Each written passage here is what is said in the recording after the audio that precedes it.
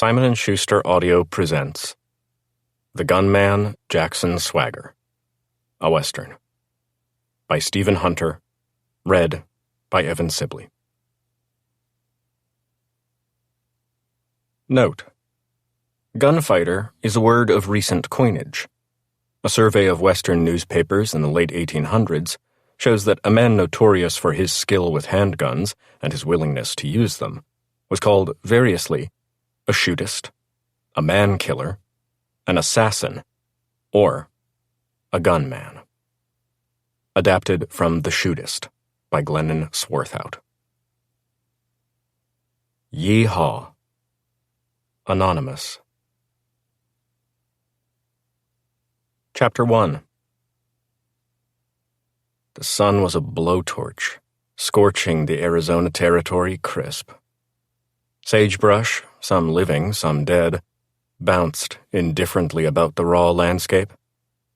While most of America prospered in the wonderful year of 1897, here vegetation had turned brittle, while the once abundant and variegated cacti had retreated within themselves, their spindly arms forming structures more appropriate to crucifixion than blossom. Every hillock was its own Golgotha. The wind was contaminated by the vast amounts of grit and other matter it hurled about, so that a man's face went raw in the pelting. Hardly any water lay free, and access to what little remained was strictly controlled by men with shotguns. The mountains seemed like scar tissue on an immense scale. The river's trickles, the watering holes, puddles of mud and shit. Animals died in the thousands, mostly of the big dry. Bones, bleached white by the blaze, littered the land. Wolves, coyotes, and big cats who fed on the smaller creatures in normal times were out of business, having moved on or simply perished along with their prey. As for folks, most of them just hung on, hoping for rain, not believing that it would ever arrive again. They dreamed of water and cursed their God for withholding it. They breathed dust, grew sluggish with despair, and turned on one another. In this miasma of despond, only two areas of prosperity remained. The first was the railway town, called Railhead No. 4. The fourth, on the way west to California. It was sustained by Eastern money, not cattle, bearing the name Arizona Southern and being a subsidiary of the great Union Pacific. It was laid out straight to run from Nogales to Yuma, hence cutting a day off the detour up through Tucson. It was largely populated by single men of singular immaturity and was rich in vice. A whorehouse was a good business, while a hardware store was not. Second was the Callahan Ranch, the Crazy R, which alone among the big spreads had not dissolved under the pressures of the drought. Though its surviving cattle were as bony as anybody's, and its waterholes as dismal, Colonel Callahan was able to keep a full complement of gunmen on salary. Having more money than anybody, these boys tended to dominate all encounters that came their way. All wore Mr. Sam's Peacemaker in Mexican holsters. All were said to be proficient. Naturally, rumors arose, suggesting that the colonel's sources of income might not be all legitimate. Some said that his secret business was railroad security and labor discipline. Some said he owned interests in the string of brothels in Railhead No. 4. Some even said, though not to him, that the Dark Riders, a legion of enforcers and revengers unseen by day, were headquartered at the Crazy R. There was another feature, of course. As the big spreads closed or hunkered in, they had to release their cowboys. Saddle tramps became normal, as singly or in clumps, formerly affiliated cowhands roamed the roads, looking for a place to land. Some turned to crime. Others abandoned the cowboy life and retreated toward the growing cities of the West Coast. and left their horses, guns, and memories bitterly behind. Others tried a variety of ploys to get themselves hired, but for the rare opening, 100 men were available. It got to be a problem, so that the wanderers were not welcome at the few places that might sooner or later have jobs. It so happened that one day in May, hotter than the axles on Hell's chariot, a solitary pilgrim on a nag more dead than alive and skinnier than a museum dinosaur picked his way toward the Callahan spread. He paused to see a hacienda of ample proportion, flanked by outbuildings of 2 bunkhouses, a barn, a cookhouse, a warehouse, and other signs of freshly painted viability. It stood on a plateau of a gentle hill. You would notice the central fact of this fellow's existence immediately. He was old. The face, baked by 1,000 years on the prairie, was not brown, though the shade did nothing to disguise the net of fissures and gullies that ensnared it, that which could be seen or inferred under a density of dappled white-gray beard, into an imitation of a hide drying into a shield a young Apache might admire. The mouth was a dash among the swirls, and hair hung down from his hat, which was not your 10-gallon Westerner's headpiece, but more cityfied, of a kind called fedora, that had lately been showing up on the plains and desert. Since the geezer could not have afforded such a thing, it was logical to assume it had been won in poker or taken at gunpoint, or perhaps scavenged at the site of a mysterious massacre. His fingers were long, but as for his body, though it appeared to be long as well, that information was hidden under a rawhide duster that was so much a part of the cowboy outfit it did not come off even in scalding weather. The eyes were hard and crafty, the boots well beaten on their 5th or 6th pair of heels and soles. He didn't look like he'd say much or explain much. Perhaps he wore guns under the duster, but the garment didn't reveal them by shape. He had a scabbard under his saddle, but no Winchester in it. Rather, it held the tarnished brass hilt of a cavalry saber, presumably atop a blade that had drawn blood. The rope on his horn looked loose and well used, perhaps older even than the man himself. He rode to the hacienda and waited, still on horseback. Though other cowboys lounged about the place, none paid attention to him. Why would they? He was an old man in a dry time, without a future or a past. He was negligible. He was a nuisance. In time, a fellow, no cowboy, more of a former cowboy type, given now to office work for the cattle operation and logistics, came onto the porch of the hacienda and gave him a once-over. "Who might you be?" "Name's Jack. Looking for work. Heard you might be taking on." "Ain't you a bit elderly, Jack? The work here is killing hard, sometimes hard killing. Apache off the reservation, rustlers, folks come with guns to take water that ain't theirs. The lead flies. You'd be more comfortable in a rocker on a porch, sipping lemonade, waiting to pass quietly without pain." "Probably so. But who would pay for such ease?" "I see. Rootless, then?" "Had a good life working for various outfits. Last place up in Colorado. The bank took over. About 30 of us were released. We scattered. I had saved up a little, lived on that for a time. Yep, lots of lemonade, usually with whiskey. But the money ran out and the lemonade and whiskey followed. So here I am." "It's true we're looking. But these jobs are good, and the colonel only takes the best man, Jack. Hard to see how you qualify as a best man." "Sir, I learned the horse with the Arkansas Cavalry in the big war 30 years back. I had 4 years of battle and sleeping on bare ground. I've got the bullet holes and the pieces of tin to prove it." I stayed with the horse, as my 2 war mounts were the noblest creatures I ever knew. Never saw a man to match them. Cowboyed here, there, everywhere, sometimes going all the way to guns. All these years later, I can still stay in the saddle 16 hours a day, live on beans and coffee, sleep in the brush, and do it again the next day and the next. I can rope and shoot and brand. I can ride fence. I can track. I've been around the Apache and the Northern Cheyenne. Don't lose my head if I see a batch of either on the approach. When bullets fly, I am calm, as I am when the bear charges. I have all the cowboy skills at the highest. I'll prove it, if you let me. Yet I see no guns. Pawned. Maybe pick them up later when I get a job. Though the pawn usury is so high, it might be better to start anew.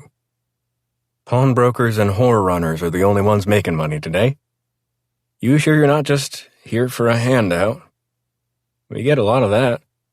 Unattached cowhands roll in, beg for work, claiming they're the best. But they're really caging for a free meal and a quarter or so for a whiskey the next town they go. That wouldn't be you. Would it, Jack? No, sir.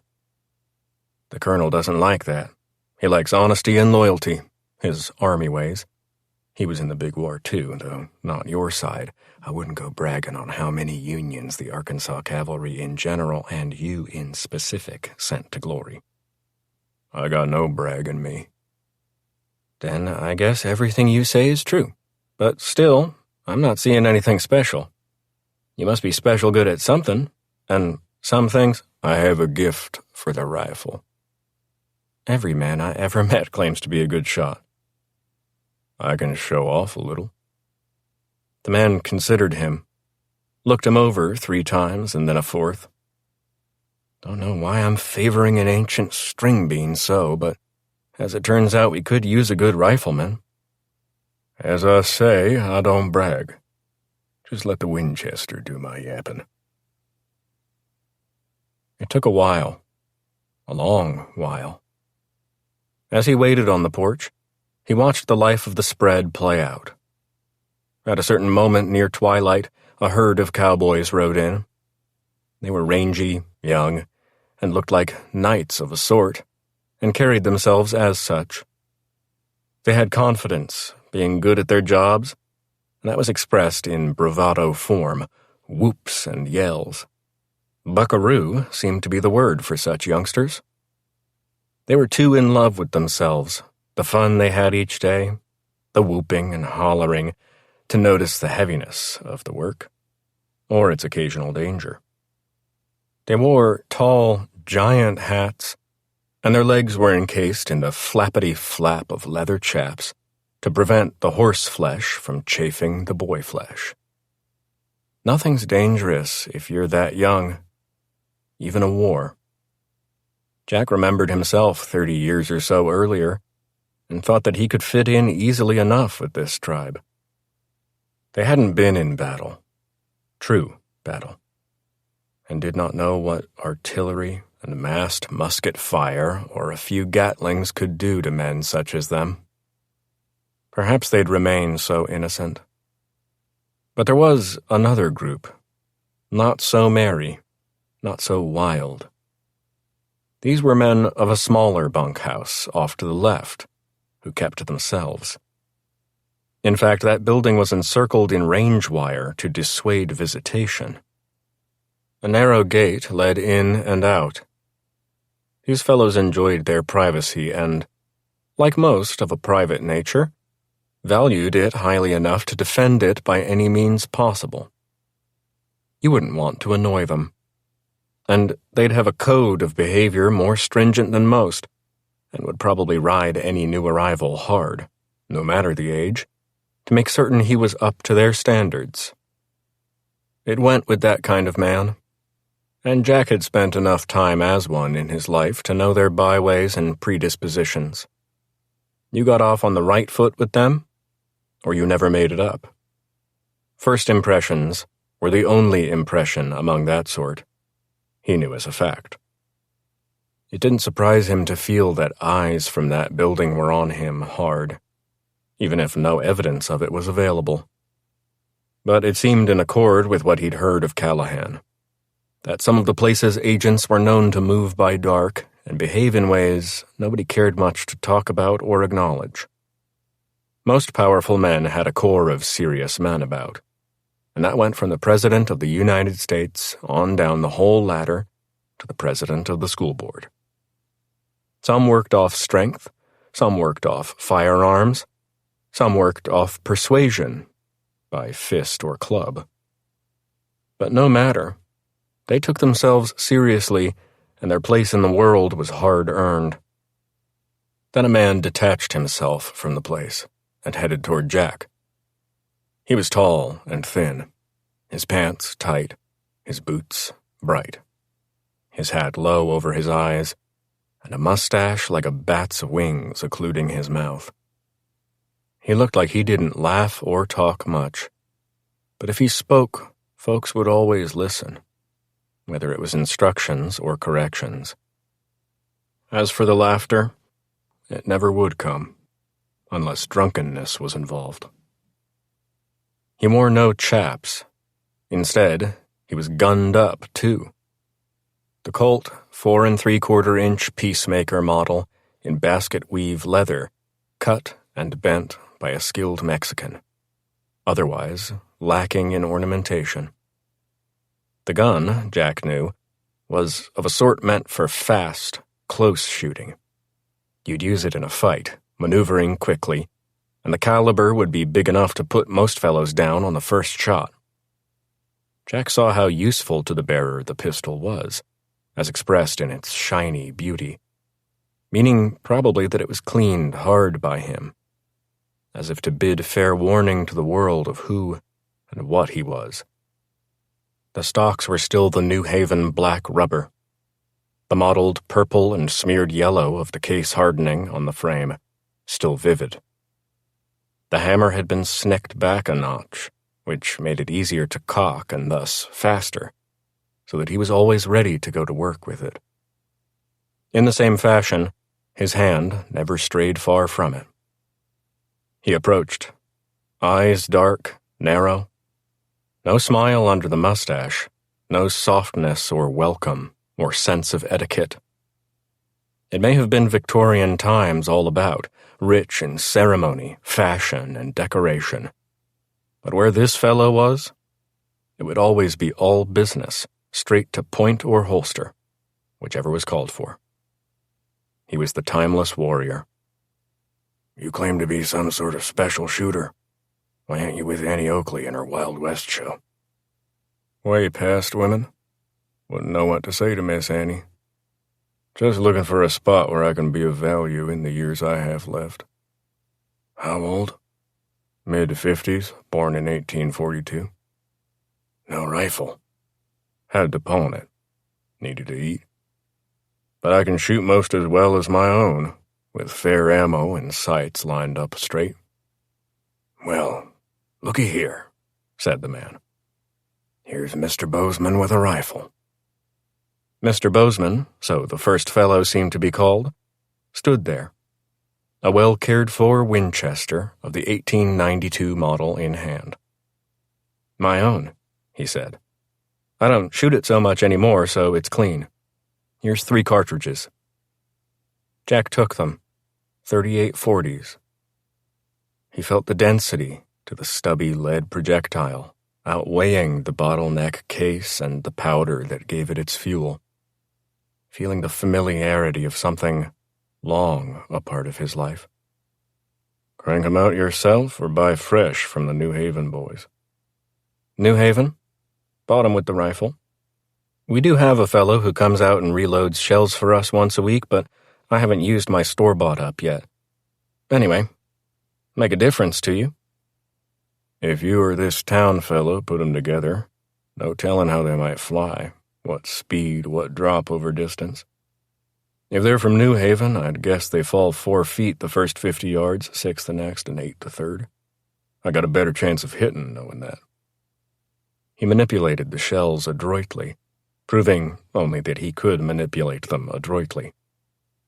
Turning the firearm to its side, he inserted them, one after the other, into the receiver loading gate, feeling them fight the magazine's spring as they were driven into the tube under the barrel.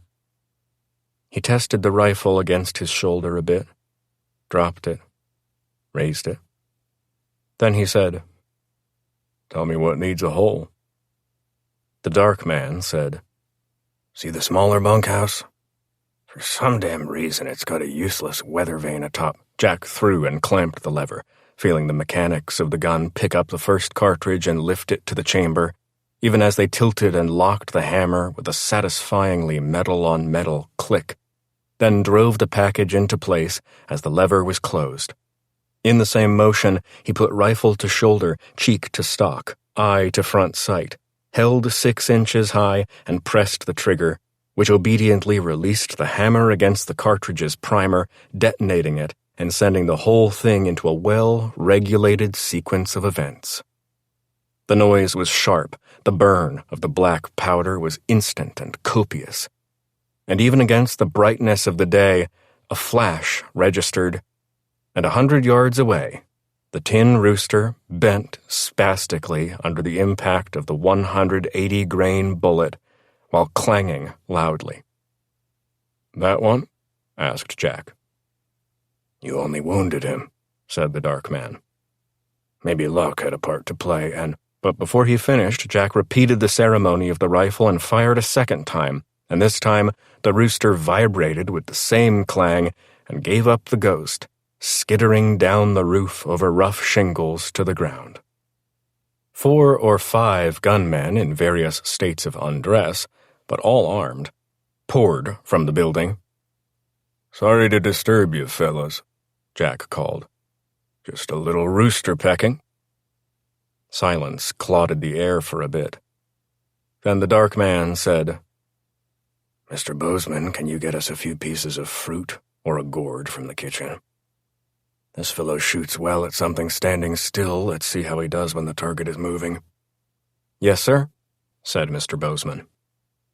He left and seemed gone but seconds before returning. He had 2 melons with him, of the sort called cantaloupe, and 2 more of his treasured New Haven cartridges. Jack reloaded smartly. "All set, old-timer?" asked the dark man, the melons in hand. Jack levered the rifle again. "Why not?" he said. The boss lofted one cantaloupe, then the other into the air. Jack didn't bother to shoulder the arm. Locking it under his elbow, he calculated on intuition both speed and deflection, fired, levered, and fired. In both cases, the fruit exploded, flinging gobbets of melon about the universe. Silence again. "I have a cartridge left," said Jack. "Anything else need a bullet?" "Maybe Joe Pye," said Mr. Bozeman. "Make a lot of folks happy." The dark fellow said, "My name's Voth. First name is Tom, but you'll never call me that unless you marry my sister, and she died 7 years ago."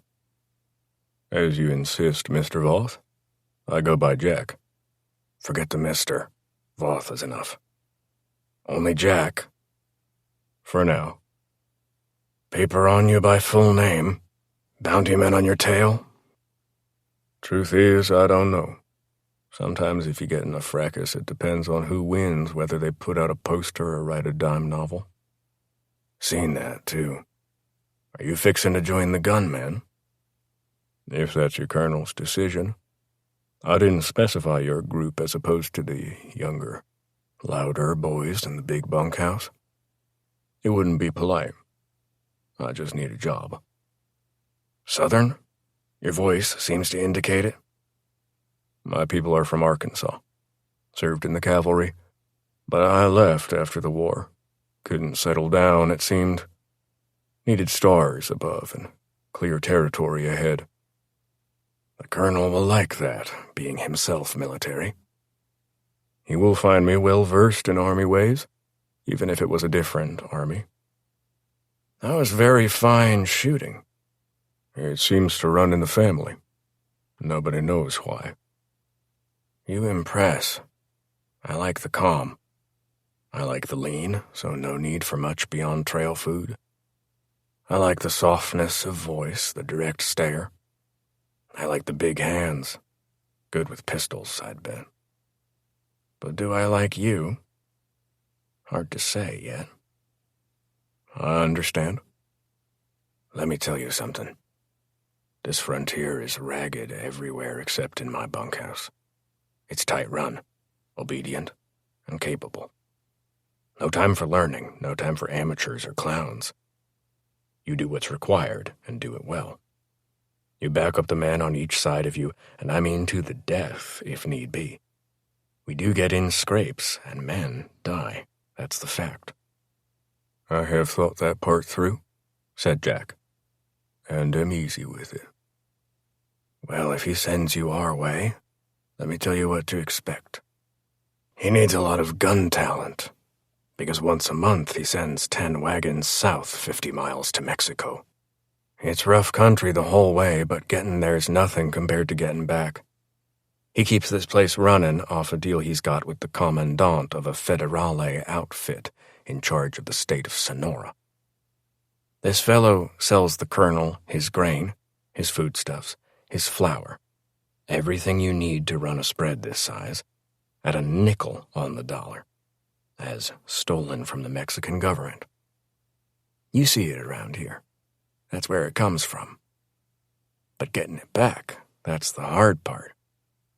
Braves who've jumped the res and want to be Geronimo, Mexican revolutionaries, Mexican military units on the roam, bandits, both Mex and ours. It's all gold to them, because it can keep them operating too. On the way back, it's rare we don't get jumped at least once, sometimes 2 or 3 times.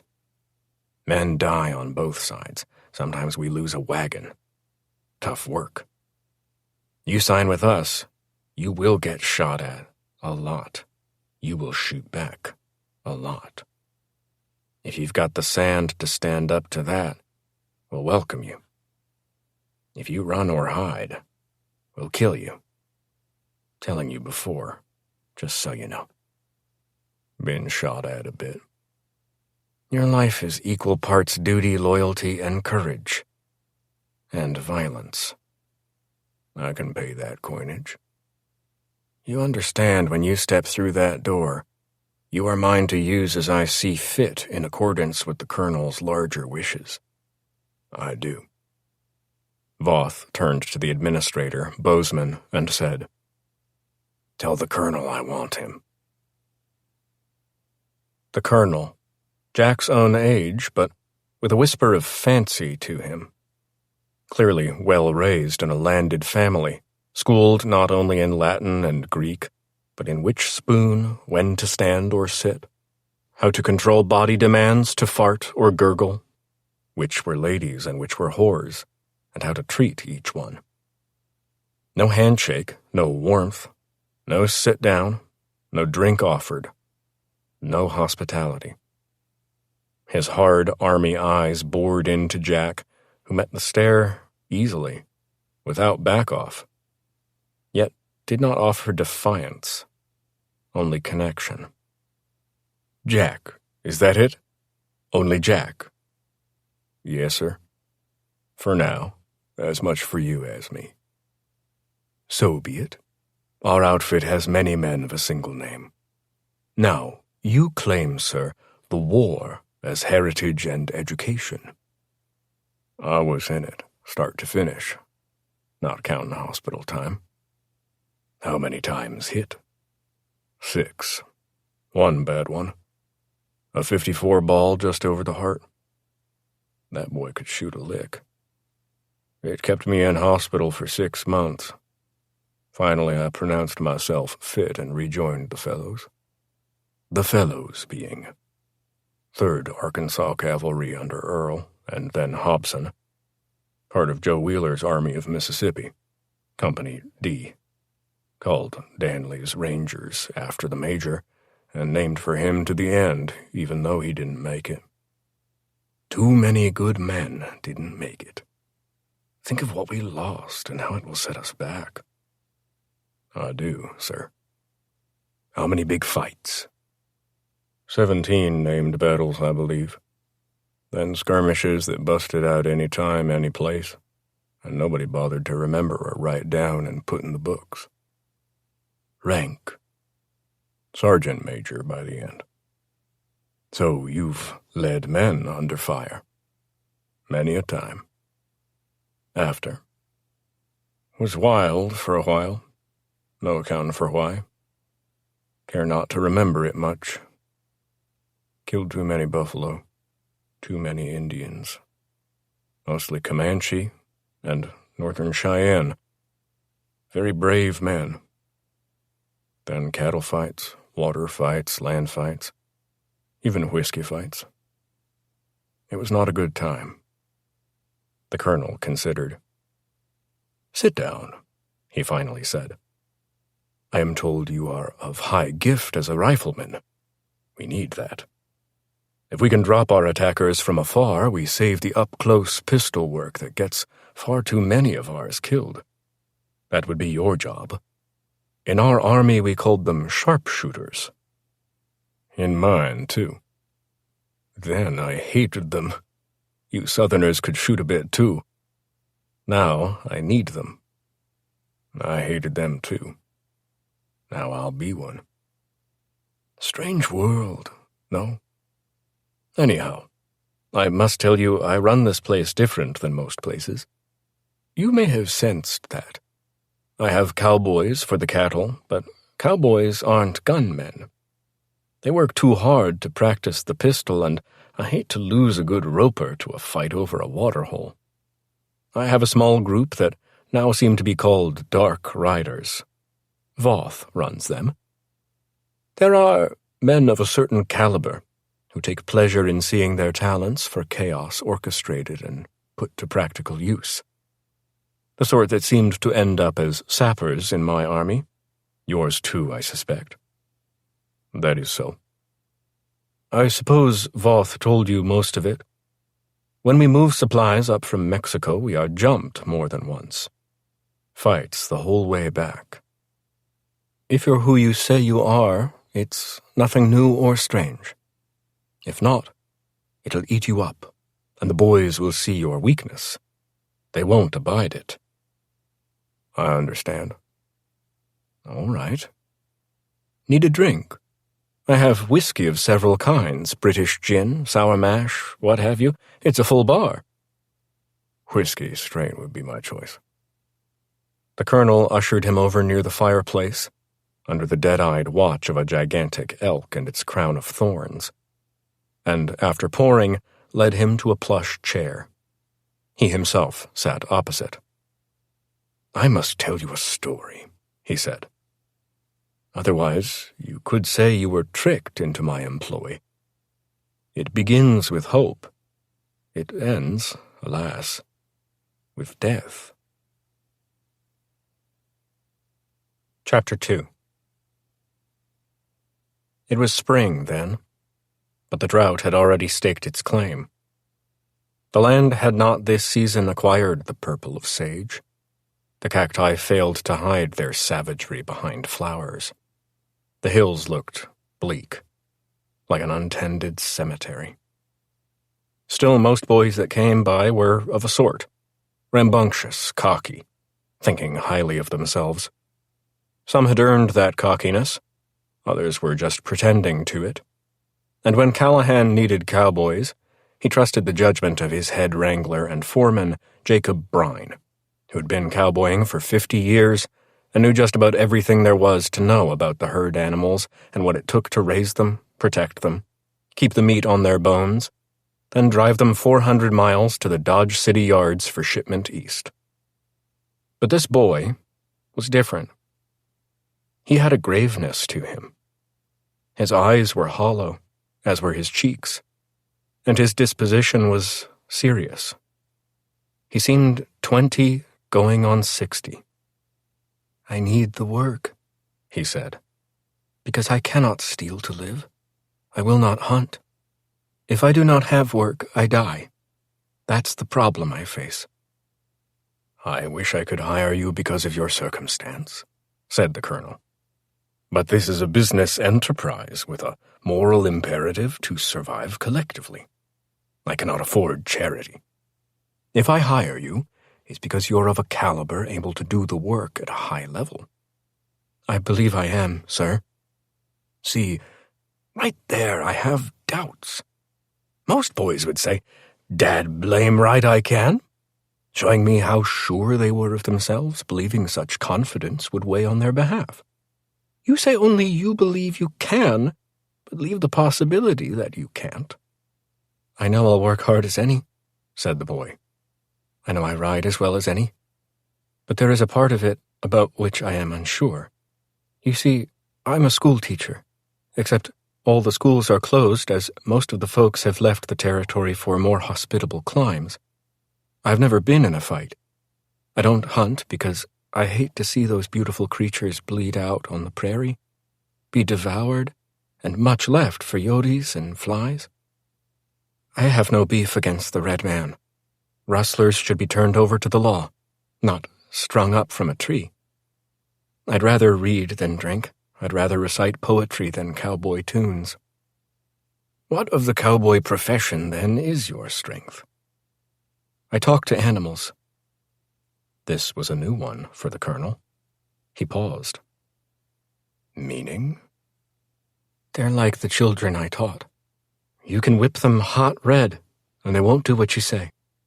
I learned that if you stay calm, show gentleness, don't yell or carry on, you'll get more out of them. I can do all those things. In fact, I insist on doing those things. Also, I can be alone. Maybe I prefer to be alone. The bunkhouse seems like it might be too rowdy for me. I can ride the fence. I can go on the search for the runaway, find it, and get it home. If a beast be sunk in mud, I will go in and get it out. I won't leave it to die, mewling as it sinks under. It's not in me. We lose over 100 head of cattle to mud and sand on every drive. We lose too many horses every month on supply runs to the south. Sometimes I lose a wagon full of hardtack and bacon because one animal decides to lie down and quit. But you say you don't get frustrated. They are stupid, stubborn as stones and without a sense of consequence. I've seen a cowboy spend an hour to get a calf out of a ditch, only to have it jump back in on release. You have the patience to deal with that kind of situation. I know I do. Can you shoot? No gunman. I can kill for mercy. I don't live for the gun. I have never killed a man, including Indians, and I hope I never have to. Sure you don't want to be a preacher, boy? The God I believe in isn't in a church. He's everywhere life is. In the end, with reservations, the colonel hired him. Into the big bunkhouse he went, where his grave ways, quiet and reluctance to hurt, marked him different, until one night he broke Digger McClanahan's jaw with a single punch, because Digger accused him of loving animals more than men. As Digger lay on the bunk floor, spitting blood and trying to fit his jaw back into place, the boy said, "Know what, Digger? I do love animals more than men." On the range, he quickly proved invaluable. Called teacher, he had no quit in him. He did what was required, what was expected, and what was beyond. He was first out, last in. On his watch, no beeves wandered, no predators fed, and in the morning, the herd was tight for counting. It seemed the animals loved him too, for he got several calves out of mud holes. He made a running horseback shot on an alpha wolf as it led its crew onto a lagging creature, and he rounded up strays every single night, well after all the other boys had sacked out. He did all this on a few beans, a little coffee, and a couple of pieces of bacon, and one biscuit with jam. Finally, Foreman Brine came to him and said, "Want you to go in early this afternoon? Some of them other boys are going south tomorrow in 10 wagons. Their boss, Voth, wants you along to handle the animals, as it's rough territory and loss of team is always of concern." "Yes, sir," he said. "Now you listen to me, boy. Those men ain't like us. They're man-killers, shootists, trash with fancy guns. The guns are shiny, the men ain't. You don't want to get too close to them. They'll poison your ways, and if you disappoint them or stand against them, they'll kill you. I think highly of you, and the idea of you dead in the dust seems to me a terrible waste of a good man." "I'll watch myself," said the boy. And he did, too.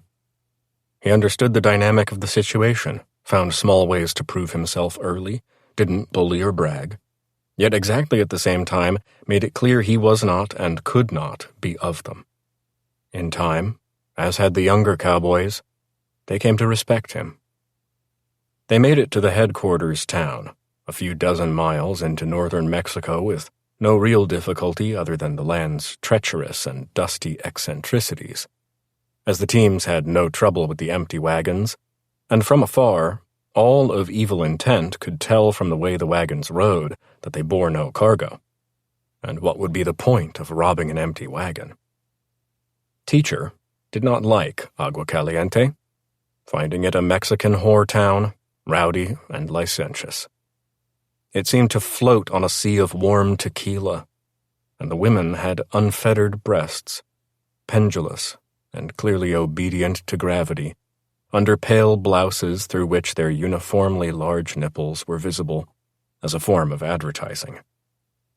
Everybody was armed, usually with a pistol and a dagger, and the many vaqueros wore quirts, that is, rawhide whips looped to their wrists, for running cattle or scaring one another. Of course, the men, including the commanding Voth, saw the place as a time for some recreation. A couple of nights were thus spent in inebriation and fornication, with fights as common as hangovers in the morning. Teacher could not approve, but he could not place blame either, knowing from the Iliad the nature of rough men in dangerous circumstances. Instead, he tended to the animals, then read a poet named Shelley down by a creek, and one afternoon bought some candy that he distributed to the mob of ragamuffins that sensed his decency and followed him everywhere. On the third day, the business was completed.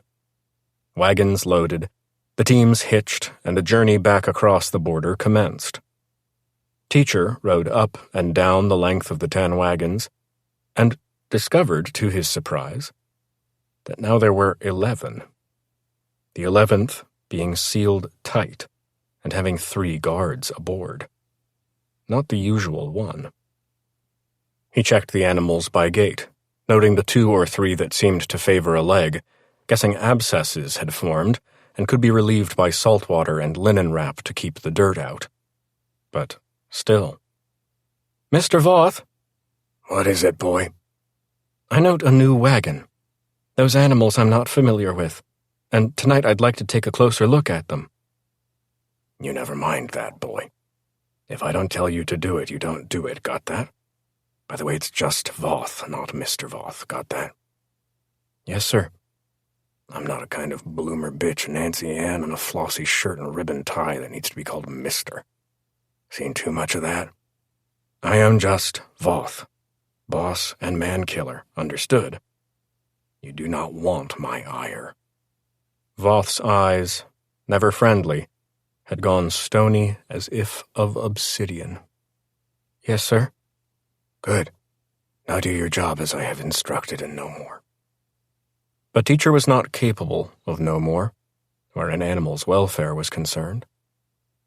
That night he snuck low to the strange wagon and crept among the team that was tethered to it, to keep them from roaming. Indeed, he found an abscess on the left four-leg hoof of the second right-hand horse. He soaked it in salt water, but skipped the linen as a giveaway of his attention.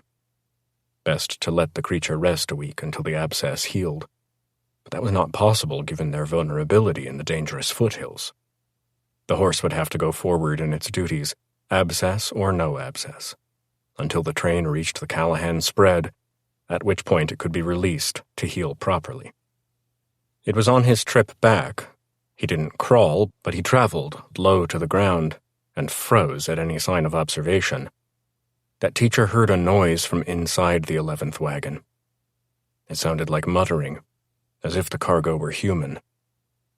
But how could humans be locked away without food or relief on a rough venture such as this? It would be monstrous. You wouldn't do such a thing to a slave or a war captive. What would the point be? What low game were the Dark Riders playing?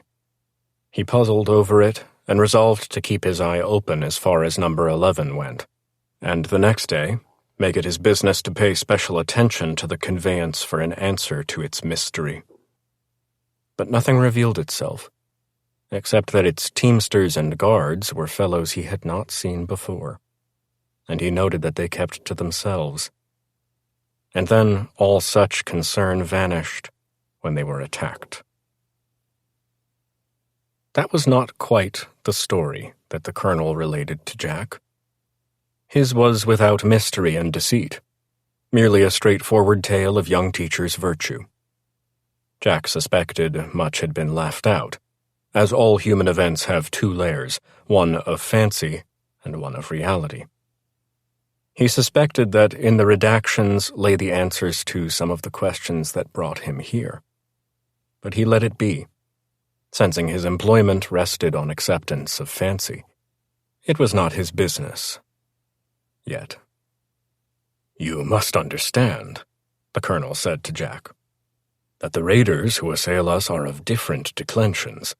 Some are trash, scoundrels, simple killers and bandits who want only to take goods for resale. They are straightforward as tacticians and simply ambush by rifle to drive guards under cover and then send 10 to steal a wagon, knowing that 6 will die, but the wagon will be purloined. Then there are the Indian braves, of no tribe or possibly of many, who have found one another in the wilderness. They live primarily to kill the White Eyes, and theirs are simple murder raids, not meant to steal, but to exterminate and scalp. However, they are so ardent they fall prey easily enough to good men with rifles who stay cool under their fire and are efficient in returning fire. You will earn your pay that day, Jack." After a few losses, the braves scuttle off embittered. But some predators are more sophisticated. I suspect they are clans of deserters from whichever army, and they are not without tactical skill. Who leads them is not known, even though I have put money behind inquiries. Anybody who finds and eliminates that leader will be amply rewarded. In this case, the mystery man understood from measuring the amount of dust raised by each wagon, we believe, which one carried the heaviest load. That would be the one with ammunition, weighted down with so many lead projectiles. It was that wagon that was the focus of the attack. A lightning strike by 2 able horsemen, for their leader had urgent need. There would be raw powder in the wagon, for we reload cartridges to save money. He knew our Dark Riders would immediately abandon that wagon and fall away, fearing a vagrant round could hit the keg and set off the blast. That would sunder the train, and these ex-soldiers would then attack the smaller unit, driving our protectors away so that they could plunder the abandoned carriers. It was a solid plan, well-crafted, demanding much nerve, as at any time the powder wagon could explode. Nobody ever accused them of lacking courage. But what nobody counted on was teachers' refusal to let horses die. The powder wagon team was still tethered, and before fleeing the dangerous gunshots, the teamsters had braked it, so it served as anchor. The beasts, being animal, fell to panic over the noise and commotion. They reared and pulled, and 1, maybe 2, busted loose and got out of range. But 4 were left, and it was not in teacher to let them perish. We yelled, we screamed, we covered. But the boy was both fool and hero, and ran exposed to gunfire to the wagon. And though the blast was imminent, and the danger of lunging, rearing insane animals extreme. He jumped among them and cut them free. Then he was on the return to us, when a bullet finally struck the keg and the wagon exploded. He was hit by 7 pieces of shrapnel and felled instantly, his back sodden with his own blood. It was an act of sacrifice, such that I had not seen in my own 4 years of war. Nor me and mine, said Jack. And were medals given, surely he had qualified for the highest of them. All for beasts of no intelligence, but innocent of sin, and therefore entitled to every right to life. Thus they lived, and he died. Noted in the war that the good die young. Don't they, though?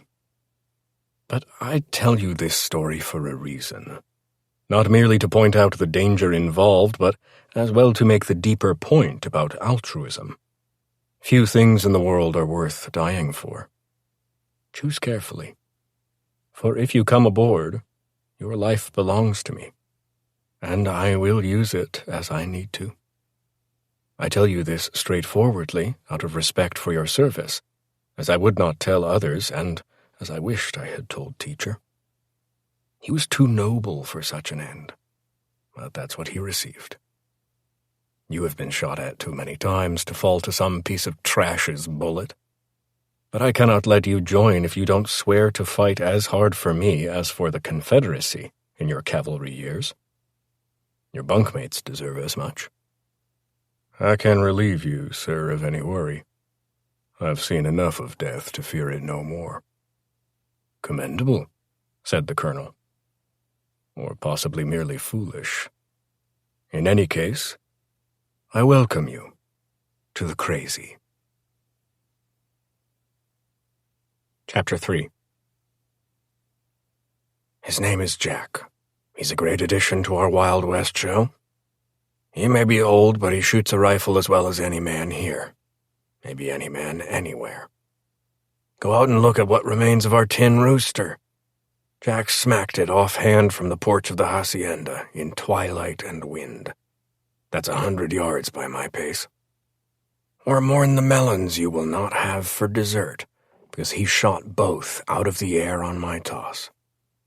His job will be to keep you jackasses alive under attack, so you better treat him well. So Voth introduced Jack to the Dark Riders. That was all. That was enough. He carried his saddle, his blanket, with its cache of other items for comfort and hygiene, his saber, and Mr. Bozeman's rifle, plus what was left of Mr. Bozeman's ammunition in a blue-green box of 38-40s, Central Fire, 38 Cal, it was labeled, to one of the open bunks in the center of the room. He dumped it, stripped off his rawhide duster, and lay down, rolling a tailor-made. Nobody said a thing, nor did he. He knew nothing he said at this stage mattered. These fellows would never be impressed by palaver, only deeds under fire.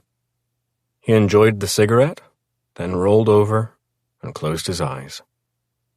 They were older than you might expect, with many miles and much dust showing on grave faces. It wasn't a merry crew, more a crowd of sullen individualists.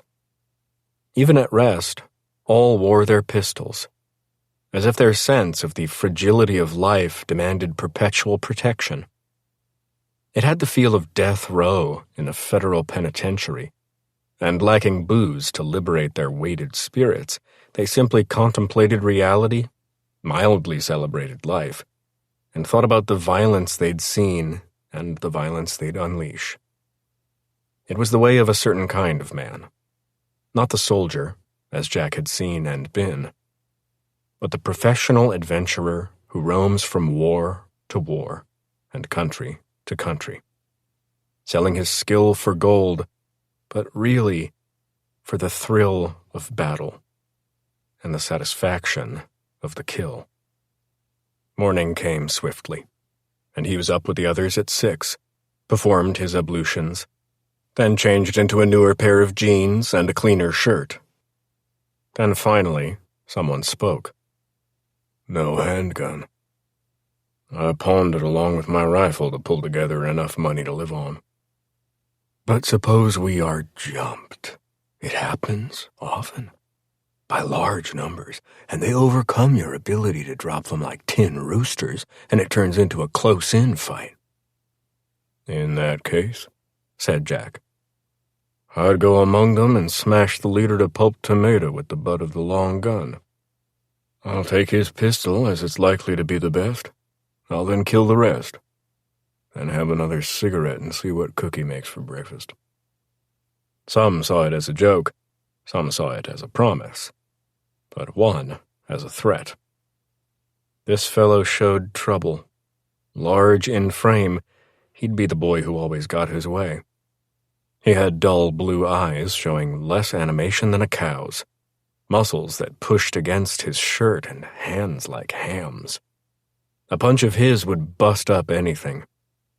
He had a mass of blonde, tangled hair hanging down to his back, just like Wild Bill's. It looked like the tail of a yellow raccoon. That was a hint right there. But most significantly, he fancied himself a pistolero and had a Smith & Wesson No. 3 in his Mexican holster. This was a break-open, heavy-framed revolver, much faster on the reload than any Colt iteration, which required a slow cylinder rotation and chamber-by-chamber insertion of single cartridges. Mister, if you're as good as you say you are, all our troubles are over, he said to Jack. I may as well throw this big iron away right now. With that, his hand flashed to the pistol, rode it toward the sky, hooked on the trigger finger, and began to spin. The pistol was a blur, blazing around the axis of the finger, sometimes upward in orientation, sometimes downward, and as a final coup, pushed behind his back and there, launched. His hand was fast enough to catch it coming down on the front side of the shoulder, spin it twice more, then deposit it in the holster.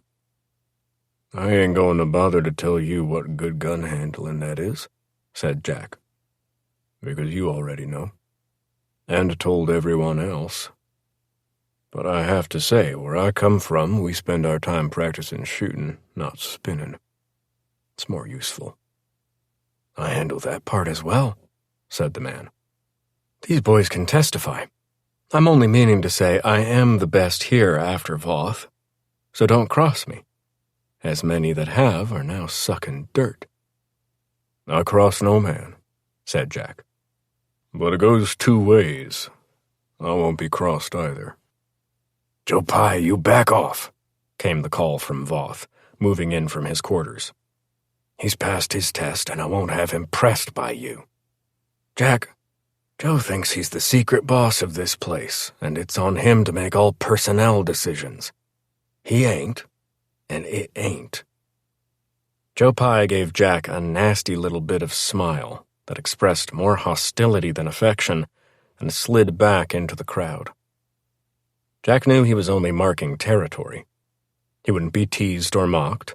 He would be respected, and, by nature, aggressive. He'd always be pushing the lines. That was his game, and it was a familiar one to Jack, but he marked this Joe Pye as someone not quite to be trusted, as he was far too interested in where he stood than what he had to do.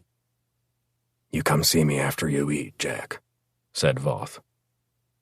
When Jack arrived, Voth said, Brian has 2 cowboys riding fence today. It's 18 hours in the saddle. I want you along, not working fence, but working the horizon. Several other teams on fence have told me they know they're being looked at from afar, maybe through glass. Could be nothing. Could also be a sort of human varmint wants to strike for purse and mount and gun and run. Your job is to make sure the young cowboys come back. I will see to it, said Jack. He saddled up on one of Callahan's stronger cow ponies, as his old boy wasn't up for such a grueling job. Putting leather to horse flesh was something Jack loved, for he loved horses, especially the 2 who'd saved his life. This tough one had no name, as he was new to fold and had no master then. He was a chestnut roan of gray and tan, maybe 16 hands tall, and who'dever broke him had done a good job. He took to saddle well and didn't fight the halter. He seemed to want to do his job. Jack treated him with a hard hand early, planning to go softer later on when the mount had warmed to him and understood who was horse and who was man. He met his 2 wards in front of their bunkhouse. String beans. They looked about 12. Scrawny as rails, all cowboyed up in fluttery leather chaps against the rub of their horses, and vast hats against the sun. "I'm Jack," he said. "I follow you." "Pleased to meet you," said either Billy or Matt. "We hear you're the best man on the spread with a rifle and can see like an eagle. We feel well protected. You can also tell us stories of the war and your life roaming the West. Rumors say you knew the great gunfighters now past." "Rumors are rumors because they ain't true, and I won't be telling you a thing. Let me explain how it works. I'm invisible. You don't see me. You don't talk to me. You don't look to me to join in your conversation. If I speak, you listen because I feel it's important. But don't look at me or nod. And I promise to never say anything funny so you're spared the need to laugh. I may be with you. I may be ahead of you. I may have gone on the scout, climbing a hill for a better view, looking for sign. That's my only job, and I have to do it at full pitch. It's when you relax that the ruckus will start, that I can guarantee, so I don't relax. And if a ruckus starts, being ready before is all that counts. You boys hear me good? "Yes, sir. What about meals when—" "I'm invisible. Remember, invisible men don't eat. Meal or not, resting, stringing wire, laying post, it don't matter. I don't exist. When you get back after dark and your pals ask you about Mr. Jack, you better be able to tell them nothing or I haven't done my job." He stuck to that iron principle. It was 2 horse hours to the spot they left off, and another hour before they came upon a stretch of wire that needed patching. The boys dismounted and set to work, while Jack rode up the wire and back a mile each way, his eyes on the rolling grass and the crusty but low stone clusters that kept this part of the West from being beautiful. Above, the sun blazed without mercy, stealing the blue from the sky, turning it dead white. The air was hot, though no rain threatened. The drought, day 77. Nothing alive showed itself, as if most things had given up on motion until the heat broke, while for its part the heat seemed set on unleashing misery. He was looking for dust, tracks, flashes of motion, flocks of birds on the rise as if startled, maybe smoke from cook fires, maybe the sound of a shot from someone downing the rare antelope, buzzards circling over a body of some poor creature, human or not. In all those respects, he was disappointed. It was as if the 3 of them on their 3 mounts, plus a burro carrying posts and shovels, and a couple of spools of the nasty wire, were alone on the surface of the planet. He pulled in, dismounted about 25 yards off the boys. No point in getting close enough to tempt conversation. They loafed for a bit, eating hardtack and sipping canteen water, then relaxing with a hand rolled, and then with a sigh that youngsters always utter when there's yet more work to be done, they remounted and moseyed to the next work site. It was a terrible job. But then, most jobs on a ranch are terrible, which may be why you have to be young to do them. They cut the bad wire, trimmed and looped the new, dug post holes a good 3 feet straight down, then inserted the posts and packed the dirt, shoring it with rocks if they were available. Then they strung the wire, one pulling hard, the other hammering it taut to the posts, so that it could do its job of keeping ours in and theirs out. The wire was the worst part. Well, maybe digging the holes was the worst part. On the other hand, packing the rock and dirt down around the post was awful, too. You couldn't do any of it without drawing blood, bugs, cramps, and other strains, sweat in rivers that formed lakes. It was never over. The fences always needed tending, so the stock didn't wander and some other group of fellows make a claim. And that's when you got gun trouble of a sort nobody liked, but nobody could figure out how to avoid. So, that was the process. And the next days, and the day afters as well. It was thankless, but not pointless. The Callahan Crazy R's upside-down brand stood out on the haunches of the Colonel's stock. But mixed and shrouded in dust under the screaming sun, mistakes were easy to make, which led to misunderstanding, and sooner or later, the whole shebang would go up. Thus, the soundest policy was separation, and it was worth a continuing patrol by cowboys to keep it so. Nothing happened. Nothing happened. Nothing happened. It was the West. Ageless, timeless, forever and ever burnt by sun and beaten by wind. On the fourth day, a Friday, when the boys were eager to get back in and head out for a weekend at the railhead number 4, Whoretown, Jack said at about 2:30 p.m., "This will be the day they attack." Of course, Billy and Matt violated their oath not to look at him as both turned and stared. "Heads down, blanket heads, no reaction. Just listen to what I say and get ready to do what I tell you." "Sir, if—" "Shut up. Listen. Obey. Your lips will turn dry, your lungs will work too hard, and you'll want to piss. Hard. It's normal. Don't fight it. If you have to piss, piss. No shame." They rode on another mile.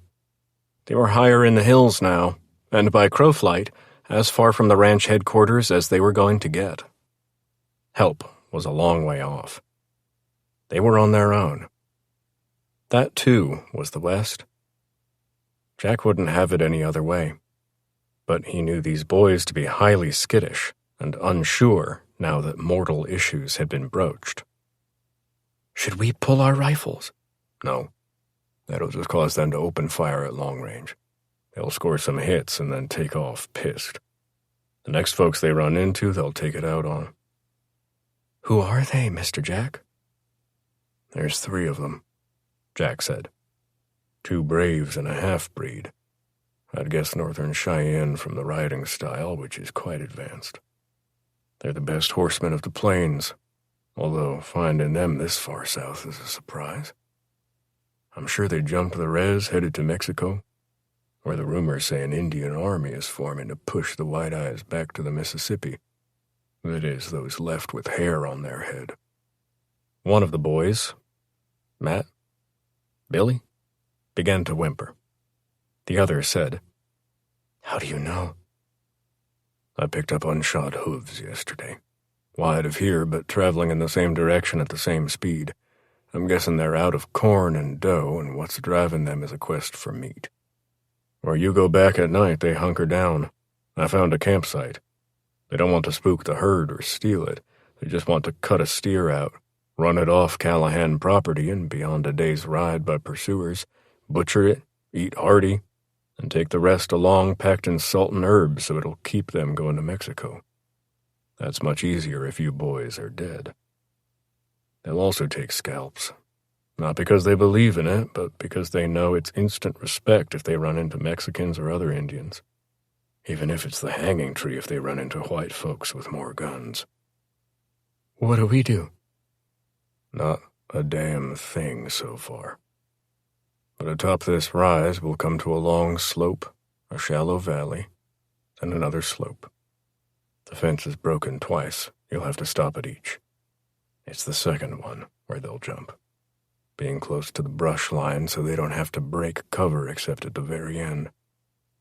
We'll let them, but at the first stop I'll pitch in on the work and we'll mingle, pulling the horses to us. Not sure which boy is which, but you and the white hat. Bobby?" "Matt, sir." "I'm Billy," said the other. "There is no Bobby." "Good enough. Matt, you and I going to switch hats and horses, then you ride off as if going for a scout. I want you tall in the saddle, legs stiff like I ride, not all hunched over the way you ride." "Yes, sir." "When Bobby and I are alone, that's when they'll make their move. Only it ain't you on the rifle, it's me, and I won't wait to see who they are, as I know and I can drop the two coming on fast at the first sign of attack." "Are you sure that—" "Yes, I am. If I don't shoot, we die. Got it?" "Yes, sir. But what about the third?" "He's covering from a long way out. He'll try and pick me off. I got a nickel says I pick him off." One of the boys gulped hard. "It'll be over in a few seconds, and you'll be able to tell the whores you were in a gunfight. They'll like that."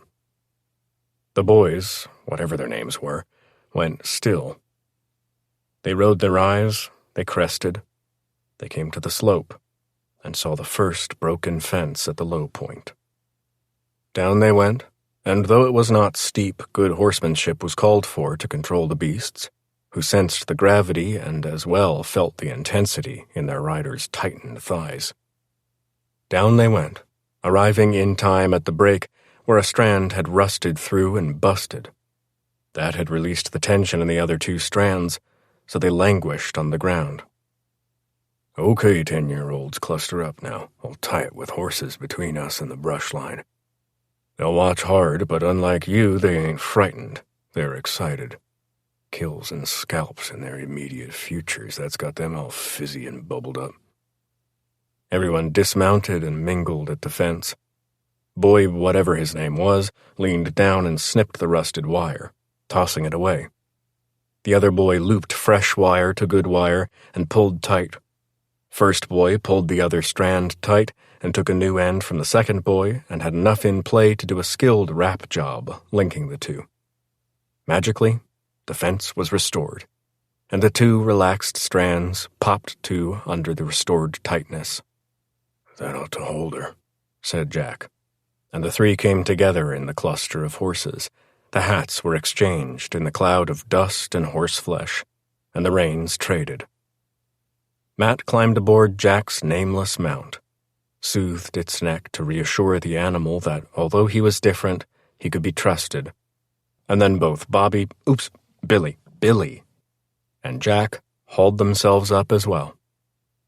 "You got a big head, son," said Jack, as Matt's hat drooped to the top of his ears and would have fallen further but for them. "I hope it don't flop off," he said. "It better not," said the other. "It cost me—" "Cut the palaver," said Jack. "You don't want to, but bear down. You, Matt, get on out of here. Ride like you know how." "Yes, sir." Matt gave his animal just the right flick of his spurs, and with a little lurch the roan took off at a trot, and soon Billy and Jack were alone.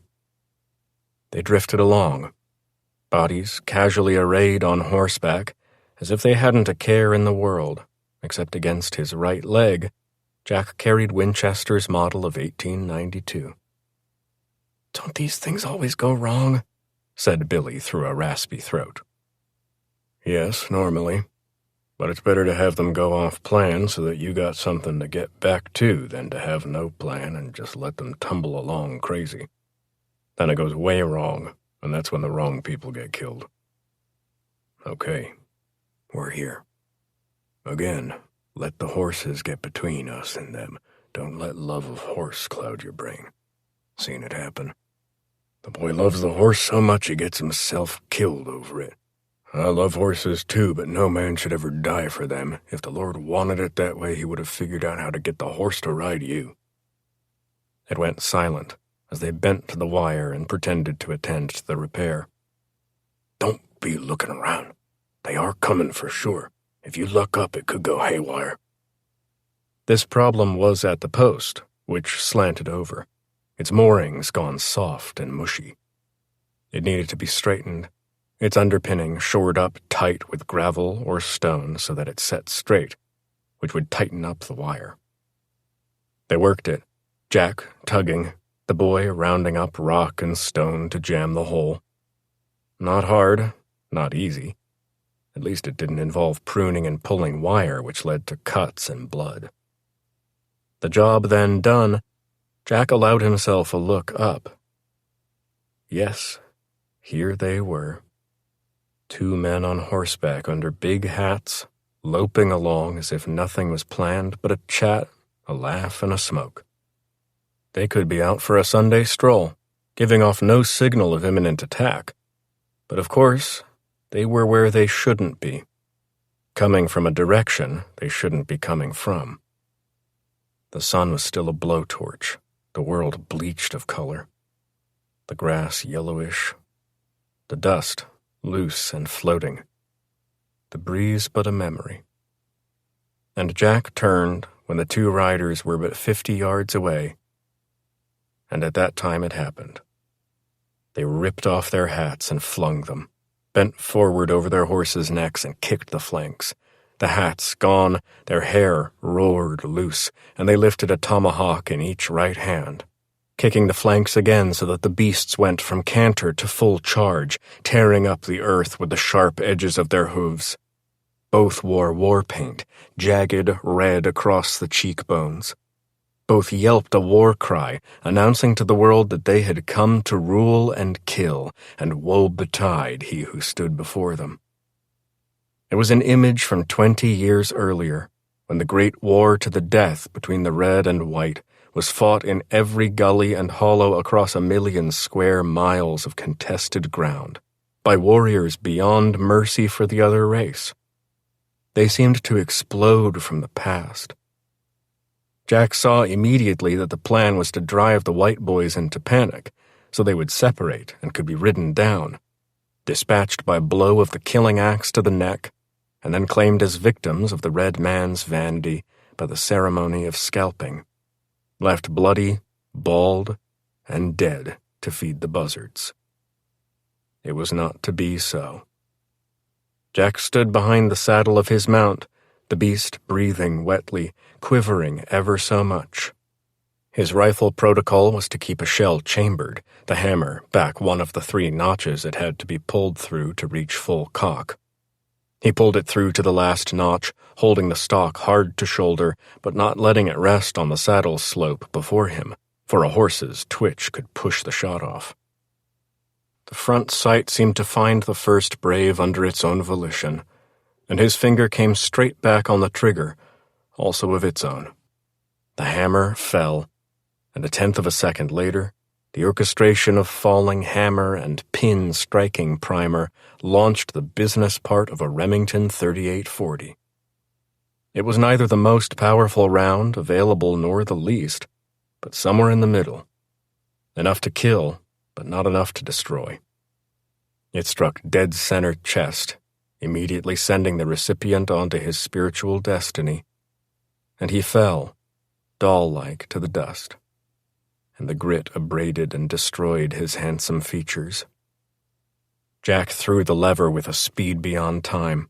The spent shell began its lazy flop to the planet's surface, and before it landed, he'd come left and pulled down on the second brave with almost the identical result, the only difference being that this one took a second or 2 longer to die, and had time to pull up on his animal, so it had halted by the time his brain got around to instructing the rest of his body that it was time to enter the spirit world. He fell to the earth without drama or grace, but intact, save for his blood-spurting heart. "Wow," said Billy. "That's some shootin'." He made to check the bodies, but Jack grabbed him by the shoulder and yanked him back behind the horse. And at that time, the far-off percussion of a black powder rifle sounded. A whizzing in air described flight, and a spray of dust kicked up to locate impact. Jack dropped, aiming under the horse's belly to the root of white smoke rising cannon-like in the brush line, and sent 5 more rounds out, striking and dust tossing at or near the base of the smoke. He cocked and fired so fast it sounded like one of Mr. Gatling's spinning barrel guns. "You stay here," he commanded, as he snaked a few more cartridges into the rifle through the loading port, then swung aboard the horse, and set off at a fast gait to the area that he'd just shot up, and as it turned out, the boy he'd just shot up. This one lay in the dust, an old Springfield trapdoor carbine not far away, but the boy had no use for it. He breathed raggedly. "You killed my friends," he said. "You killed me." "None of this happens if you three runaways don't play crazy horse on us. You think it's 1876 or something?" "Jesus, I'm dying," screamed the boy. "Looking at that wound, I don't think you are. It's just below the clavicle. Most folks come back fine from it, though they might walk a bit crooked from then on." The boy tried to squirm, but Jack pressed the muzzle of the .92 into his throat, which quieted him fast. Then went over and picked up the Springfield. "You get this off the Custer battlefield? It's so old it's got worms on its rust." "It's the only gun we had. It don't shoot too straight." Jack looked carefully at the ladder's sight just ahead of the trapdoor hinge. "It shoots fine," he said. "You just don't know crap about it. Sights are set at 300 yards, but you were shooting at 100 or so. You couldn't hit the barn, much less that door. So I'm guessing on your adventures in the wilds you didn't learn enough to fill a teacup, right?" "Them's the warrior boys. It was their idea to attack." "It makes sense from the Indian point of view." "What be happening to me?" "Interesting question. You don't tell me what I want. Maybe I just leave you here to bleed out, or attract a few of the coyotes still around." "Oh, Jesus," said the boy. "Or I could patch you up and take you to Callahan's spread. Not sure what he'd do, but I know whatever it was, you'd end up on the long end of the rope. Stealing cattle is more a hanging crime than shooting a cowboy. Easier to replace cowboys than cows." "I be dead, then?" "Sure seems as much." Or else. What, sir?"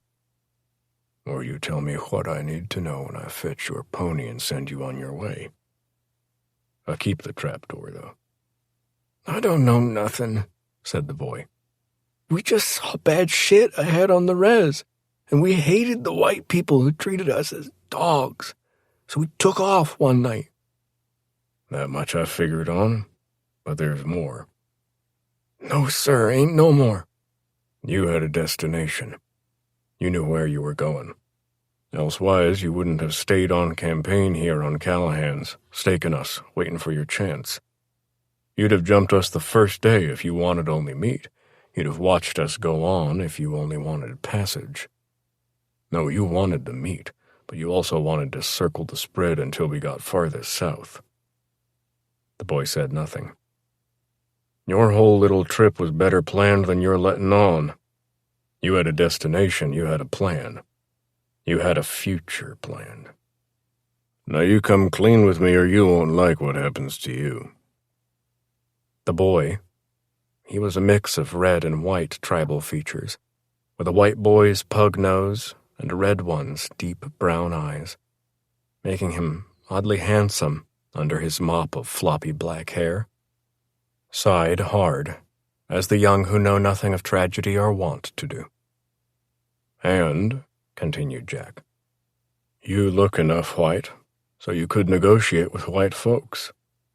If the two friends were planning on joining up with some red-skinned raider band, they wouldn't have needed you along for the trip. You don't belong with them, as you're a good 5 years younger than either of them." "They was like brothers." "Well, they were not brothers, cousins at the best, maybe. I take it you're the half-breed riding the shoed horse." "My mother was Cheyenne. My pa was a cowboy, but he died young. Raised on the res with Charlie Two Dogs and John Whitefeather you killed." "Do stupid, get stupid. Now back to the question here. I got the idea you'd heard of an outfit.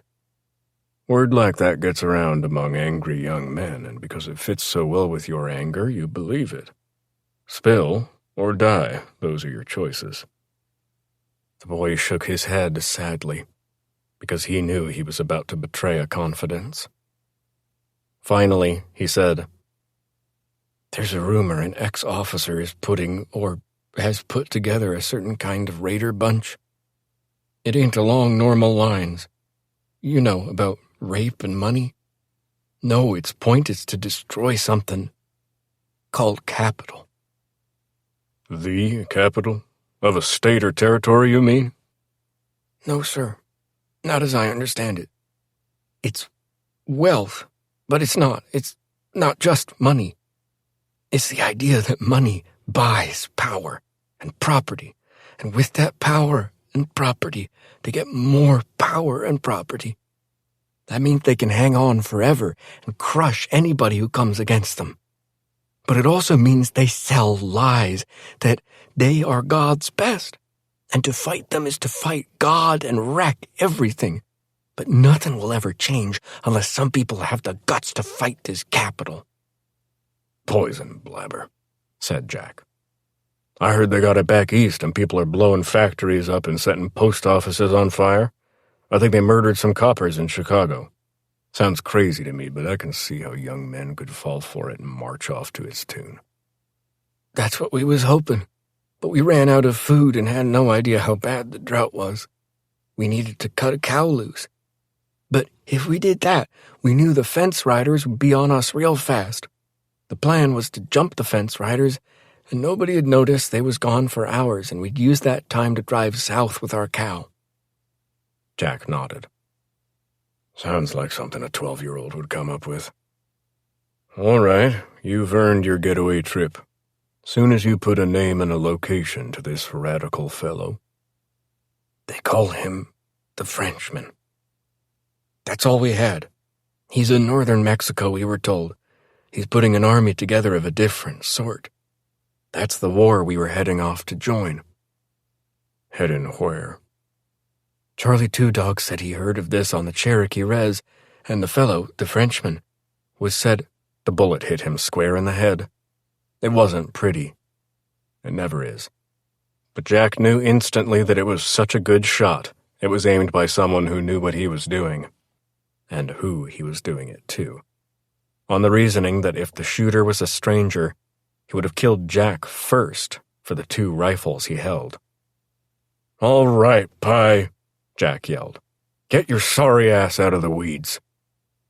75 yards away, Joe Pye emerged from the brush, rifle in hand. He ambled over, a smirk on that bully boy face. You son of a bitch, Pye! What the hell are you doing? Your job, old man, killing rustlers. He was 12 on an adventure to fix the world. 12 or 24 or 48, he was trespassing on Callahan land. Your job, my job, everybody's job, is what I'd just done.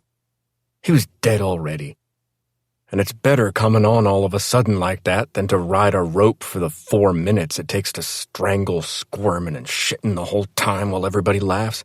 I've seen both, and believe me, he'd thank me if he knew. Anyhow, fuck all this shit. Voth sent me. Plans have changed. We're taking a train south tomorrow, and with your fancy rifle skills, Mr. Annie Oakley, you're the star of the show. Chapter 4. As anticipated, the trip down was easy. As anticipated, the stay in Agua Caliente was an ordeal. Flies, Mexicans, whores, drink, and drunkenness, in that order. Jack let the boys have their way and didn't partake, nurturing a jar of tequila in a dark corner of a bar. He liked the stuff. Maybe too much. It lit a fire on the tongue that burned all the way down and hit with a hammer when it landed, turning the squalor of what was into something softer. But mainly, he listened. The Frenchman, bandit and revolutionary/ex-officer, hell-bent on changing the order of things, organizing a secret army to destroy something called capital, which Jack realized was in some sense the whole world. this Frenchman held some answers to the questions Jack needed answering. But among the border trash who frequented the den of his choice, that name was never uttered. Not that he heard, anyway. They were the usual gun-heavy scum, unshaven and filthy, whose true vocation was sloth, which was funded by occasional crimes against the weak and helpless.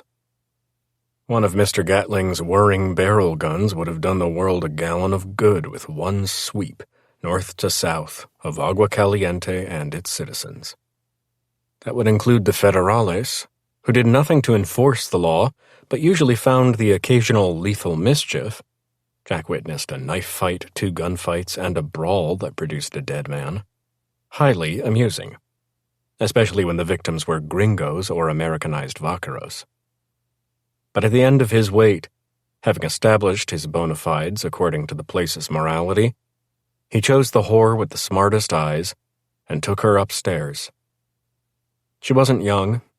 She wasn't old. She was a whore. That was all. Out of time. With the wisdom that lying with 1,000 men often produces.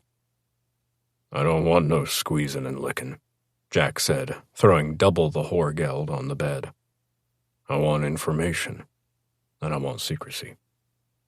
You tell me what you know now, and I'll give you some ideas of what I'm looking for. And then you nose around, and the next time I'm here, you give me a report. You get me killed that way, mister. This ain't no town for snooping. Too many dark plots, too many guns and knives. No law. But the money speaks. Don't go crazy with it, just hide it well. When you get out of here, that's when it'll come in handy. She considered, looked him over. Then she said, What do you want then, Senor Gringo? Ever hear of a man named the Frenchman? Gringo, like me. Some kind of leader, military or political. Said to be raising an army of some sort to change things all around. Never? Nothing? All right, try this. Seen a bunch of young fellows round? Not the gun trash is here, but these boys would be cleaner and have no investments in showing tough. They might not even be carrying guns or knives. She looked at him hard, up and down. It had rung some sort of bell. Not here. My sister, she lives in a town called Ibanez, half-day by wagon to the east.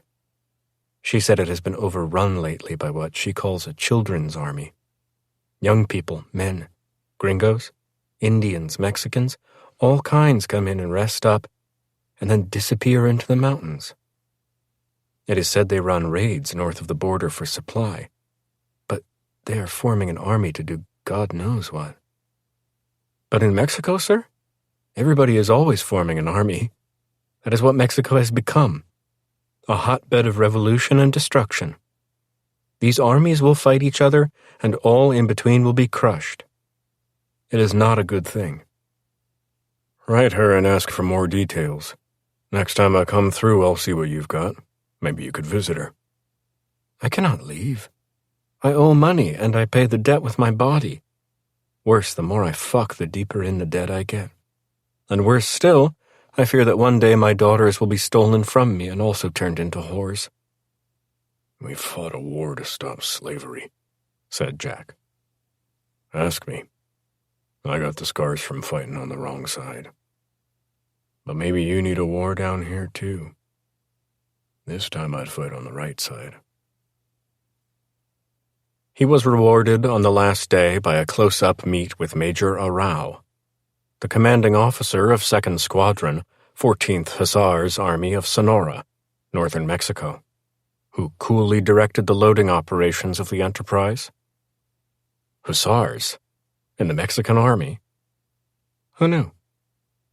Arau was of a sort usually attracted to cavalry, not because it was the most effective way to fight a war, but because the uniforms were so bright and pretty. His most certainly was. It fit so well it had to have been privately tailored, as Jack had seen with many officers in his army of long ago in such finery. The jacket was cream, pressed sharp, with a chest of tin and ribbon to give it multicolored spectacle.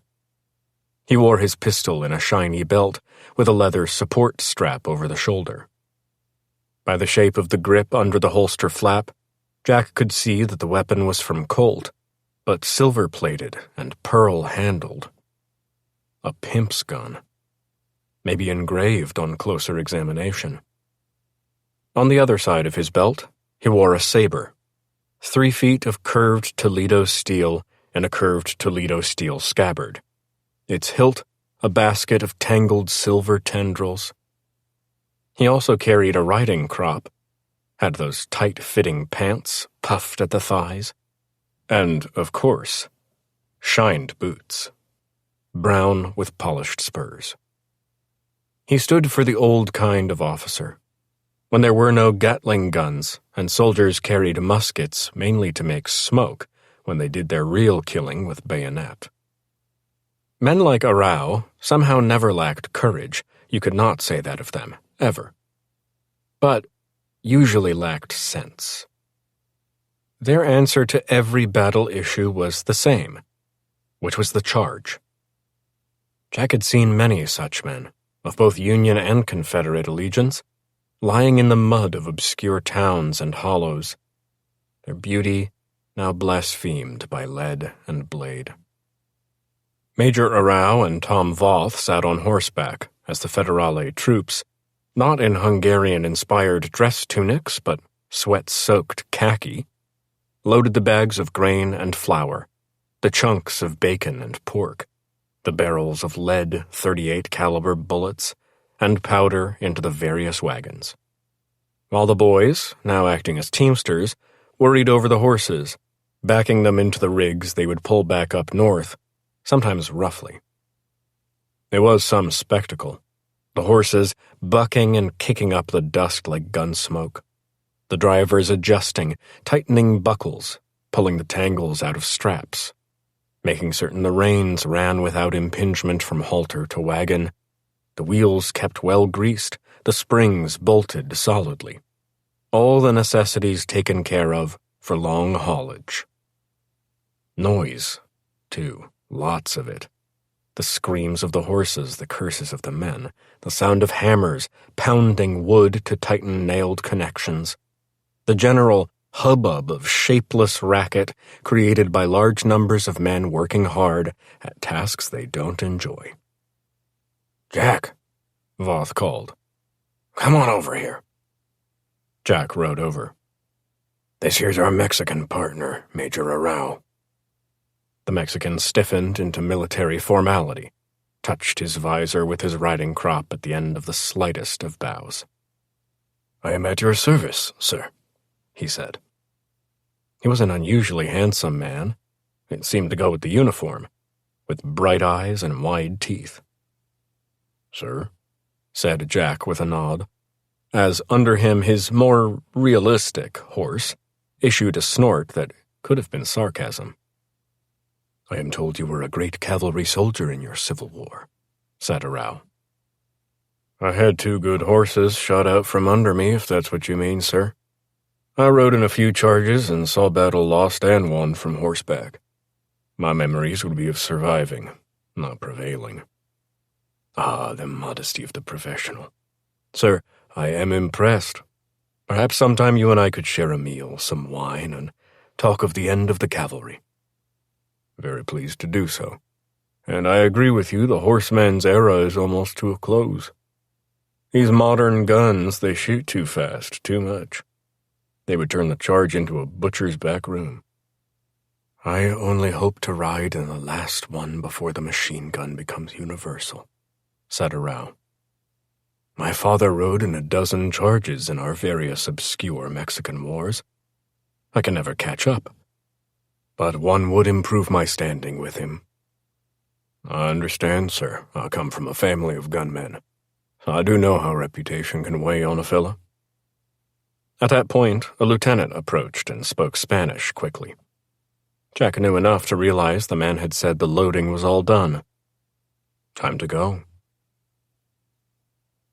20 miles out, the landscape turned to treachery. The small hills got higher, the rocks turned crusty, in clumps and clusters here and there, and soon enough they traveled through alleyways of sandstone and dead vegetation, in a pall of dust under the battering of the sun.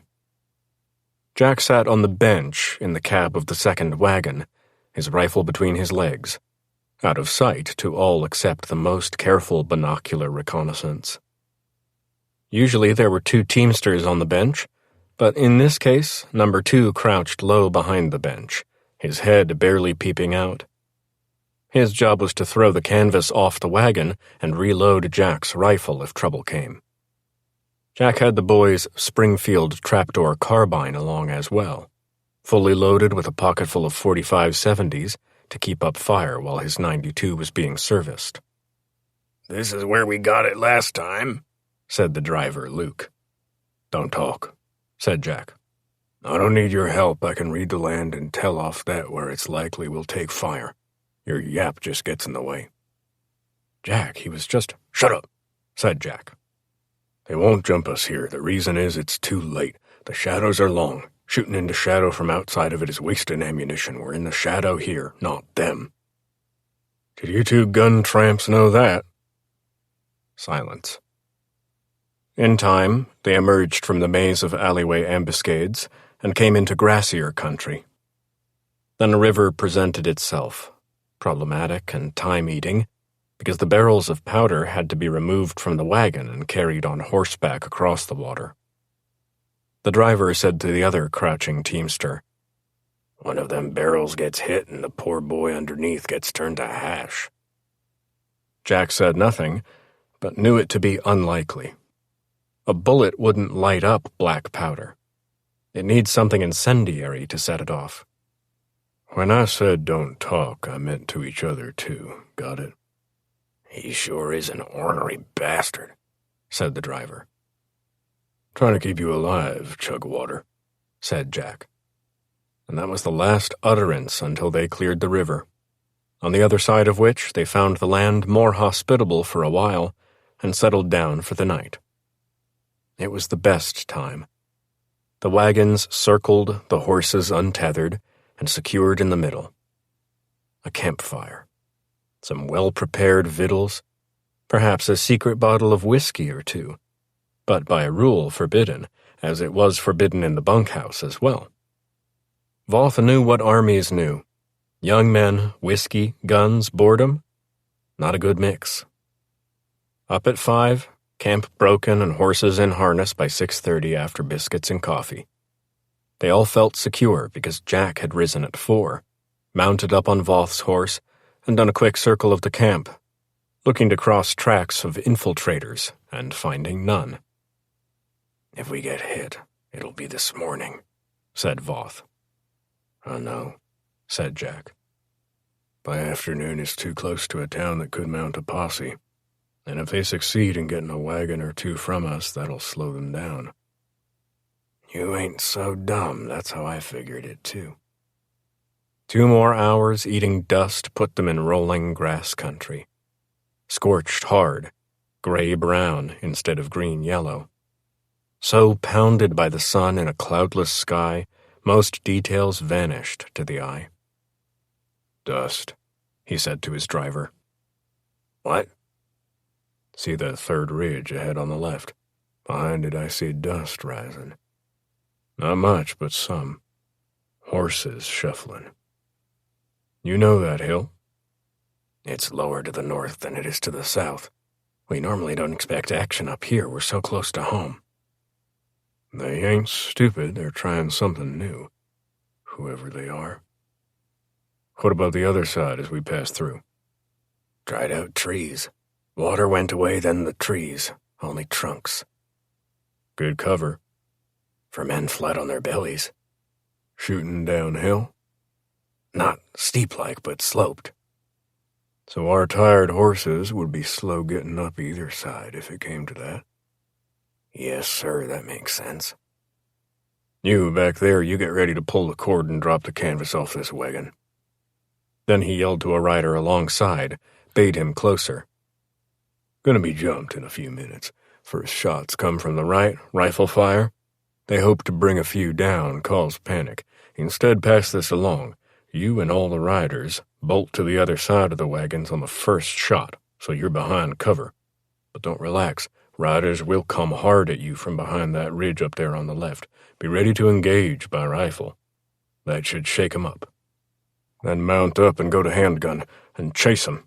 Maybe get close enough to send a few more to glory. Don't bother going up slope after them. Your horses are too tired. Just kill a bunch and let the others go. Got it? Yes, sir. No rush now. Nothing fast yet.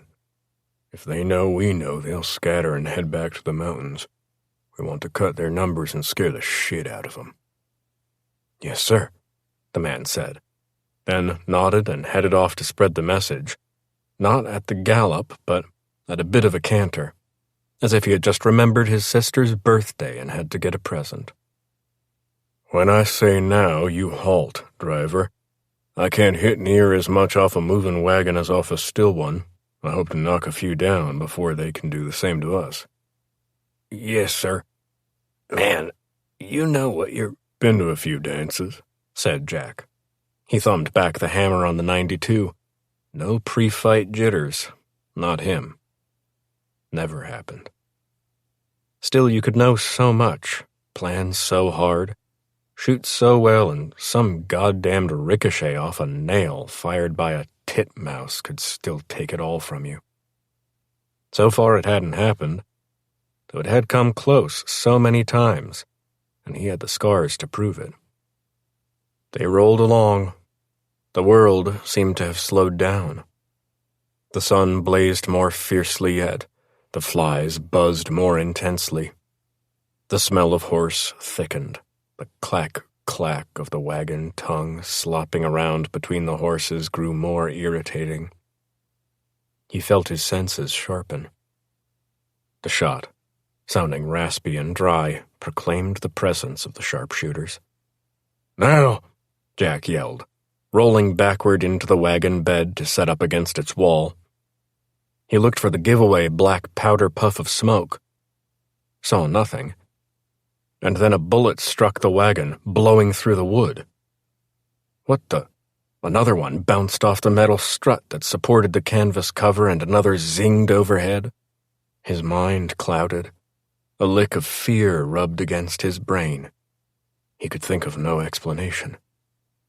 What the? And then, clarity. Whoever was shooting was using the new smokeless powder, which accounted for the lack of rising white puff to signify position. He applied focus, concentration, and willed calm. In a second, he was able to pick up the minute disturbance in the atmosphere left by the smaller smear of gray smoke, and tracking it down to source, he placed his front sight against the spot, came up a bit, fired, threw the lever, then fired again. Hit? Maybe. Tell by the blood later. The spatter of incoming shots rose. Like angry bees, the bullets whipped toward them, though the inexperienced shooters didn't quite understand the theory and practice of elevation, and so the first fusillade hit only dirt, ripping a screen of it to float and obscure and turn all to blur. That gave Voth's riders time to retreat behind the wagons, and the men in the wagons time to dive into the beds, where an inch of wagon hardwood might not protect them, but it could deflect the rounds, which, being smokeless, had to be 30-30, and no bear-killing powerhouse. From his own side, a few rifles sounded, but he put no faith in it. Shooting for blood at over 100 yards through dense clouds of dust was dicey. It took skill, calculation, and cunning, to say nothing of experience, and a nose for the math of marksmanship calculation. He emptied the last round from his 92, handed it over to the man next to him to reload, took up the Springfield, and drew the hammer back with his thumb as he settled behind it. He'd already dicked with the ladder sight, raising the peep sight up the legs of the contrivance to the 150-yard mark, which now seemed about right. Again, he located a kind of odd disturbance in the air far out. Not a haze, quite, but a mild sense of distortion, like oil smeared on glass, which he took to be the smoke of smokeless powder. And his trigger finger agreed that he was as close as he was going to get, and it came back. The 45-70 kicked like a mule, blowing a 406-grain chunk of lead on its way. It was far more powerful than the 38-40, but not necessarily more accurate. All in all, it made a poor military rifle cartridge, as Custer's boys and thousands of other blue bellies had found out, their bones now bleaching on the endless prairie. He popped the trapdoor, where the rifle had been converted from percussion fire to cartridge fire, and in so doing, mechanically plucked out the empty 45-70 casing. He shoved another 45-70 in, locked the trapdoor shut, cranked back the hammer, settled in, and looked for targets. He thought he saw a man scuttling through the broken trunks of the dried-out trees, squirming for safety, performed the necessary math in his head, found the hold that the math indicated, and squeezed his second 45-70 off. The same blast accompanied the event, the same recoil, the same fulsome puff of white smoke from the burn of the black powder. "Riders!" someone yelled. "Other side!" Jack dumped the Springfield. He'd be bruised from the recoil tonight, and received Mr. Bozeman's 92 reloaded. He confronted the left side slope from his new position as he raised the rifle and threw the lever forward and back, seeing mostly horses swirling and dashing amid a front of dust, almost impenetrable to the vision.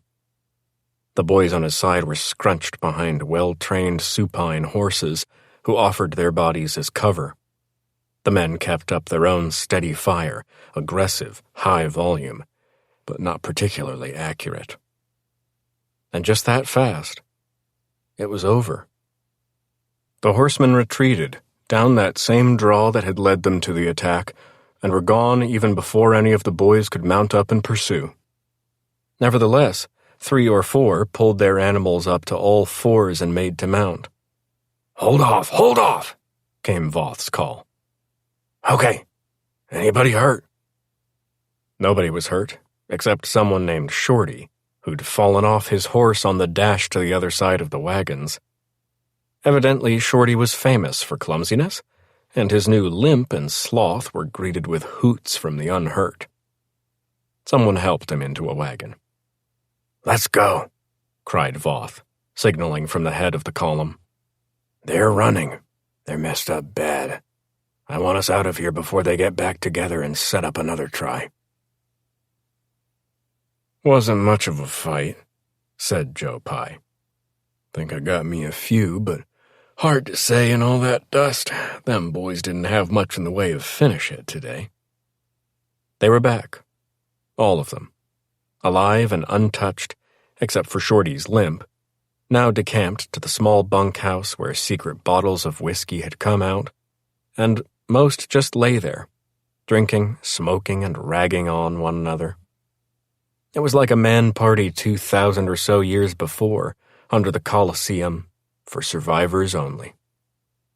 Tomorrow, by tradition, they would rest, then head out at evening for the town of Railhead No. 4, less than 12 miles north from which, yard by yard and mile by mile, a great Eastern company was constructing a railroad to the Pacific. The idea being to go straight to the booming town of Los Angeles, and for all the hope and glory attached to the enterprise, the important men who backed it, the national politicians who endorsed it. At the squalid end of the Great Crusade, Railhead No. 4 was known, as had been Railhead Numbers 1 through 3, as Whoretown. You could not have 2,000 male workers in a town without whores and whiskey of the cheapest variety to drain their excess energy. Someone else said, "Now they know we have a sharpshooter, and more to the point a fellow who can figure him out. They'll do it different next time." He paused. "Going to get worse, not better." "Nobody died today, but that only means 10 more will die next time unless the genius here can outthink them again, another pundit announced. Doubtful, said Jack. The bunkhouse went quiet as its new hero was about to speak. They had a good plan, but the other fellow is right. They'll be slyer next time. Thought they had us coming in on 2 fronts. Called a pincer movement at West Point. Maybe next time they go up to 3 or even 4. Or use dynamite to blow a rock slide down in our route just as we arrive, so we're all bottled up. Maybe attack and feint. Our horsemen give chase and another group hits the boys we left behind with the wagons. I can't figure 'em all. I was lucky today because I saw dust. They'll think on that, and I guarantee you next time, no dust. Next time you earn your money with your rifles, not behind horses either. That took the talk out of the outfit. But Jack couldn't leave certain things alone. Being his nature was such that he never forgot or forgave. And you didn't kill nobody today, Pie. Nobody did. I didn't. Too far, too hard to see. Too much wind, too much movement. We just got them all riled up and hungry for another go. You boys live on that now. All right, came Voth's voice, cracking through the dark of the bunkhouse. Jack, you quit scaring these boys to death. Liable to wake up with an empty room tomorrow. You come with me. The colonel would like to see you. Yes, sir, said Jack. He went with the silent boss from the small bunkhouse to the hacienda and was led into the same room as before. Lots of glass eyeballs, particularly the 2 belonging to the bull elk, stared down from the walls. The colonel, as before as well, wore his suit and looked as if he'd just stepped in from a campaign stop or a board meeting. Mr. Bozeman lurked in the background, ready as always to serve. Sit down, gentlemen. John, get the boys a drink. Whiskey, gin and lime, lemonade with Russian hellfire. Whiskey here, said Voth, sitting. 2, then, said Jack. The colonel was across from them, as Bozeman served the drinks in crystal glasses of a sort rarely seen west of the Mississippi. Jack, I heard from Mr. Voth you performed outstandingly today, as well as a few days back on the fence line. Jack nodded, taking a hit of the liquor. Mallet to temples, buzz hard. Focus diminished. Sense of calm, well-being. Most abrasions and contusions gone silent. In other words, the good stuff. Some luck involved, and we didn't damage them as I'd hoped. Not the boys' fault, but those people are well disciplined and finding themselves at a disadvantage abandoned the field quickly. No sense hanging around to get shot to pieces for nothing. You don't think it'll get any easier next time, neither, said Voth. And I do believe he's right. Tom, who do you think these fellows were? Seems as if they were too organized to be just border riffraff. Maybe federales out of uniform, said Voth. It's the only read I get on it. I wouldn't put it past a row to sell to us, then attack us to get the goods back. Possibly his storehouses are soon to be audited by someone from Mexico City, and he will have to explain where half his supplies went, said the colonel. Jack took another hammer of whiskey. So fine. He did like the stuff. Jack, any thoughts? I think Mr. Voth's got it nailed. It's not riffraff. He said nothing about an ex-officer called the Frenchman organizing some kind of army to invade America and hang all the rich people. That had to be hoarded, until he saw how it would play. But as to who, not sure. Too organized, too smart to be a bunch of deserters and off-res braves come together. See, one motivation such fellows would have that seems absent here is Simple fun.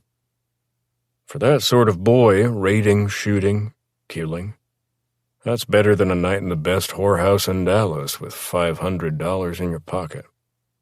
True of our boys, too, said Voth. Yep, but those fellas only wanted goods, not fun. So they quit up front, seeing they was suddenly outgunned and outsurprised. Going ass crazy on the fun of it wasn't in their minds. That seems like a good observation. I do have an idea, if Mr. Voth is okay on it, Jack said. Let's hear it. I want to go back there tonight. I'll sneak out, ride all night, and sleep tomorrow. Tomorrow at twilight, I want to go over the place. There has to be signs. From tracks, I can judge how many. From footprints, I can figure out what kind of boots, hence what kind of men. Then I want to look at empty shells. They may tell a story. If it's Mexican government 43s, there's your federales. If it's every damn round Winchester ever made, then it's a gang without military affiliation.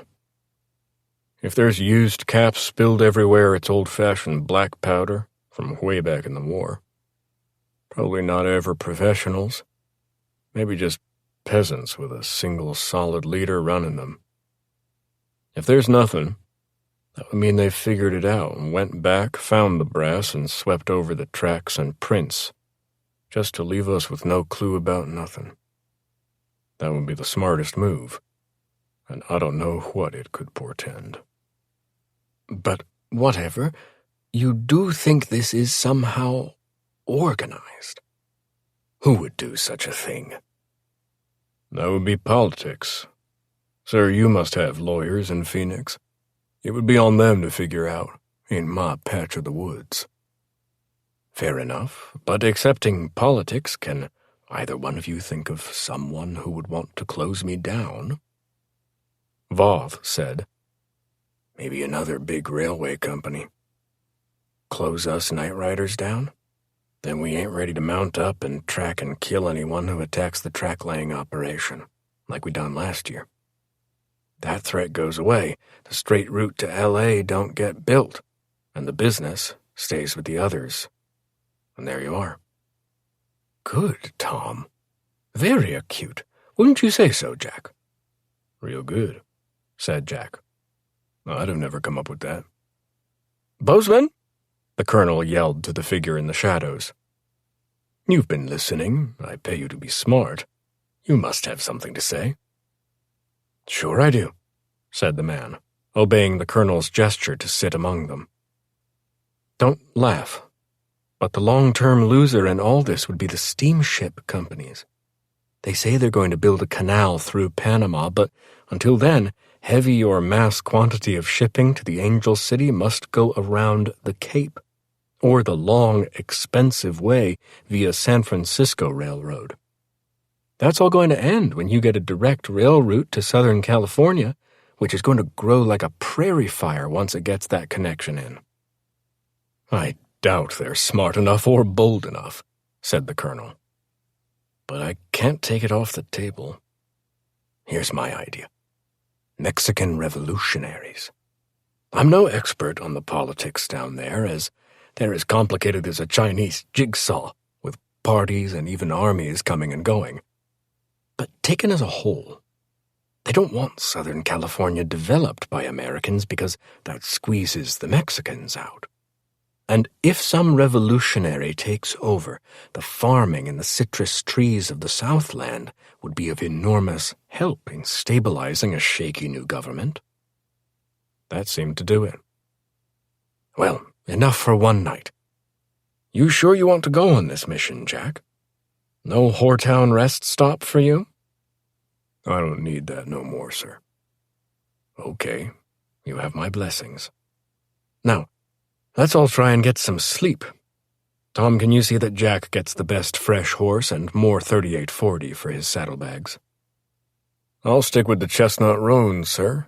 He's a fine animal. With that, whiskey finished, and Bozeman staying behind to clean up, the colonel returned to his book, and Voth led Jack out to the stable. Got something to say? Said Voth. No, sir, said Jack. Told you, just Voth. Don't hold with fancy or proper. Gets in the way. Got it. You do your job well, which I like. And you don't expect the spotlight, which I like. But one thing remains before you're truly trusted. Jack nodded. You know it ain't talked about much, but we do more than what you see. We also enforce railroad policy. Usually it's just making a show of force or bullying some loud-mouthed reformer to change his ways. Sometimes it gets ugly. That's why we're called the Dark Riders. I have it.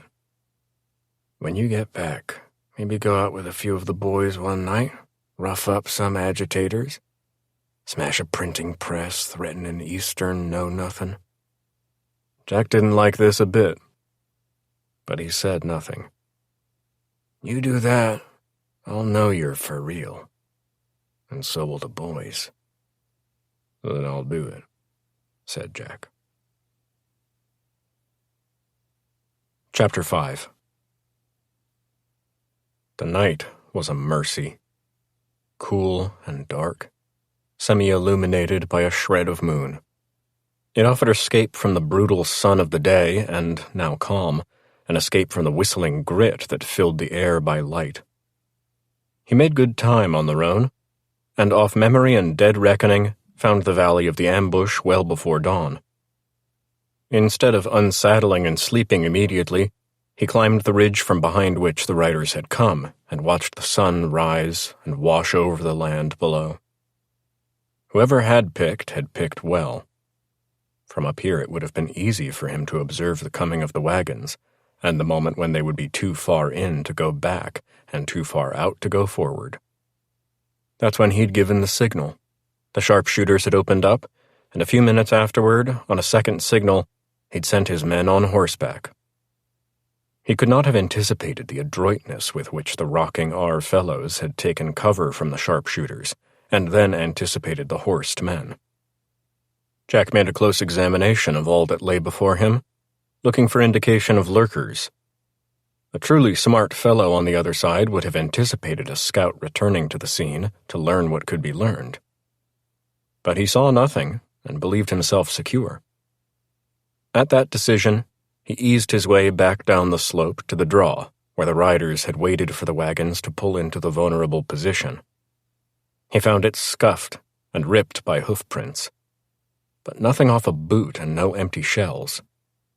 Also no sign of a formation that might have connected it with the military, theirs or ours. The horses, however, had been well shod, that he could tell, and all shoes matched. They were from a single ranch with a blacksmith, or a town with a single smithy. That done, he rode the draw to see the thing from the vantage point of its most aggressive riders, who'd come on the attack after the sharpshooters had presumably pressed the crazy R's into panic. Again, tracks were deep, speed, and sharp, commitment, and without deviation, sureness. They meant to come hard at the stalled train and getting close for killing, presumably with handguns at instinct shooting range. They hadn't made it, being greeted by the fusillade of rifle, and so they yanked hard to the right, ran parallel to the train, shooting those handguns from horseback at speed without much effect.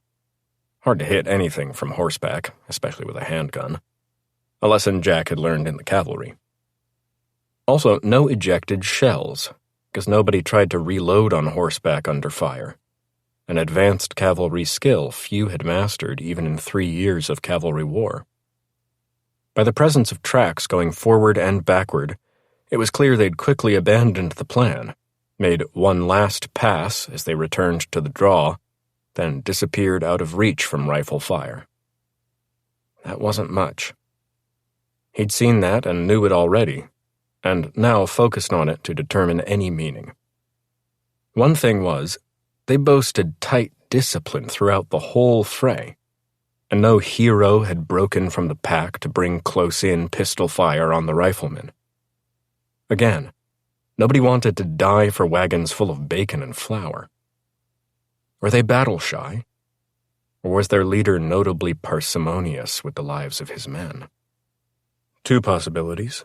One suggesting they were young, the other suggesting he was smart. No conclusion. He rode next to the glen of shattered trees, where the sharpshooters had hidden.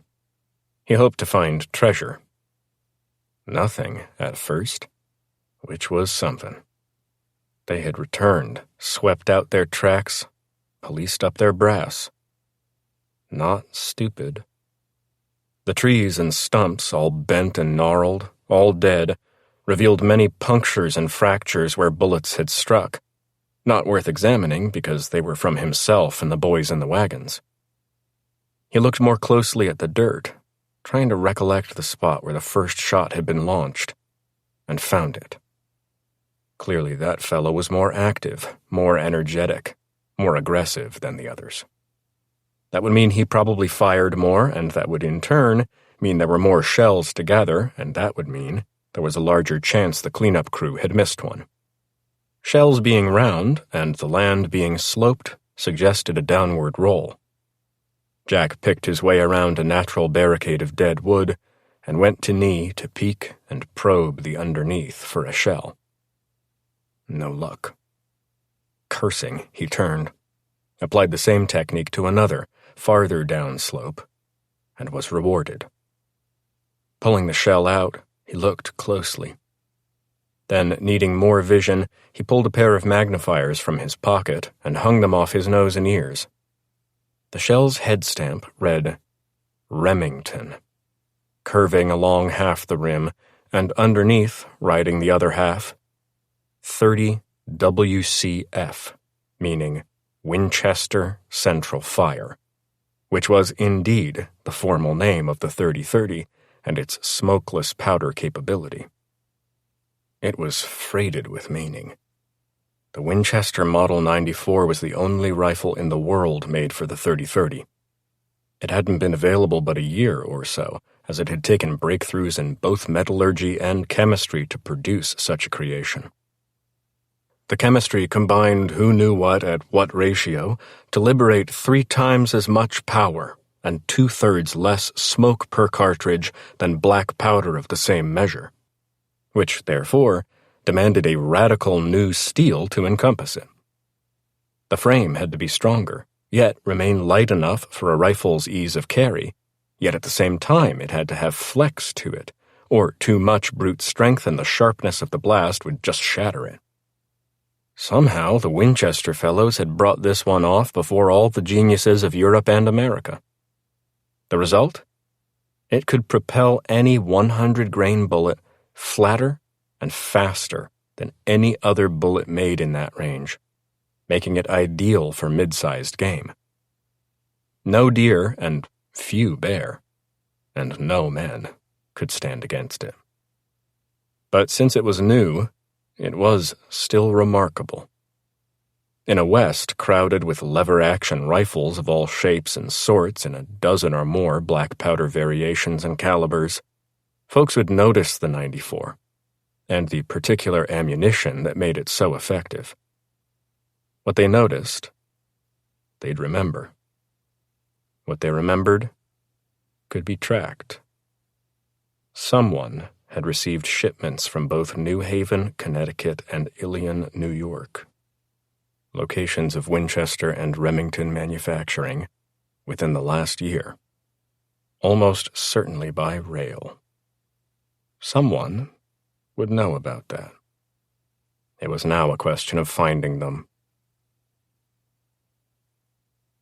Chapter 6.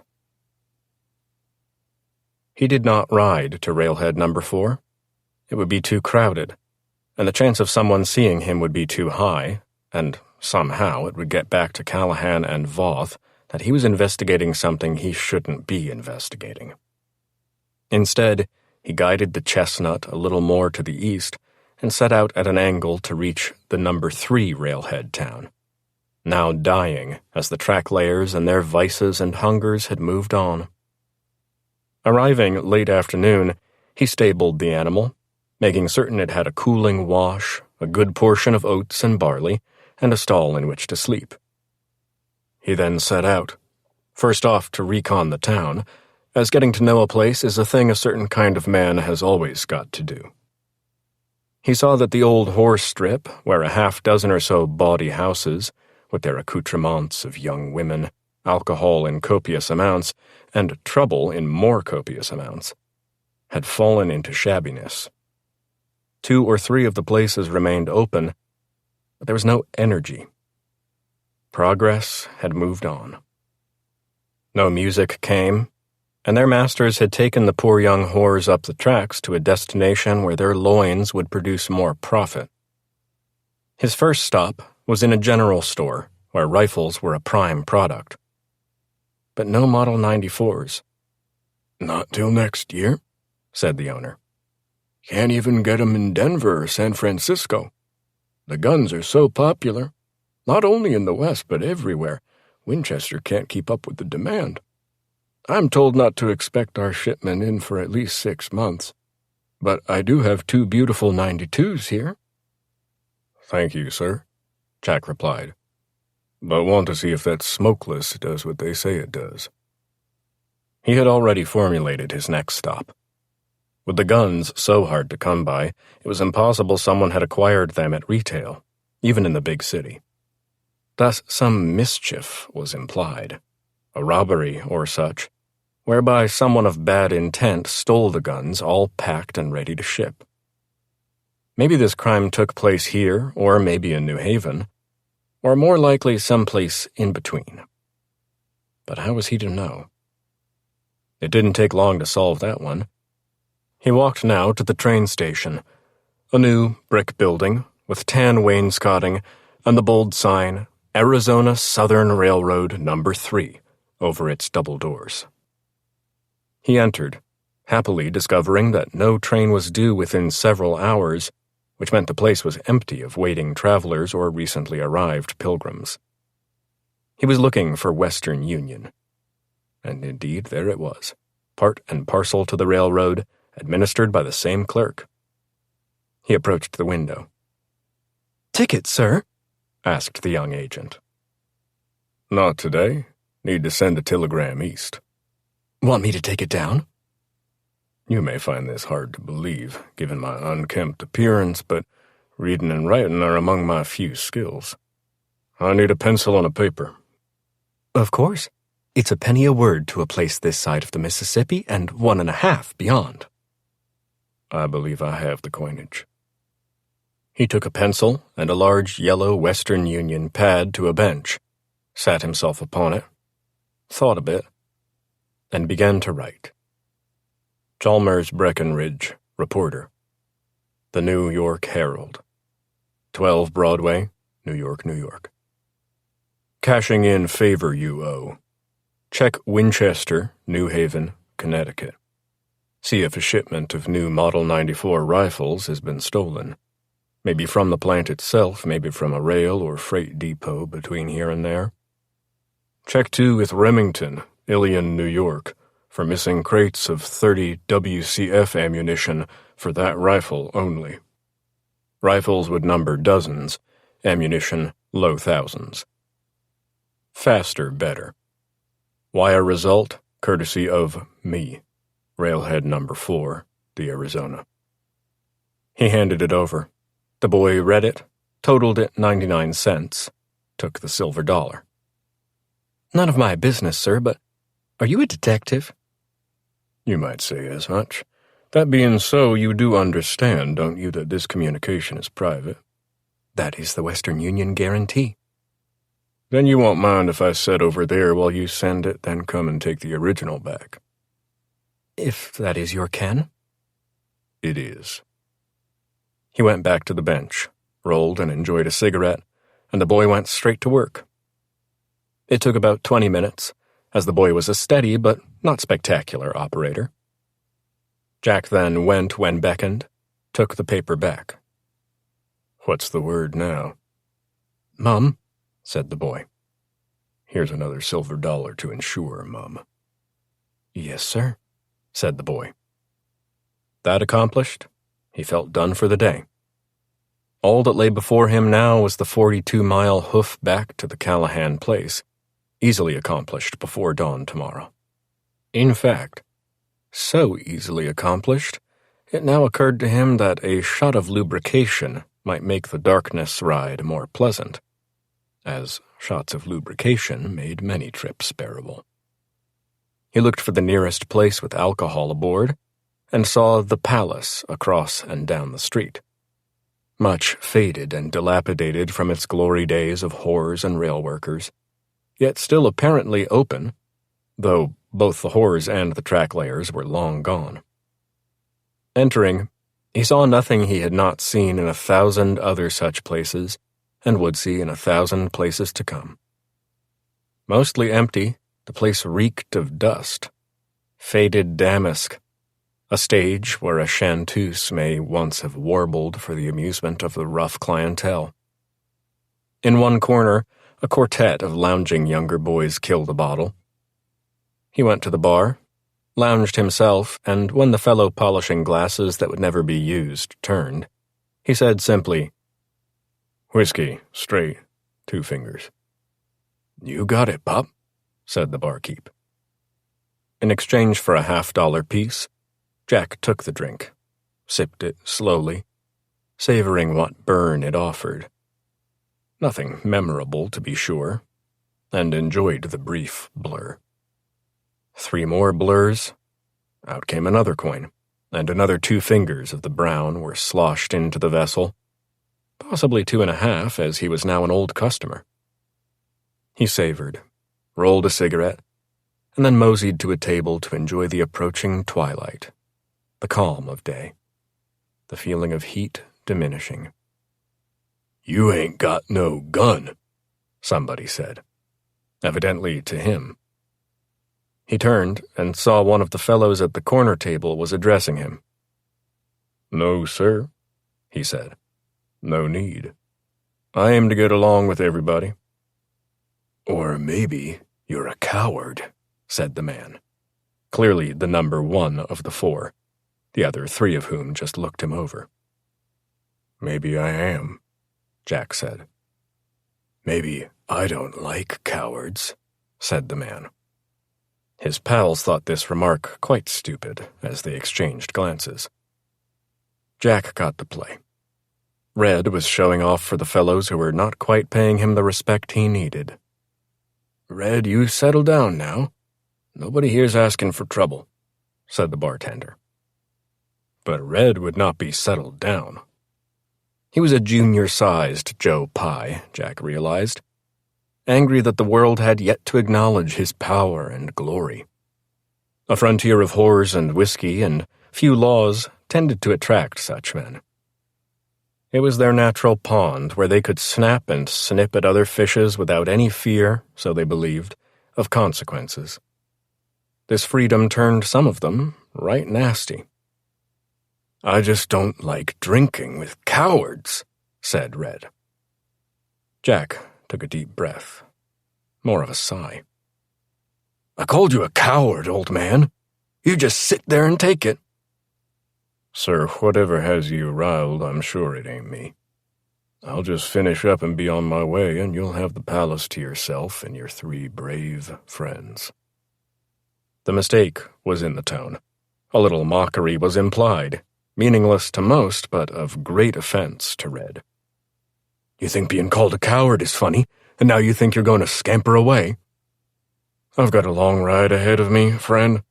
I haven't time to discuss the world and its complications and disappointments with you, Red. Red, is it? Should I know the name and be shaking? Am I tied up with Red, the famous gunfighter?" "Red," said a companion. "He's funning you, I think."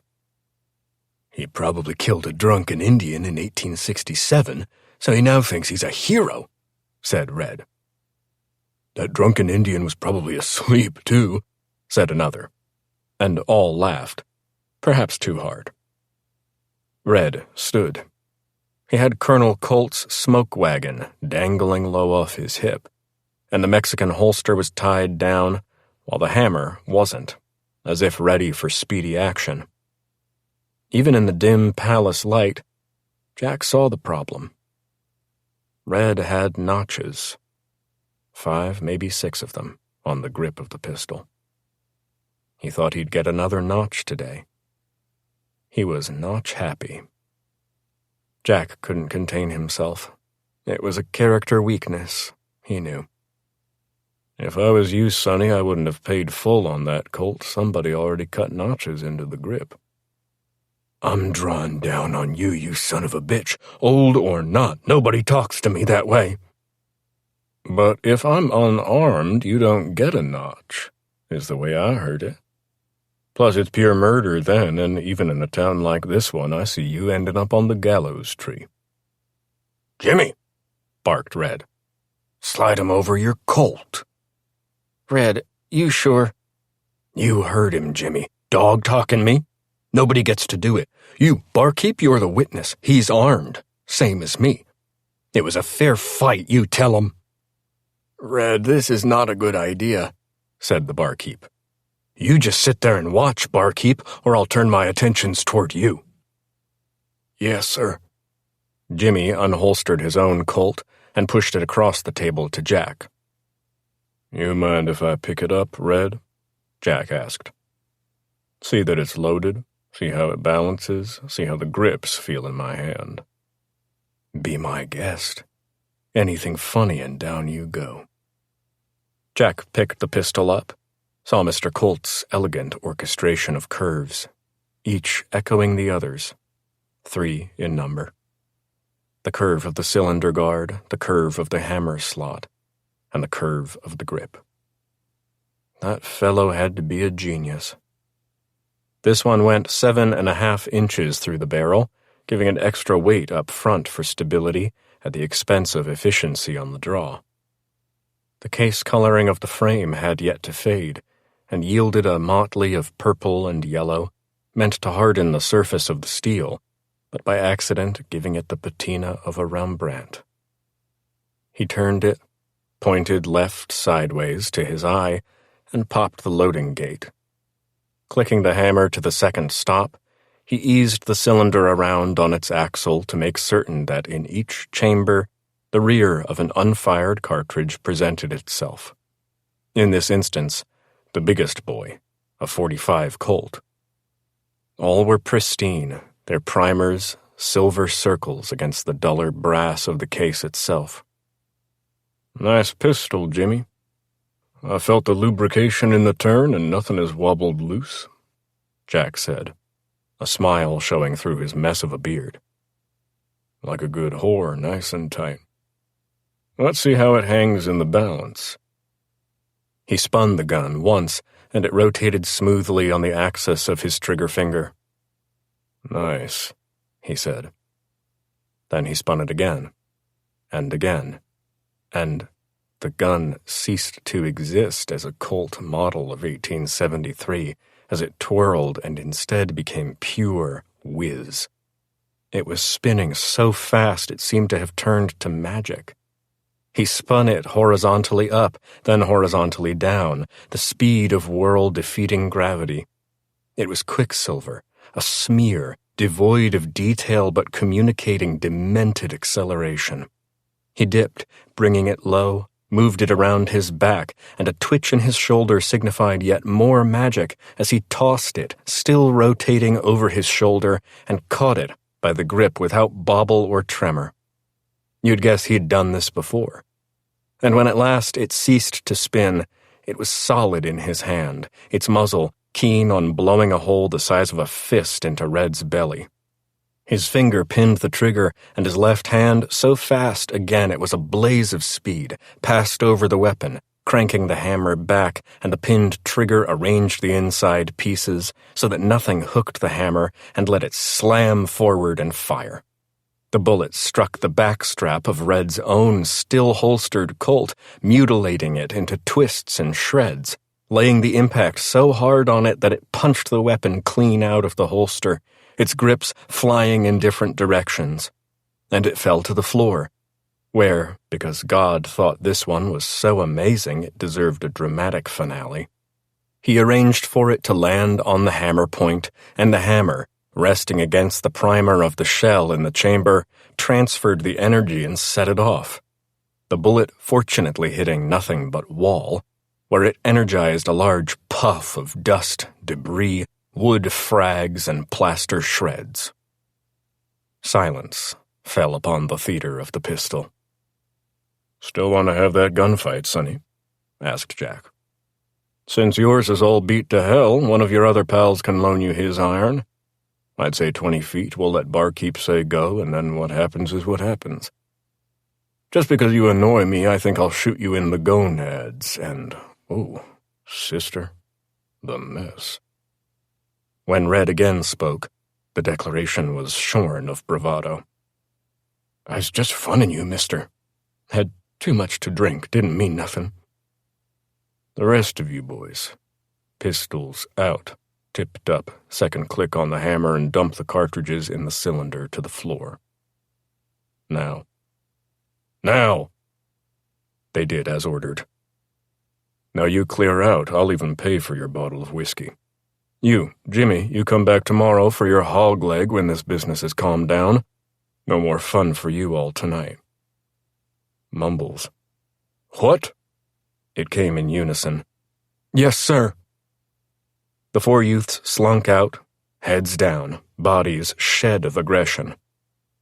Jack turned to the barkeep. "Here's a double eagle. Should cover everything. Give Jimmy his iron tomorrow if he shows proper commiseration." He slid the revolver across the bar. "Sir," said the barkeep, "I've tended bar in all the bad western towns for 30-odd years. I've seen more gunfights than any man alive. I've seen Wyatt and Doc. I've seen Bat. I saw Wild Bill even. And John Hardin. But I've never seen gun handling like that. Are you with Buffalo Bill's big production?" "I don't hold with showing off. The exhibition was to turn it around so I didn't have to kill nobody. It will scare most of your weaker gun people clean out of their pants." "Who are you?" "As I said, I know 'em all, or heard of 'em, and I know I'd know of you." "Just an old man in a dry season, waiting for rain." Chapter 7. Before Jack returned to the spread, the colonel called Voth into his office. Voth was not used to such attention. He was pretty much encouraged to run his boys as he saw fit, and as a fellow with much experience in both leadership of hard men doing hard jobs, and as a pistolero of astonishing capability to back up his demands, he anticipated such freedom. But he understood at some level that there was something about the new star of the outfit, Jack, that was not right. With a crystal glass of sipping whiskey, he sat across from the colonel under the blank gaze of the elk on the wall and other rich man gewgaws.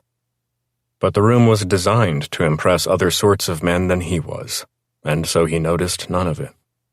His mind was locked on what do I have to do, and how do I do it? "Tom," said the colonel, also with a drink in hand, but a cigar aglow to double his indulgence. "Please, make yourself a cigarette if you want. Take a few sips of that wonderful libation I've imported from St. Louis, and tell me what you think of Jack." Voth diddled on the tailor-made for a bit. He was good at rolling, and lit up. "Good man," he said. "The last trip back could have been rough if we'd walked into it blind, but he was on it early. Got it figured out, organized us in a solid way, and it ended up costing us nothing but time." "Is he ambitious?" "Here's a thing I noticed along those lines. After the shooting of those brigands on the fence line, the cowboys all loved him. A certain kind of man would have taken that to heart and sought allies there, among them, useful in any attempt to rise in the organization. But I watched. He ignored them. He made no play for them. Nor in our bunkhouse has he made a play to recruit allies, as a fellow hard set to rise might. He keeps to himself, does he?" "Completely, sir. Short, polite, Always respectful even to those who ain't worth no respect. He treats all the same. He don't go off to town with this bunch or that bunch, though every bunch except Joe Pye's would be eager to have him along. He don't butter nobody up. Not even me. The colonel nodded, considered. I have, however, spoken with him about a certain issue, Voth continued. Meant to tell you, now I will. I think it would be good if he'd go with Pye and the few boys the next time they have some persuading to do. It's the only thing a bully like Pye enjoys, which is why he's so good at it. But it would ease tensions if all knew Jack got his hands dirty like the rest of us. The colonel nodded. Tom, very good. I approve. The timing is perfect, too. There's a new preacher at the little chapel in number 4. Eager young fellow, but you know the young, frequently unwise. He needs to be informed of the path the railroad expects and to know the consequences of not following along. Jack could go with Pye and Shorty on that ugly little job. I'll have Bozeman get you the details. Yes, sir, said Voth. I'm sure he'll do it well. That is what troubles me. You see, what's wrong with him in a larger sense is that nothing is wrong with him. No doubt he is of the highest caliber, but it's difficult for me, now that I've seen him, watched him work, to imagine that such a man would be so reduced in circumstance that he'd pawn his guns and saddle and show up here 3 days after his last meal and bereft of kit, begging for work and happy to get it. He's too good to find as a saddle tramp, even in times tough as these. Do you think he's an agent, a Pinkerton, some kind of state officer? I hear rumors from my lawyers in Phoenix that there's a lot of talk about starting up a ranger battalion, much like the one in Texas, to quell the vice and violence in the provinces. Maybe he's a party to that organization. But wouldn't you know if they'd started up? I should, depending on the acuity of the men I pay extravagantly for such information. But maybe they're cleverer than that, and since it's to be secret, they have made no announcement and only the territorial governor and a few of his associates know. But I have enough enemies without that eventuality. It could be any of the same folks we mentioned as plotting against us the last time. Other ranchers, the railroad people, somebody with big Eastern money behind them, maybe even steamship folks, as Mr. Bozeman suggested. The colonel nodded. Well, Tom, he finally said, as you know, we are vulnerable to secret probes. Thus, I want you to keep this Jack under a close eyeball. Who does he talk to? What questions does he ask? Does he go anywhere secretly? Does he have some method of passing communications? Our business can't be disclosed to the world. You understand that. I do, which brings me to a question. On the next trip south, we're due some special cargo from Major Arau. How do we handle that? Jack's sure to notice the 11th wagon. He wouldn't be as easy to take care of as teacher. I'll contrive a mission for him. You should be all right without him, as our organized robbers will still be trying to figure out what is going on. The lesser breeds, be they off-res braves or trash looking for easy pickings, should be mostly fun for your boys. They do so much like to kill people. Chapter 8. Jack was slowly attuning himself to the secret workings of Callahan's place. He now understood that the young cowboys mostly loathed the gunfighters, because when they weren't riding train to and from Mexico, they mostly lay about bickering with anybody who came by, while the cowboys themselves spent a good 12 and sometimes 16 hours a day on horseback. For their part, the riders equally despised the cowboys because they weren't man-killers, and therefore a part of the secret man-killer club. They felt you weren't worth taking seriously if you hadn't shot for blood and been shot at for blood. The cowboys also naturally seemed eager to obey their foreman, Brine, as well as the law, and had dreams of settling down on a small ranch with a wife and children when their own cowboy days were over. The gunmen had no dreams, no sense of the future, except gunfight and whiskey. They worshipped speed, the larger ability to hammer slap with both speed and accuracy, and perhaps a little showy gun handling as well. If they weren't lounging or holding shooting contests, they seemed mostly obsessed with the revolver spin, at which Joe Pye was adjudged the best. Jack, having nothing to do until it was time to head south again, appointed himself a horse wrangler. He was good at it, since he loved the animals. They were more trustworthy than men. Each morning he went to the corral, where new stallions had been brought in, and set about pacifying one of the animals for human companionship. He was not above the spur and whip and chain-tight shanked halter, but neither did he over-rely on them. He felt the animal responded more gracefully to a little easefulness over the long day. He never worked them too hard, and when eventually it came time to assign the horse to a cowboy in need of a new mount, the results were always gratifying. The boy and the horse got along well, without blood or yells being spent. "We had a boy here once," said Matt, as the two came upon each other in the corral one hot afternoon, "who had the same fondness for the horses, for all the animals." "I heard. He got blown up, right?"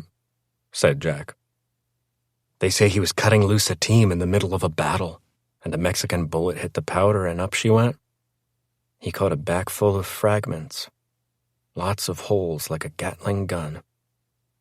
"I heard that story the same way. A shame. Sometimes it don't make no sense at all." "I say you can tell a lot about a man the way he treats his horse." "I say the same," said Jack. "If you look at the others in that wired-off bunkhouse where you bunk, you'll see their horses all fear them, and you can look close and see spur scars and whiplashes. I don't like that a bit." "I don't neither," said Jack. "But that's a good reason to stay clear of them." That night, after chow, Voth came up to him. "Remember that thing we talked about? The ugly part of the business?" "I do." "There's a party going out tonight. Bully work on a new reverend to town. Has to learn what the railroad prefers as to policy. Pye will handle it. I want you along so you know how it works." "It ain't a thing I'm eager on." "Nobody is. That's why it's your turn." Chapter 9. The believers sang a good hymn, and if there was a God up there, he surely heard them. On the other hand, if he was up there and heard them, why would he let Pye, Shorty, two other riders, and Jack into the church after the last folks cleared out? Hooded in dusters and low-tilted hats, they looked like Beckett's murderers. Yes, may I help you?" asked the young man. He had a circular face, circular glasses, and a circular head. Even his hair ran to circles. He wore black except for a starched white collar, showing above the cut of a collar meant to exhibit it. "Well," said Pye, "actually, Mr. Holy Man, we're here to help you." The Reverend was taken aback by this, knew instantly that his well-armed visitors were not friendly. "All are welcome here," he said. "I greet you with Christ's joy and bid you peace." He opened his arms to welcome them to the warm wooden space, lit by candles with its shimmering Christian images about the walls. "All of us done been blessed by our Lord Colonel Samuel Colt," said Pye, grinning. "It's him who gets our worship. We ain't of the pew-sitting type." "Do I understand that to be a threat? There is no money here, nothing worth your time or effort. I would urge you to leave in peace." Joe smiled. then hit him hard in the face, knocking him back and down, opening a spurting laceration. Up on the wall, an alabaster Jesus watched, but said nothing. Joe kicked the Reverend in the ribs, and then Shorty joined the rib party, and in seconds the young preacher was doubled up in pain. At that point, a young woman appeared in the rear end of the church. "What are you doing?" she said. The kickers turned to look. "Well, ain't she a pretty one? Prettier than any Mexican whore in number 4 for sure," said Joe. Jack thought, "Touch her, and I will blow your brains all over Jesus." "Don't hurt my wife," said the Reverend from the floor. "Please, I'm begging you." Joe kicked him in the ribs again. "Lady," he said, "you advise him to stay on the floor or I'll really get rough. And I might have sport with you, pretty thing. Then to put a ribbon on it, I might burn down the church." The young woman froze. Fear does that, and began to sob. Joe and Shorty found this quite funny. Jack and the other 2 boys just watched numbly. "You boys get over here," ordered Pye. "Let's see how good you kick, too." The other 2 raced over. "Jack, you got no call to sit it out." "I think 4 to 1's enough manpower," Jack said. "Suit yourself," said Joe, and turned to the job at hand. 20 or so kicks later, he declared the job finished. He leaned close to the Reverend. "Well, consider this just a friendly howdy partner chat. I hope we don't have to come back. But what would get us here in a flash is any more of your Sunday preaching about the evil of the Arizona Southern and the way it supports vice." "Yeah. We heard you said the railroad owns the whorehouses and the whorehouses should be shut down.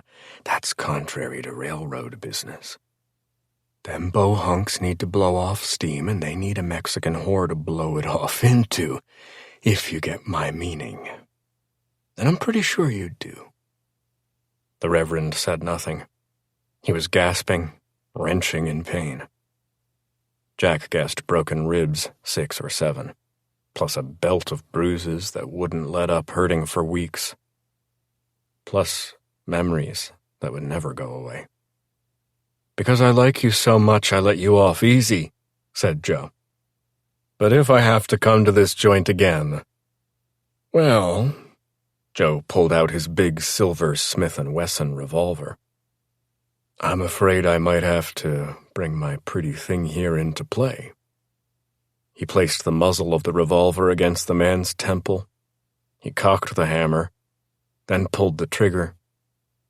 It seemed to take an eternity for the hammer to fall, but when it did, it landed on an empty chamber with a click.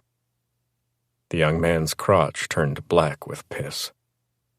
Joe and Shorty and the other 2 laughed. It was the funniest thing they'd ever seen. They stood. "You done been educated, Reverend," said Joe. He led his little crew out. "See how it's done?" he said as they mounted. "Easy as pie. Or, Joe pie." Another few days passed, and then Voth came to Jack. "You okay?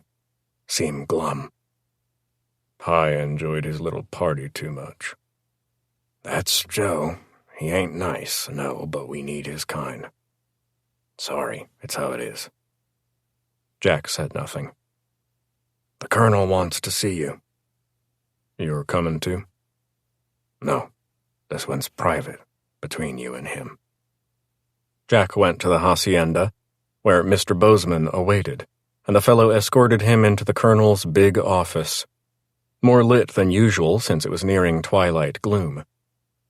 In a minute or so, the Colonel entered, tall and elegant as always, impeccably dressed, the string tie evenly arranged in front of his ruffled shirt, the black riding coat spotless, The high black boots that snared the jodhpur trousers all shined.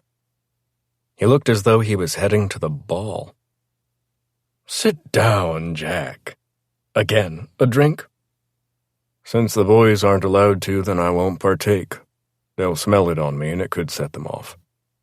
I'm sure you could handle anything that bunch could throw your way. But do have a cigarette, then, or one of my cigars, if you wish. The cigar would be appreciated. I have a weakness for fine tobacco expertly rolled. The cigar offered, taken, lit, enjoyed. The smoke released to roll thickly through the air. The slight buzz it loosed, enjoyed. Jack sat up to listen. I gather you were not too pleased with our bully boy tactics. It ain't my decision. There's forces here I know nothing about. Since they're involved in paying me so much, it behooves me to keep the yap shut or suffer their displeasure. That's the way of the world. Sensibly spoken. Your candor is appreciated. Let's move on to more enjoyable topics. You haven't been to number 4, am I right? You are not known there? No, sir. I didn't think so. All right, this is what I require. I'm sending a new train to Mexico in a few days, but you will not be on it. My feeling is that you so outfoxed the raiders last time out, they will not be in a hurry to re-engage. Not until they know more and have some information at hand. I don't think the other antagonists offer a serious enough threat for you to spend your talents on. I have confidence that Voth and his men can handle that situation. I'm sure he can, sir. He's very capable. Good to hear you say that. What I want is that you leave with the group, but on the first night, you slip away. You double back to number 4. I'll have a man in that town secure you a room at the Lincoln Hotel, the town's finest. You'll have $100 in greenbacks to finance both the hotel and the meals and drinks. But this is no vacation. Yes, sir. It's a job of spying. You do not identify yourself as an agent of mine, but more of a higher caliber chap looking to pick up suitable work. Not gun work. I don't need the Jack who could shoot the iris out of the eye of a gnat at 50 paces. No. I need sly Jack who notices and figures. Maybe it'll come to nothing, but I am still haunted by thoughts of unseen enemies plotting against me. It's that conundrum you're to investigate. Maybe there's something in the air you could pick up on, or certain signs you could notice, which could initiate the gathering of storm winds meant to destroy Callahan's crazy R. I'm thinking such signs could include gunmen in town, perhaps, or a group of Eastern businessmen, not of the railroad, but still by cut of clothes and shine of boots, backed by money. They'd be asking impertinent questions. Or it's said the territory is going to start up a ranger troop, as they have in Texas, of extremely hard men. Such groups are always said to be in the public interest, but usually they cater to the whims of the richest. They could bring various actions against me. You might hear of that. I'll endeavor to do my best. It's not my profession, but I have some skill at it. I'm sure you do. Then, to keep the deceit at its most impenetrable level, I'd have you rendezvous with the train the night before it arrives here. If it's being watched, I'm hoping nobody in the hills with glasses will have seen clearly enough before then to note your absence. And in that way, they will not know that we are actively attempting to counter their measures. I'll do as you ask, sir. Do you want a written report, as the Army would require?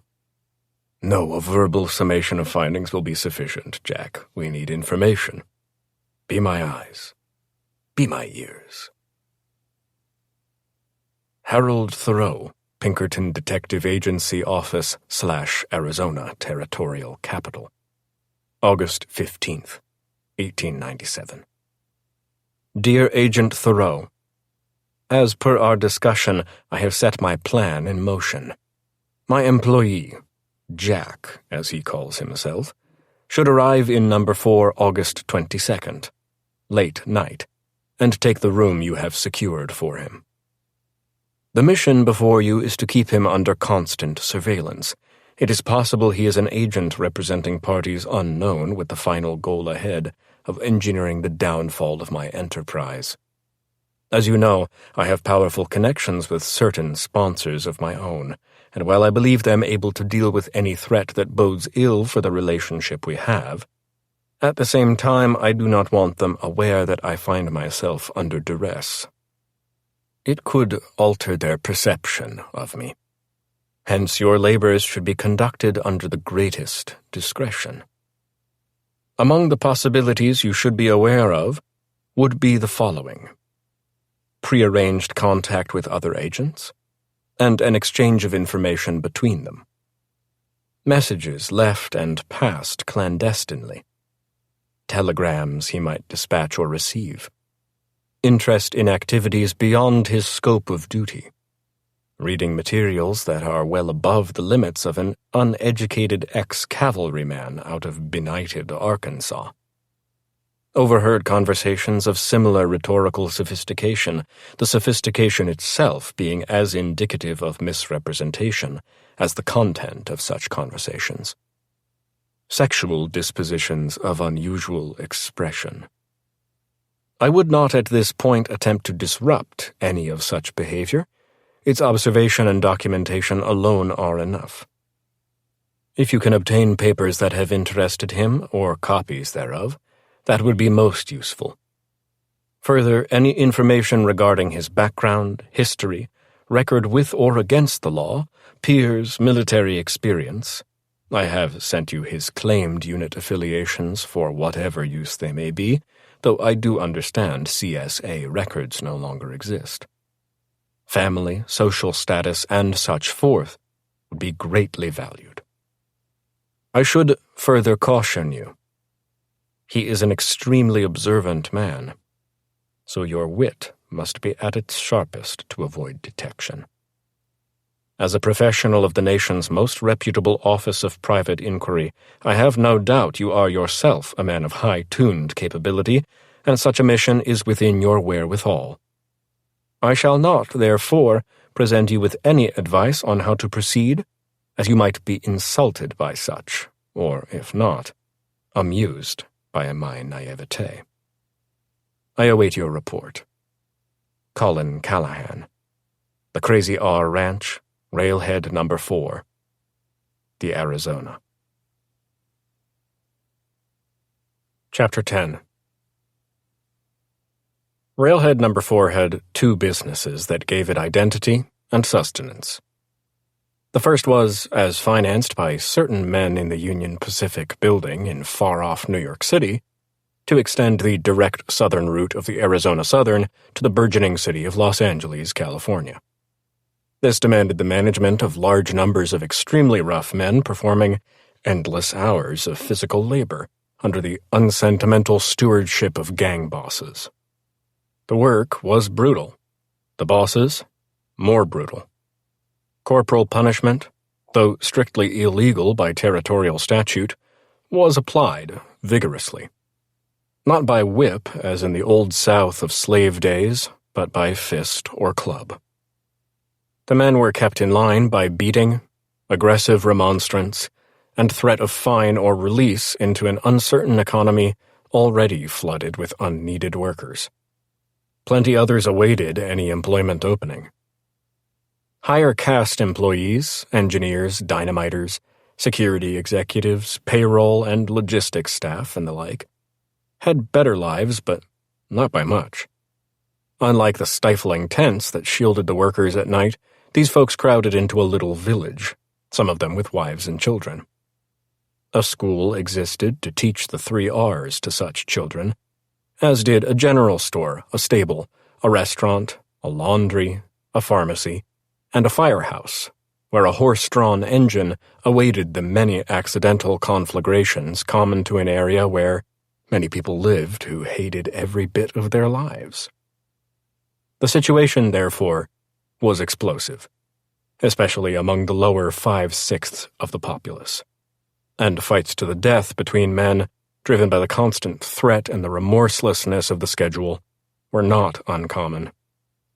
Meaningless grudges produced homicides regularly, and each murder produced counter-murders as the cycle of violence and retribution played itself out over and over. It was hardly civilization as practiced in America at that time. A realistic appraisal of the situation meant that some kind of release was necessary for the brutalized workers, else they might of a day emulate Spartacus, singing praise to Emma Goldman and causing existential damage and casualties and annoying the hell out of the New York people. Thus, the second main business of number 4 was sin. Whatever form one wanted had to be available cheap and plentifully, so that on their rotating 1/2 day off per week, the laborers could depressurize. No Protestant moral didacticism could stand in the way of this massive communal need, and the Southern's upper management were by nature men of hard practicality and no prissy sentimentality. To open Lower California would not only take men of muscle and labor, but an endless supply of whores, liquor, gaming, and other rough comforts. It was the price of progress and profit. Jack sipped whiskey at the center of this desert Sodom, watching, waiting, listening. He was in the Golden Apple, the most ample of these saloon/whorehouses that service number 4. But who would notice him? For the place, as normal, was a below-decks bacchanalia on a ship bound for hell. Huge, sweaty men were packed in, each of them eager to get as much human pleasure into his brief respite as possible. They wanted the swirl that bad liquor brought faster than good, and it arrived in large amounts, swiftly. They wanted the rush of sex happiness, and women were available for such relief, no questions asked, no names kept. The whores, Mexican to a gal, were sadly overworked, but the truth was nobody much noticed or cared. They were not treated any better than animals, to be beaten if reluctant, and many bore the bruises and swellings of over-earnest administration. Their job was to be a sex hole, nothing else. A good way to get beaten witless fast was to preach reform, as the Reverend had so recently found out. Then there was another feature of the place. Somehow men, together, also produce a noise. Not really coherent. A kind of swelter of vibration that echoed and rattled about the walls, bounced off the ceiling, passed through the mountains of fume generated by cigars and tailor-made cigarettes, whirled about the hundreds of glasses and bottles, and was its own form of pressure. It was inescapable, crushing, ultimately dispiriting. The only way to end it was a good hosing by Gatling gun. In such a lawless ruckusville, fights were common, mostly fisticuffs of shocking brutality. Sometimes blades came out, increasing the lethal potential quite a bit, as well as the slop factor. For bodies were just sacks of blood, and penetrated, they yielded fluid in lakes and lagoons with great speed. Gunfights, however, were rare, as rail workers, a motley of Poles, Slovaks, Irish, Italians, Germans, all big huskies who'd wandered west in search of El Dorado, only to find the Southern, did not own or were not proficient with handguns, and moreover, the railroad's own police were well armed with Colts, but more usually deployed billy clubs to knock down any would-be Wyatt or Bat or John Wesley before shots were actually exchanged, lives taken, and business halted a good half an hour for cleanup of blood and broken glass, and hauling away of bodies. The wounded taken to a dispensary where a lone railroad doc tried to preserve life, though often without success. Jack had a bottle of Pikesville rye, or so the label said, from the east. Under his rawhide duster he wore a white shirt with a neatly tied ribbon tie, and sat relaxed. Something in his demeanor suggested you would not be wise to jigger with him, and so he was unbothered. He listened hard and watched harder, occasionally moving from place to place to overhear a particularly interesting group of sin-eaters. At the end of the bar, his new friend, Caboose Head, pretended not to watch him, while nonetheless keeping intermittent contact via the large mirror behind the bar. He was beefy, mutton-chopped, wearing the bowler hat that had all but taken over the broad-brimmed cowboy hats in the towns of the West. Jack thought he looked like a mushroom. Anyhow, it had taken Jack 10, possibly as many as 12, seconds to understand that he was under professional observation. It would be amusing to double back on Caboose Head, give him a thumping and see who he was working for. Had to be Pinkerton, underemployee of the Colonel. Hard evidence that the Colonel, despite his bonhomie, cigars and whiskey, didn't yet trust Jack. Jack was fine with this. It would be shrewd of the Colonel to check and double-check, and that way avoid cruel surprise. Jack elected to let Caboose Head do his job without interruption. Let him remain under the belief that he was getting away with something. No need at present to upset that apple cart. He went back to eavesdropping. That one with the birthmark, get her wet and she goes nuts. I give her an extra. Ben, don't give 'em no extra. They come to expect it and you got problems. It's like giving a stray cat a dish of milk. Suddenly the cat ain't stray no more. Yeah, well, I figure if she'll... It ain't you, Ben. You're doing hurt to your buddies, making it harder to get the Mex gals to shake tail when we done paid up $1. That one seemed to be going nowhere. Well, what about... Them fucking Polacks need a smashing, if you be asking me. Just 'cause more of them than us Irishers these days, they be acting all full of swagger and moving to the front of the equipment line. Aye, and to the ends in the rail hauling. Jack guessed that the ends were lighter than the center. And them fucking gang bosses, they favor the Polacks over us, 'cause not speaking the language they ain't giving no talk back. One of these nights we ought to go on a quick head-bang and rip through the tents. Give 'em a bruising so bad they think twice, but don't know who done 'em. Oh, they'd know all right. Well, maybe, but that'd cut 'em back a bit, would it not? Then maybe we'd get back to the way it was. The fellows didn't know it would never get back to the way it was. Progress was the railroad's most important product. On and on it went. Mostly labor grievance, anger at some mythological other, physical complaints about pain to spine and knees, wondering if they'd get a bonus when the rails finally reached into the city called the Angels, that sort of thing. Ugh, dispiriting as hell. The black bitterness of those who both hated and needed the railroad. Then, finally, something. The meeting's at midnight. Behind the general store, there's a barn. It's empty, but we can get men in there if they're careful and the railroad dicks are unsuspecting. He had changed from the white shirt to his black bib one, his best, and got there early at 11 p.m. He found a place in the scrub trees, not far off, from where he could watch, and made certain to play stupid so that Caboose Head would think him stupid, as he himself nestled into trees 100 yards behind Jack. They began to arrive in ones and twos at 11:30, moving stealthily through the dark, in hopes of evading the uniformed railroad police. By midnight, the place was crowded, though quiet.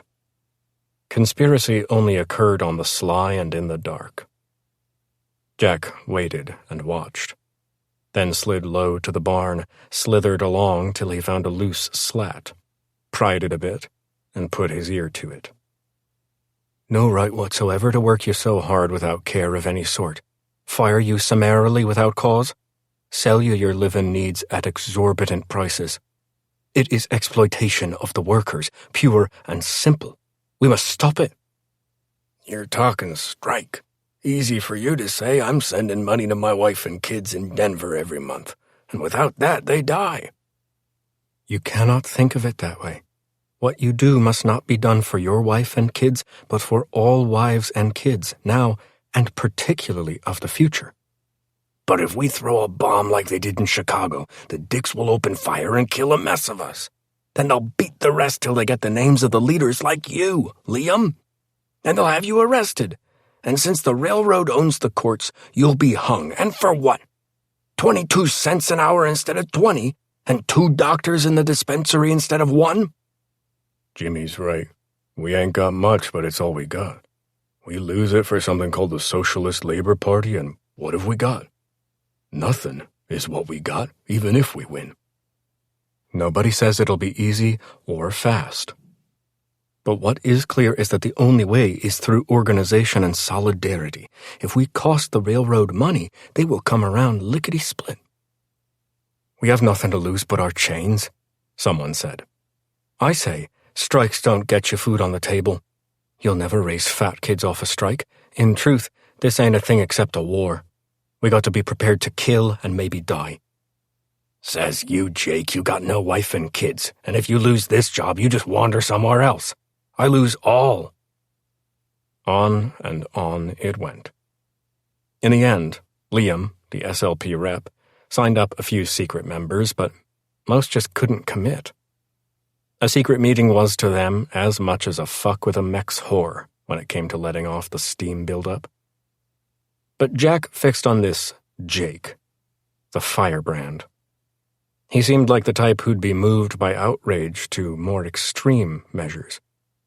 He was ripe for recruitment into a radical outfit if he hadn't been recruited already. Squinting through the hole in the wall, Jack made him out to be tallish, thinnish, reddish, Irish-ish. That marked him well. The meeting broke up, and in the same 2s and 3s by which they'd come, they wandered back to their tents, seemingly without incident or observation. But Jack managed to find and stay on Jake, as presumably Caboosehead brought up the rear. Jake was the only one who went alone, without a pal, back to the tents. Maybe he was too hot a potato for the others. Jack tailed him, counting on his unusually strong night vision to keep in contact from a distance. His mystery was quickly solved. Jake had a drink, then ambled off, to be intercepted at an alleyway by 3 men in bowlers and frock coats, with lumps under their shoulders signifying pistols. They pulled him back, scrunched down with him, and talked earnestly, one of the suited men taking notes. Handshakes were exchanged, then goodbyes said, and Jake headed off one way, the 3 another. So Jake was an undercover. But for whom? Jake didn't make it quite to the tent city. Jack stepped out from behind the latrines and thumped him hard in the back of the neck, knocking him down and out. He dragged the Irisher deeper into a gully, dumped him hard, then sat on his chest, until he finally came out of it. Blinking, groaning, thrashing weakly to discover himself pinned hard, he finally said, "Who are you?" "Hey, bub, since I'm on top, I'll ask the questions. Who are you?" "Jake Costello, track layer." "Track layer your ass. You just chummed up to 3 frock coats with pistols aboard. I make it you are connected up with one of the following: railroad detectives, Pinkerton, a private inquiry agency, territorial undercover, or even Grover Cleveland himself. Which is it, bud?" "You got it wrong, mister. Them's debtors I owe to. A syndicate, you might say. I used the dough to buy a place, but it went doggy up in the drought. I slipped out on them. They caught up with me and made it clear to me." "That's cock and bull, bub. They beat you hard, you owed criminals money. That's how they work. I seen you chatting, as if at a tea party. I saw one fella taking notes. I saw handshakes. I don't..." "I could smack you dizzy if I wanted, and you'd open up for sure. But there's an easier way. I do know men in the tents, having cowboyed with them before all this heat and sun. If I let spill what I saw, they'd believe me, and your time will be over soon enough. Jake said nothing. You want to end up face down in a ditch, throat cut? No, sir. Then spill it out. All of it. All right, then. No tell. No tell. I am with the railroad. After 6 years on the Denver police. There was an incident and they let me go. Unfair, but there you have it. Believe me, I do not like this undercover, but it was all I could get. I have kids, too, just like them rail layers. What's the job? Straight spy work? I'm to get the boys fired up, on the thought that my craziness will draw out the more extreme fellas. You know, them that find the SLP too soft. The type that would throw a bomb or set a fire. You give up the names, then? They give the heave-ho? No, sir. The boys is hauled in given a choice. They go spy or go hang for sedition. No choice at all. The end is that the track layers are so compromised they'll never strike, much less revolt. Proud of yourself, are you? I'm just as jammed up as they are. The setup don't allow nobody nothing but them at the top. I'd take off, but my wife and kids... Okay, let me go straight to my interests. You part of or hear anything about some way in which a big ranch south of here called Callahan's Crazy R is on a target list? It's got some gunmen on hire, and they handle certain security jobs for the railroad, such as posse work after a robbery. Ring any bells? I heard of the Dark Riders and that scary assassin, Voth. They ran down some rail thieves last year and hung 'em all. No robberies since. What about info from the other security boys in town? That is, Pinkerton's territory officers, maybe federal or military detectives. Not a thing. I don't know who they are. They don't know who we are. Jack let him up. Okay, now get. You got 12 hours of laying steel tomorrow. Yes, sir. Well, one thing. More? I don't know what this is. Probably nothing. Still. Spill. I'll decide if it's anything. The railroads may hate each other's guts, but they ain't stupid. They share information on possible trouble. You know, strikes, robbery gangs, anarchists, saboteurs, Indians. All them that could do harm. And? This report come through from Mexico. Not sure the source. Not sure of anything. Just said to be what some folks are talking about. They call it La Gran Muerte del Número Cuatro. It had some kind of mystical meaning to it. I don't know, religious or something. Jack said, I speak a bit, not much. What you pick up? Spanish, I mean. They're talking about the great death of number 4. Her name was Yolanda. She looked to be about 14, and, under certain circumstances, she would have grown to be a pretty, possibly even beautiful girl. These were not such circumstances. She had the zest and bounce of a 77-year-old. Her face collapsed quickly from artificial glee to a mask of despair. Her eyes held no light, her face no spontaneity. She had been hard used, then put away wet. The makeup, crudely applied, could not mask that pain. Worse, she seemed to favor her left side, so Jack peeled back the shoulder of her dress on the right to reveal a bruise in brown and yellow with the shape of a billy club to it. Who did this to you? He asked. Mrs. Hanson? Why? I am slow to awaken this morning. He laid 50 cents down on the bed. What do you want, sir? I can do anything. I am not permitted to say no. Talk. Nothing of the flesh. I look at that bruise and I got no frisky in me. You will not tell them I have spoken. They would not like it. I would be beaten. I mean nothing to them. I will say nothing. Do they beat you every day? No, but often. The girls do not defy Mrs. Hanson. They are too frightened. But now and then, to make an example, she will drive one to defiance and then hurt her with the club. A girl died 2 weeks ago. That is enough to keep us in line. Where is this? I cannot say. A house, half an hour or so out of town. Locked and guarded. A prison. We all sleep there.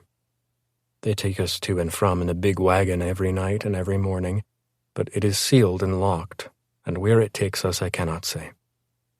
How did you end up there? They take me in the night. They tell me my mother sold me and that I now belong to them. They told me that my mother could not feed me anymore and that I should forget her and think of my new life. But my mother did not sell me. She would never sell me. I am sorry for your hardship. It is of no point to be sorry. Nothing can change it. It is what my destiny has become. If I could escape, they would hunt me and kill me. Nobody has ever escaped. Nobody ever will. We will do this till we die, and then they will bury us in the desert unmarked. We will never see a priest or a doctor again. We are nothing to anybody except the man with a quarter in his pocket who needs a fuck, or he will hang himself from the labor of the day. Certain men have decided that this will be our life, and nothing can prevent that. They have power and guns. To stand against them is to die. Do you overhear talk among the men? The guards, I mean. You have picked up enough English to understand. Is there anything you can tell me? They talk only of how they hate the job, but it is all they can get. They talk of the cruelties that are inflicted upon them. They accept it as we do. We are all slaves, though of different responsibility. Ours is to lie with strangers day and night and pretend to enjoy. Theirs is to discipline with brutality. They do not like it no more than we do. Nobody has a hope. There is no hope. Let me ask one last thing. It's a phrase in Spanish. I recently heard it. La gran muerte del número cuatro. Does that have any meaning? I have never heard it, she said. I know this place is number 4. If the great death arrives, I believe it will be a good thing. As in the Bible, he destroyed evil cities. I would even welcome it, and die happily in flame and sulfur. We are the damned. Don't give up hope, Jack said. You will surely die. Are you hope, sir? Jack had no answer. He pretended to be well satisfied, gave an extra $50 piece to the gal that ran the whorehouse floor of the Golden Apple. Then he went downstairs, had a glass of fake Pikesville at the bar, smiled happily, and sat there as relaxed as any man who'd just had his fires quelled by a cool water. Where was Caboose Head? Around somewhere, maybe waiting across the street. Jack ambled out, moseyed down the wood sidewalk, passed by a few alleyways and then a cross street, and came at last to the Lincoln Hotel. At a certain point in the journey, he felt himself watched, but he in no meaningful way reacted. When he got to the hotel, he halted the doors, yawned as though wrung out, snuck a glance, and caught movement in the shadows across and down the street. Caboose Head, of course, had to be him. That established, he got his key from the desk and went upstairs to number 9 and entered. Turning up the gas lantern, he found nothing disturbed. He made a show of stripping to his underdrawers and using the wash basin, then turned down the gas lamp and went to bed. An hour later, after no sleep, he pulled on his clothes, opened the window, and crawled out. He eased his way down the roof of the porch and slipped off, hanging, then dropping the last 6 feet. He scurried behind the hotel and waited another 20 minutes, searching for any sign of movement in the dark. None. Believing himself unnoticed, he made it to the stable, saddled up the roan, and skipped out the rear doors. He rode into the night, not far, but far enough. He secured the horse, then took up a low position that let him gaze down the dark alley that ran behind the bordellos. He gathered it to be around 4 a.m., and in time, a wagon approached. It was of the larger variety, called a conestoga, built for families or increased haulage. It lumbered down the alley. Behind each of the joints, the wagoner stopped, and a fellow dropped off, hammered the door, and escorted anywhere from 3 to 5 girls back to the wagon. After clearing all 4 houses, he'd loaded a total of 14 into the wagon, at which point he climbed back into the cab, and the wagon began to roll. Jack followed, but at a distance. No need to keep them in view, because the contrivance could not but stir up a drift of dust as it plowed along the raw road, and with his good eyes, Jack was able to keep that atmospheric disturbance in sight. Above, night in the American West. A vault of stars, maybe millions of them, against the black satin of space. A cool breeze, the day's only mercy. A curl of bone-white moon settling on the horizon, offering next to nothing of illumination. The occasional appearance of a particularly twisted cactus or a patch of dried-out desert scrub and brambles, nameless bent trees. Rises, falls in the earth as he rode its ripples. The occasional sound of a night creature, a call, a scream, a song of love, a whine of complaint, a screech of death. The wagon took a course near and paralleling the tracks, then turned right and headed out into the Sonoran Desert. Jack tailed. No caboose head on this train. In time, the wagon turned left into a draw, and Jack hitched the chestnut roan to a scrub tree, scampered up a low hill or rise, and at the crest went prone. Unloading was occurring with the same lack of ceremony as the loading, supervised by a blocky figure in black, a woman. Mrs. Hanson, had to be. With no rush of wind, her voice carried. "Come on, you damned Mex whores, get it moving. You, Carlotta, I see you dragging. Get in there or I'll give you a knockaround. Same with you, little Rosalita. Don't give me them doe eyes and don't try no I am hurt monkey shine on me." It had at one time been a hacienda, but was felled by ruin, and now, without herds or crops to sustain it, it was a mass of abandoned adobe. Behind was a derelict barn, half in ruins, and to one side a corral, though imperfectly fenced and not capable of restraining any beasts. Only the house had a sense of security to it, looking in the dark like a fortress of some sort, but designed to keep people in, not to keep them out.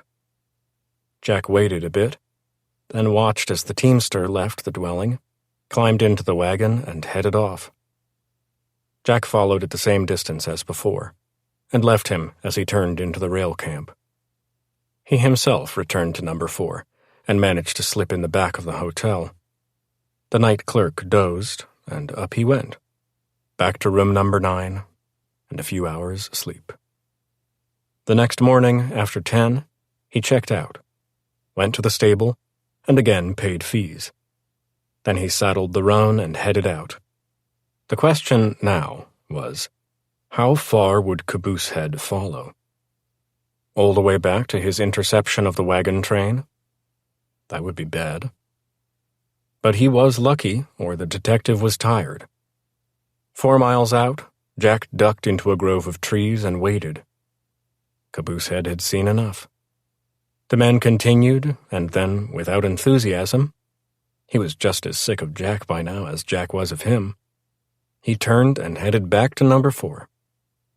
Jack gave him half an hour, then headed back to number 4 himself, though he didn't enter by Main Street.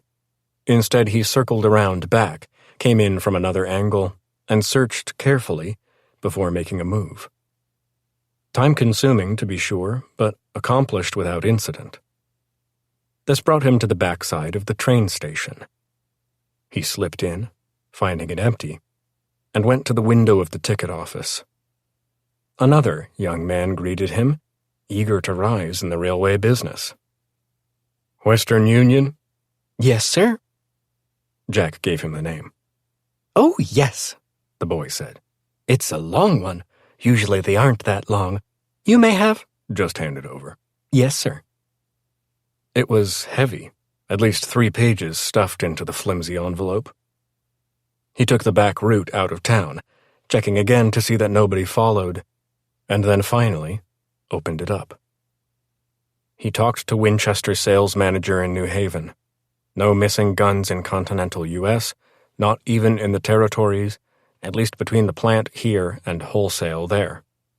However, the Mexican government requested sample Model 94s as possible contract replacement for the rifles of their presidential guard. Winchester shipped 1 crate, 16 rifles, along with 5,000 rounds of the 3030 Remington, via Nogales to Mexico City. It was reported that on May 15th this year, somewhere south of Nogales, well into Mexico's northern district, the state of Sonora, the train was held up, and not only were the rifles and ammunition stolen, but much in the way of food and supplies. Enough, it is said, to feed a battalion for a month. I have read the report from a Major Arrau, who is commanding officer of the Federal Army of Mexico for that district. His conclusions are as interesting for what they don't say as for what they do say. To sum up, well-organized, efficient attack, no pointless casualties, not like usual Mexican underworld operation, which is mostly bang followed by more bang and lots of yelling. Wagons were ready to offload the various materials, and the whole thing took place without gunfire. Suspicious? Winchester certainly thinks so, but since the guns and ammunition were already paid for, they're letting it slide. Perhaps on the advice of our government, which doesn't want a big ruckus over 16 rifles. That's why there was nothing in the newspapers. Oh, and one more piece of news along these lines. There was another item aboard the freight train, and it, too, was purloined.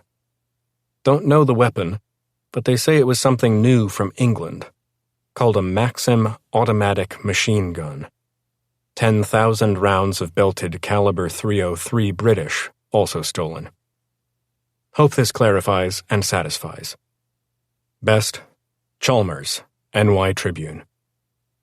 P.S. I'm still getting royalties from Gunman. Enough for bacon once a week. Chapter 11. The big news in camp when Jack intercepted the wagon train out of Mexico and away from Major Arrau's warehouses was that ace gunman Joe Pye had killed a Mexican whore in a bordello. But it was merited. She had been yelling at him. The story that Jack heard was that Joe had wandered down from the bad part of town into the worse part of town and set up shop in one of the sleaziest of the joints. He then proceeded to drink enough tequila to keep a navy afloat. He was taking his time picking a señorita for the night when one of the older nightingales assaulted him, that is, began to berate him aggressively for a variety of sins. No one knew the source of the tiff, as the only witness was Joe himself, and he only spoke 2 words of Spanish: tequila and gracias. Joe feared for his life, though all admitted his consumption of tequila had probably impaired his decision-making, and out came the Smith & Wesson, and 138-40 later, in a haze of gray smoke, the woman hit the ground like a sack of cement falling off a wagon. Joe saw no reason to run. There was effectively no law in Agua Caliente, and no one represented the whore caste, so it was merely a matter of waiting for the yelling to subside and the music to start again. He did, however, give a $20 double eagle to the bartender, meant for the woman's children, if the bartender could be trusted. But he couldn't. Joe's pretty good with a gun when it comes to a face-off with an unarmed whore or beating the crap out of a holy roller, said Jack. I wonder how he'd do against somebody who knew a thing or two. Get that thought out of your mind, Jack, said Voth.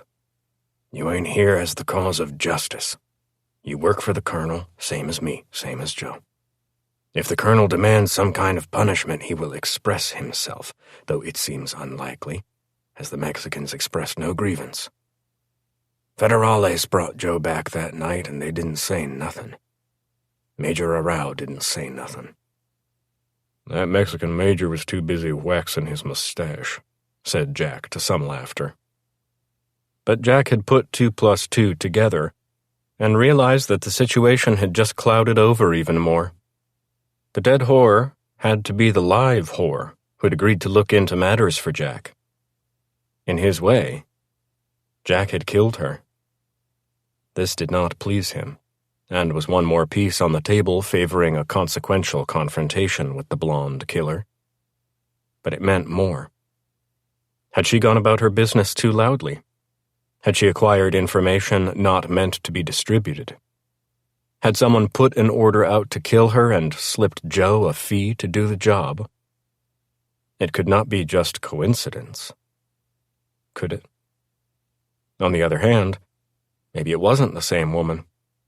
Maybe it was just the random drift of a bad man through the universe, causing fatal damage wherever he scraped hard. That was explanation enough. The simplest, the cleanest, the easiest. No need to get all detectived up over an incident of meaningless violence in a territory jam-packed with meaningless violence. Only one person would know, and that was Joe. Jack decided to watch Joe very carefully. Had he come into new wealth? Had he made some purchases indicative of extra spending money? Was he gambling foolishly, flashing a wad in a quest for respect? Had Joe said anything to Shorty or others in his little group of acolytes? Could Jack buddy up one of them and get him to talk? What about Voth? Was he party to this kind of shenanigan? The only track through this thicket of doubts would be Joe himself. Maybe the blonde idiot could be goaded into saying something. "Where is Joe?" he asked. "Ain't here. Took a wagon load of stuff into number 4. For the new general store that's just opened. The colonel sells to it, too. He never misses a chance at an extra nickel or two. That's why he can stay afloat." "I see," said Jack, whose first move on joining the train had been to count the wagons. He now realized that if Joe had left with a wagon, there had been an 11th. Colonel Colin Callahan, Crazy R Ranch, Railhead Number 4, Arizona Territory of United States. Dear Mr. Callahan, as per your request, we assigned an agent to keep your employee, Jack, last name unknown, under surveillance in his 3 days in Railhead Number 4. To summarize, our operative reports that Jack performed his mission with persistence, skill, determination, and cleverness. He would, in fact, make an excellent Pinkerton detective. Our op observed him on all 3 days, trying to obtain intelligence with regard to any plans anyone may hold for future actions against the Crazy R. In that regard, he insinuated into groups of cowboys and railroad men in Number 4's 4 houses of ill repute, in hopes of persuading men to confide in him. He moved in close to a group of more refined men, all in frock coats and bowlers, who appeared to be in town in some executive capacity, either in the employ of the railroad or owing allegiance elsewhere. Without attracting attention to himself, he seems to have gotten close enough to overhear their business. Then, in one instance, he managed to locate the site of a secret meeting thought to be held by the anarchist labor group, the Socialist Labor Party, SLP. Overhearing the discussion, he identified the fieriest of the participants and followed the man until he was alone, then overwhelmed and interrogated him at length. Whatever information he obtained will almost surely be shared with you as his part. Our op could not get close enough to overhear. At no time did he yield to the temptations of whiskey, strictly rationing himself to 2 drinks per night. At no time did he use expense funds forwarded to him to buy personal items. At no time did he engage in games of chance. At no time did he surrender to temptations of the flesh, abundant as they were. He did accompany one of the Golden Apple's working women upstairs, but according to our operative, appears not to have engaged in sexual activity with her, as she was as neatly dressed after their private time as before. We conclude he almost certainly used that time to acquire intelligence. At all times, he kept a low profile, only emerging from his room at night to pursue his assigned activities. He made no effort to communicate either openly or surreptitiously with a contact.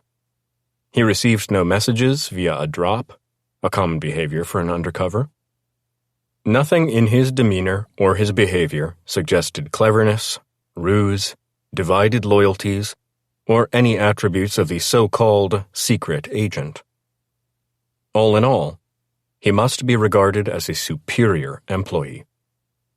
I trust this concludes our business satisfactorily.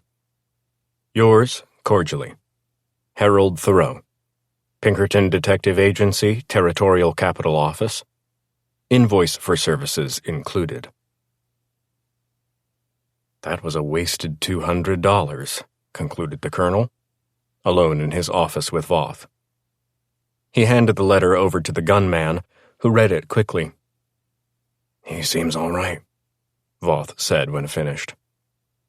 The trouble with this spy nonsense is you come to take nothing at face value, the colonel said. Thus this proves one of two things, alas, directly in opposition to each other.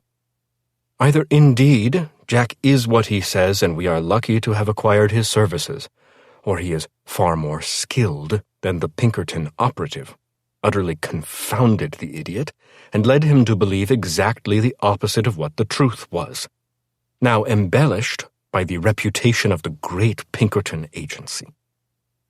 You know I ain't as smart as you, Colonel. I'd never have gone to that possibility. Given the agency's standing, I'd have taken the report as gospel. In the war, we had endless trouble trying to outthink ourselves. There's always a clever boots attached to staff who claims to see secret motives in everything. Sometimes he's right, usually he's wrong. On general principle based on experience, I would therefore choose to accept the operative's report, but I cannot quite forego more effort. You must, then, Mr. Voth, keep observation on him at high pitch. Look for tiny anomalies in account. Observe carefully and perhaps even encourage the blonde monster, Pi, to continue his program against the man. Possibly under pressure of the animosity, Jack will blurt something, though generally speaking he seems quite cool. That one could come to guns, said Voth. Pi has a lunatic streak. He likes to shoot people, necessary or not. In the East, I believe he'd be in an asylum for the insane. Out here, his insanity is useful and yields respect for what normally would be grounds for lockup. The problem I see is that Jack is carrying no weapon, so he would easily fall to an armed attack by Pi. I believe no matter the circumstances, Jack would prevail over the maniac with the pretty hair and the pretty revolver. At any event, the colonel looked at his stopwatch. Jack is soon to be here to make his report and give his counsel. Possibly we'll know more after that. Parse his words carefully, Mr. Voth. I'm guessing your sensitivity to human perversity is acute? It is something I learned in my prison work, sir, before I took up the pistol. One day I hope you'll tell me why you made that choice. I am certain it's an interesting tale. Damned interesting, Colonel. At that point, Mr. Bozeman brought Jack in. Jack, said the colonel, rising. Do sit, have a cigar and a whiskey. Bozeman, attend to the man's appetites. No change could be detected in Jack. Same tall, silent man, facial subtleties obscured by the mass of black-gray tangles around his mouth and jaw. Only his coal-black eyes, gunman narrow, gave indication of a lively brain. He was caparisoned, as usual, in rawhide, though he carried his battered fedora in hand, revealing much hair, unkempt, unslicked, unsmoothed. all of it the same black shot with gray. "Sorry to be bearing road dust," he said, "but I do believe you want the report before I settle into my cleanup." "Entirely correct," said the colonel. "So did you come across anyone seeking the destruction of the Crazy R?" "First off, it was hard to move in Number 4, there being so many detectives among the crowd. You couldn't turn without bumping into a Pinkerton. No one, however, showed me any attention. I believe as a secret agent I was able to maneuver freely." "I thought you'd be good at that. Cavalry sergeants are usually men of the highest capability." Jack nodded in thanks.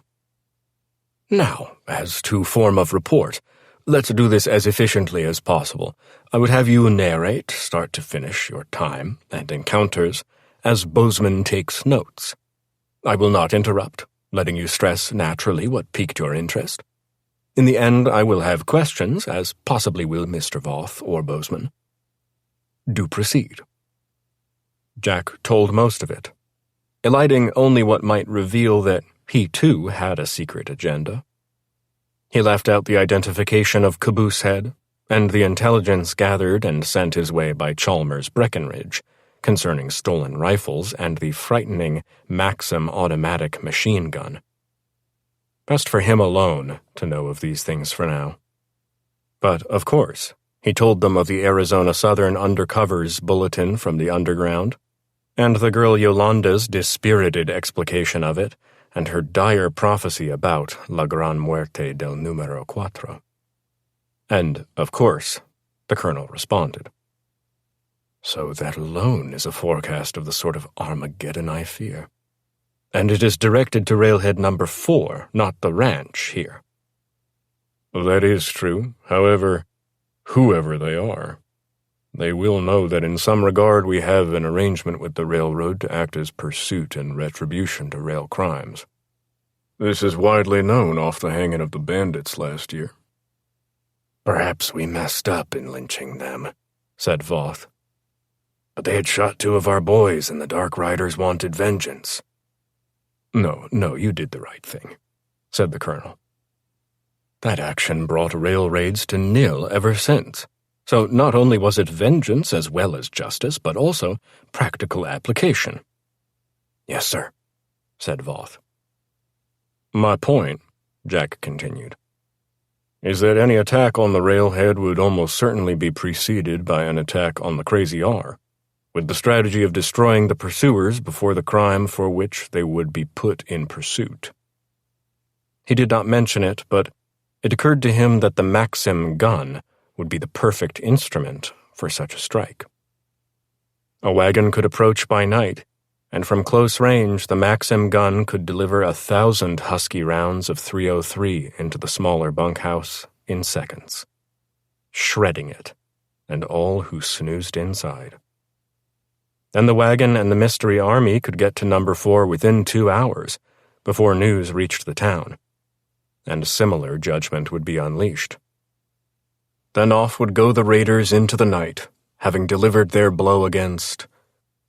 What was it again? Oh, yes, Capital. The story would become huge, and the massacre would perhaps inspire similar actions across America.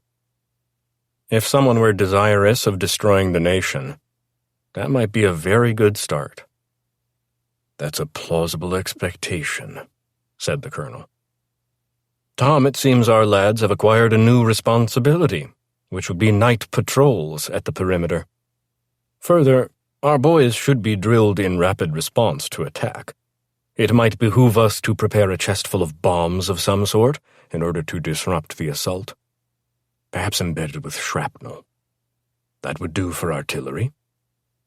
"Yes, sir," said Voth. "I will set these actions to motion immediately." "Sir," said Jack, "those are excellent preparations for a raid, but perhaps another approach would be to strike before we are struck ourselves. As I see it, you have another 4 weeks before my services as sharpshooter on a wagon train are called for. I would take that time to wander into Mexico and see what information I could scare up. If I am successful and can locate the source of this aggression, It's our boys who could do the raiding. We could kill many, scatter the rest, free the horses, and burn the wagons, thus sparing both the ranch and the town." "That ain't a bad idea," said Voth. "If Mr. Voth thinks it's good, then it must be good. Rest tomorrow and head out the next day." "Sir, I'll head out tonight if it's all the same to you. I believe if you've got a job of work, best to start now, not then. Then may never arrive." "So be it," said the colonel. "I'll get you some cash, and as before, we shall await your report." "I'd carry a handgun if Mexico was my destination," said Voth. "I might have one, maybe even two around somewhere," said Jack. Chapter 12. It stayed bright late, so when Jack left at 4, there was no sign of oncoming night.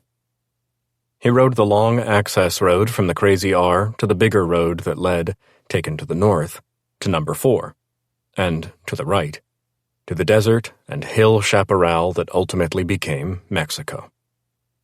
Waiting at the crossroads for a bit, he made sure no one followed to mark his direction.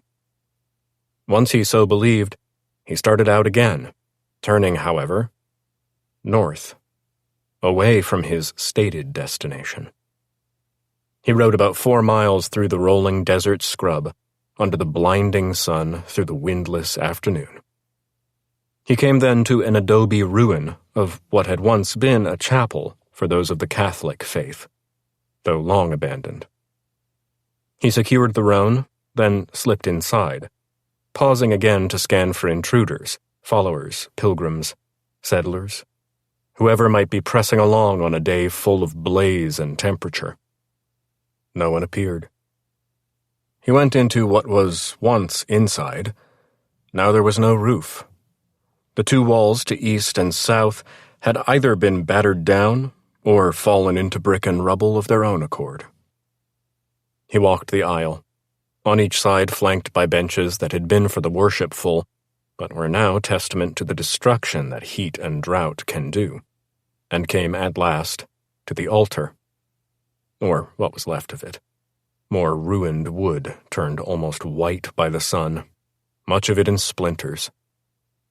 He pulled open the doors of the cabinet that was beneath the ruined altar, bent to scrape a pile of timbers aside and dust the strongbox that lay underneath. He got it out without much effort, pleased to see it unmarked, as he'd expected, then lifted it, stepped to an unbroken bench, sat down, and commenced his business.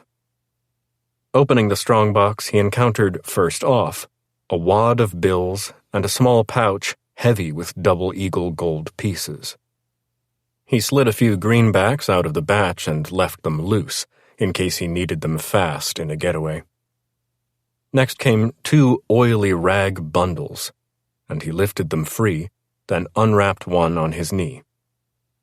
Peeled, the bundle revealed a Colt revolver of the category Special Target, whose barrel wore stamps proclaiming it not only of the Hartford firm, but also in the caliber .38-40, his preferred vintage. To any of the thousands of Westerners familiar with Colt's most famous product, the Peacemaker, this one would have seemed odd. Perhaps an ancient thunder lizard had taken a peacemaker in the jaws and crushed it, or possibly the beast stepped on it.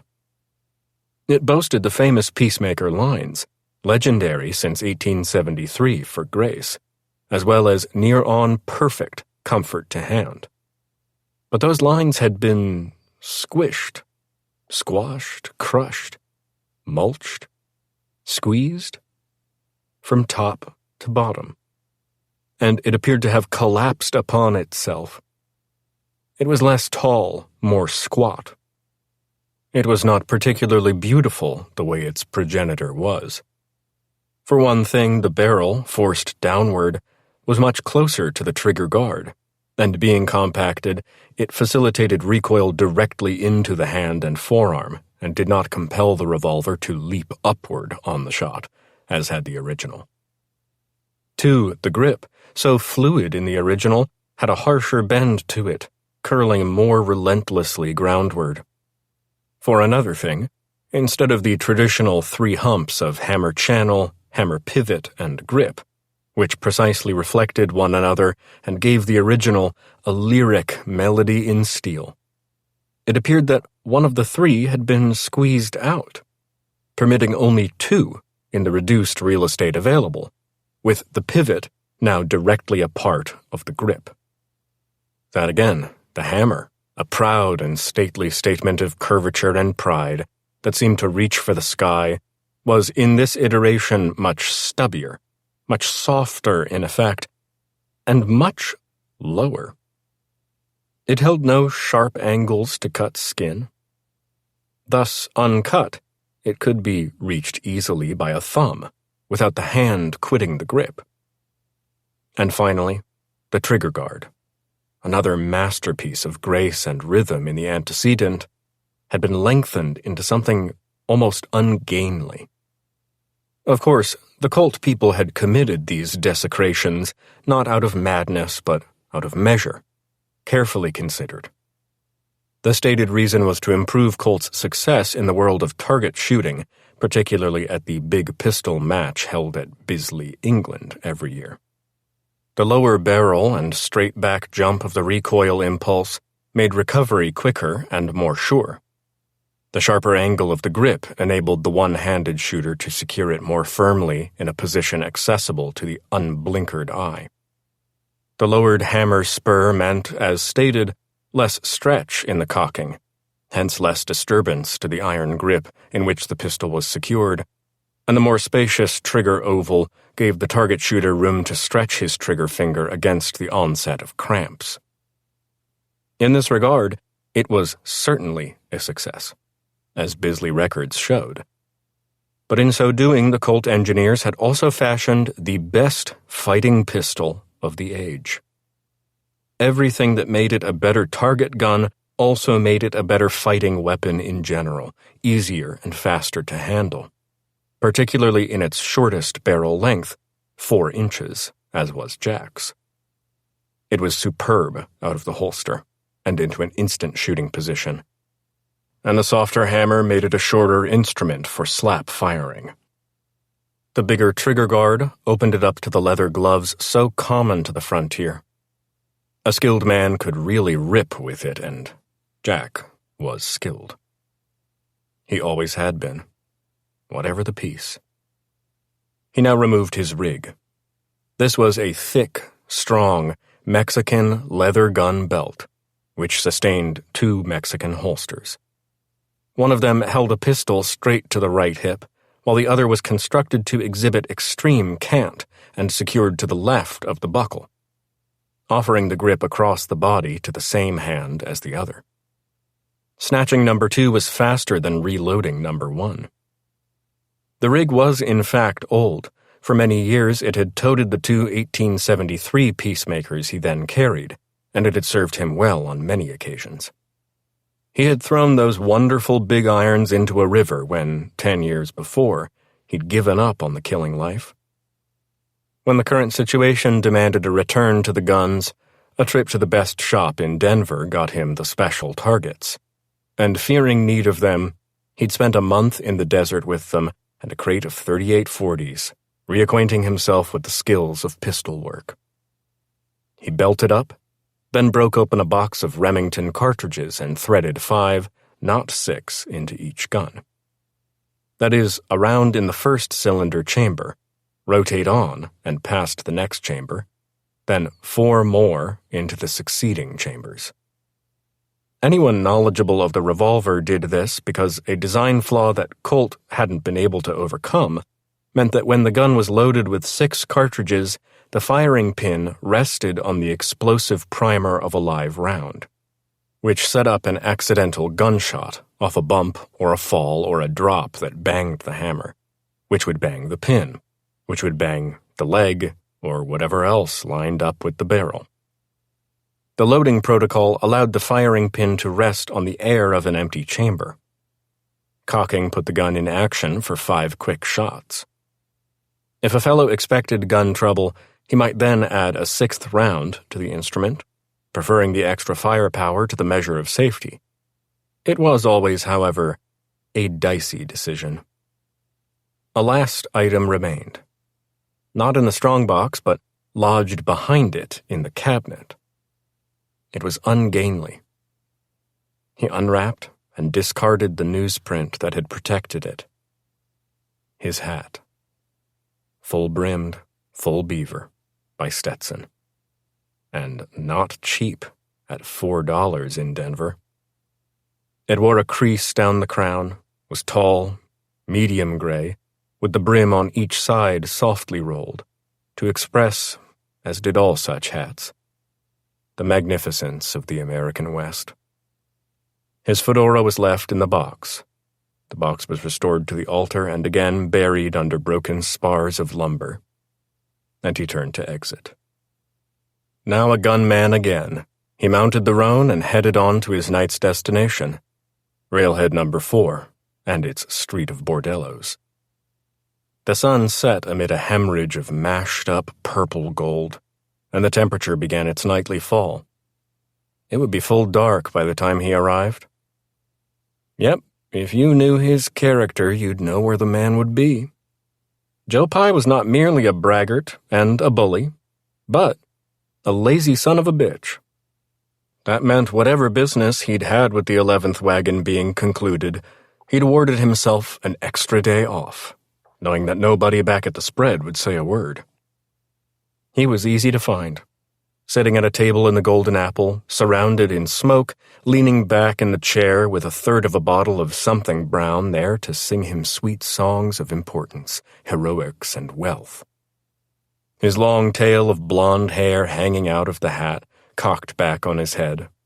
His Smith & Wesson lay beside him on the table because otherwise, holstered, it would have been a harder grab if things went south. Well, that was the excuse, anyhow. And it might have done for Wild Bill himself in Deadwood or other hard gun towns. For Joe, it was a charade. He just wanted to show it off and proclaim his membership in the tribe of shootists, not cowpunchers.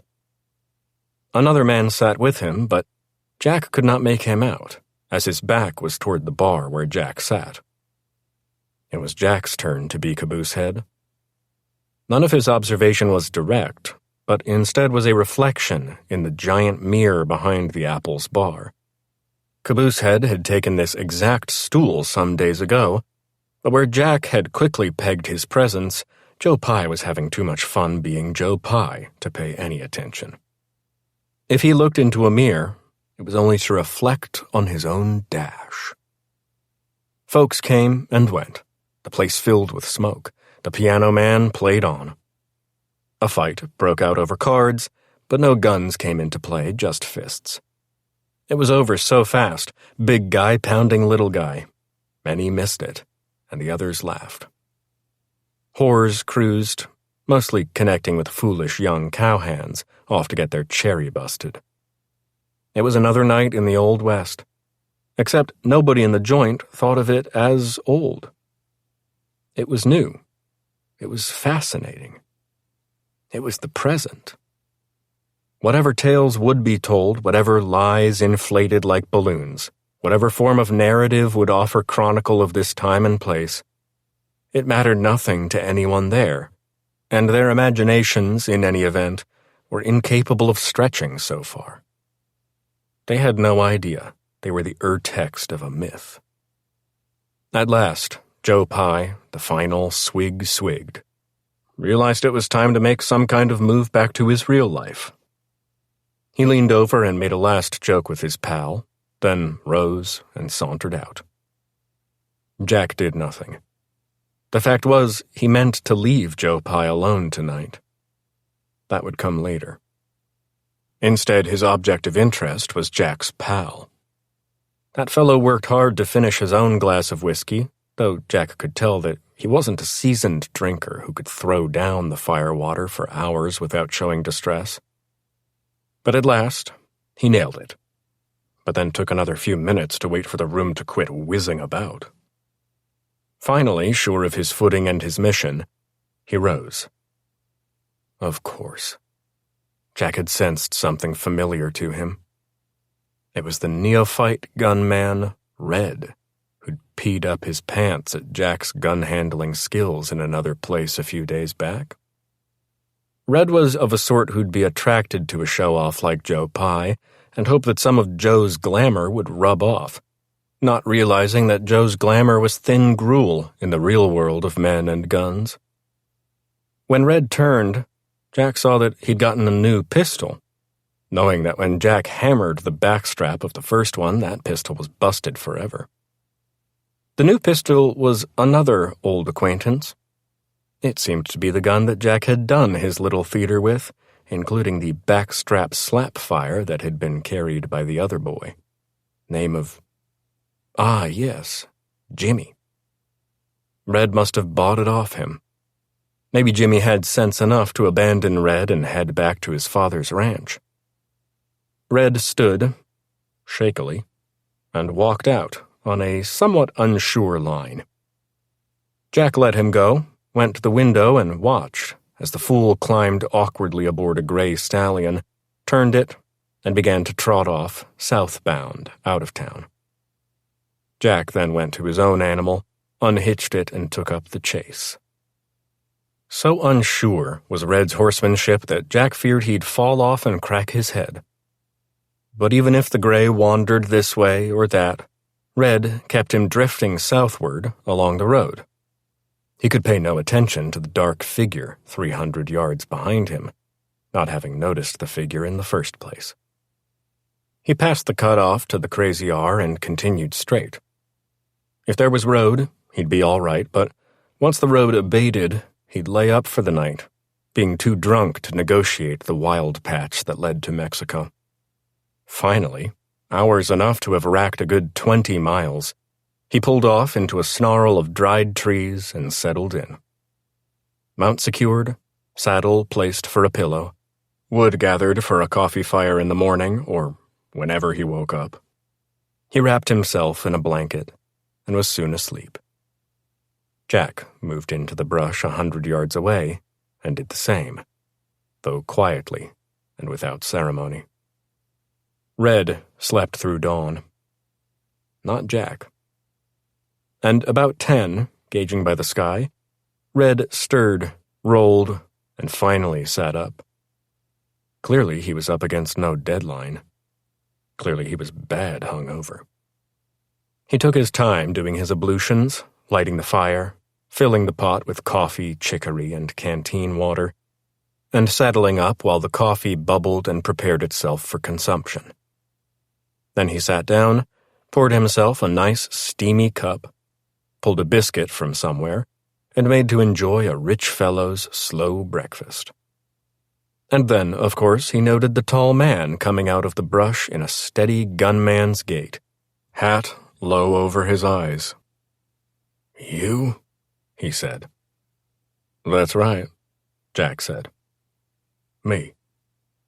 "Go on, finish your coffee. No rush to our business." "You got a new hat," Red said. "I do. Also some new friends."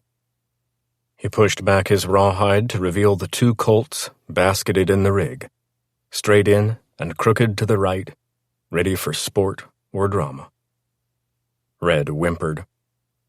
"I don't want no trouble with you." "Depends on you, Red. Let's get straight to it, because I want to brew my coffee on that fire, too." Yes, sir. What is it you need from me?" "Here's your choice. You finish that coffee, then tell me what I want to know.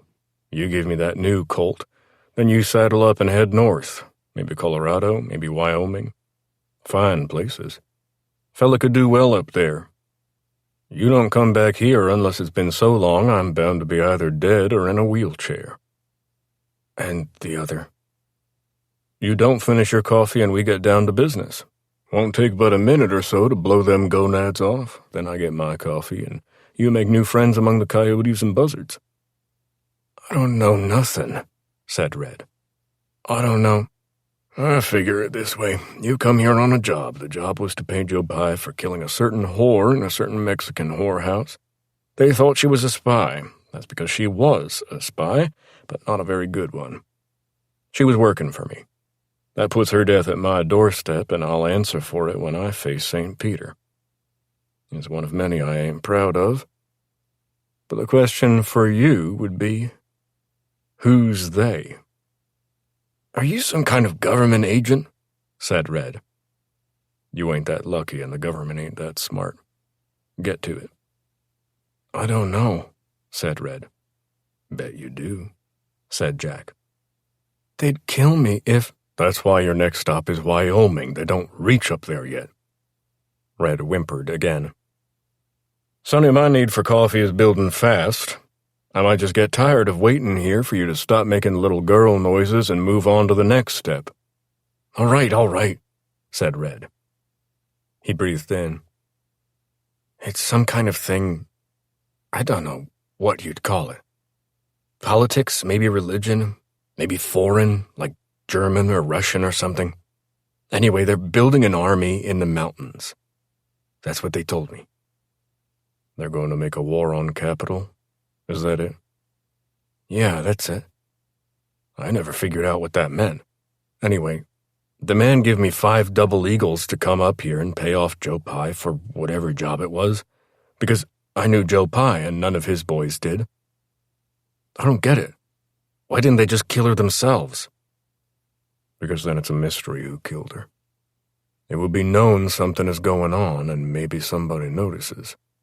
If it's Joe, it's just a mangy gringo dog scratching an itch. Nobody cares. This all is making me dizzy. Take another sip of coffee. Now, who was he? Mex or gringo? Name? Appearance? Did he have men? Was he scary? He was like a minister. Very solemn, very serious. Black suit, white shirt, tie. Wore a cap, not a hat. Had a little chin beard. But you didn't tell him it looked foolish. He was too serious about everything. I never saw such a serious man. No name given. I'm thinking of old John Brown in the song. That's who he reminded me of. He had 3 followers, all young, all gringos. High-class fellows, educated. Those gringos came with me in number 4. They were my escorts. They made sure I paid Joe. You saw 'em. We didn't talk much. I don't know nothing about them. They let me know that, in all things except gun work, they were the superior. What happened to them? Once the money was paid, they lost interest in me. Off they went that night, like they couldn't be late. I bought Jimmy's Colt for 2 of the 3 they'd just paid me. Anything else? I don't know what's coming, but whatever. I don't want to be here when it arrives. That's why I'm headed deeper into Mexico. No, you're headed to Wyoming, Red. Without a gun. Get on that gray and put some tracks down. Now I need my coffee. Chapter 13. He saw no need to enter Ibanez. It would be a town of spies for this Frenchman and his holy army. Jack figured his presence would cause a stir. Signals would be sent, preparations made. Instead, he laid up on a ridge outside the place and cold camped. That meant he went without a coffee fire for a bit and lived off cold biscuits and hardtack. Not enjoyable, but it was what had to be done. Much smaller than Agua Caliente, 20 miles to the west, Ibanez was mostly adobe, as if wood hadn't yet been discovered. Through his old war binoculars, Jack noted a single cantina, mostly for Mexican trade. Didn't seem to be a whorehouse, as no gals left late. Didn't seem also the sort of place where much of anything happened, and even the cantina seemed mostly shy of clientele. No gringos that he could make out, just Mexicans, farmers mostly, living in town but heading out to their fields by morning and back by dark. Without actual information, Jack assumed a bank or a grandee owned the land, leased it to the farmers in exchange for most of the harvest of whatever crop or fruit it happened to be. It was that way everywhere, except Ohio. And it was probably the case in some parts of Ohio. It was how the world worked. The only reason the town was there and not somewhere else was that enough water ran through it to keep people alive in the heat, though baths would be a problem. No stage serviced it, much less a railroad. But occasionally, federales from Major Arau's depot outside Agua Caliente arrived, cooled their thirst on tequila and hunger on beans, maybe some pork, and then snoozed into the late afternoon, leaving finally in the dusk when the ride back on station wouldn't be so oppressive. Finally, on the third day, some fellows showed up, gringo to the bone, and maybe not even of the West. They wore suits and bowlers and rode awkwardly. 4, to be exact, on a great adventure. But if they expected flowers and kisses and the trumpets of triumph, they were disappointed. No one paid any attention. After a bit of awkwardness, they found a respite in the cantina, and were still there when night fell. Jack shed guns, spurs, and hats, considered, then abandoned the notion of taking his old saber, then gave up his position on the ridge and eased down on foot into the town. He approached the cantina on the oblique, keeping to the shadows. He was pleased to note that now that it had cooled, the young men had moved onto the porch. They smoked cigarettes and had already had more tequila to drink than they had known existed in the world. But it was all noise. He could not see them as he lurked behind the corner of the building, but he could hear. First came a lot of chatter about football.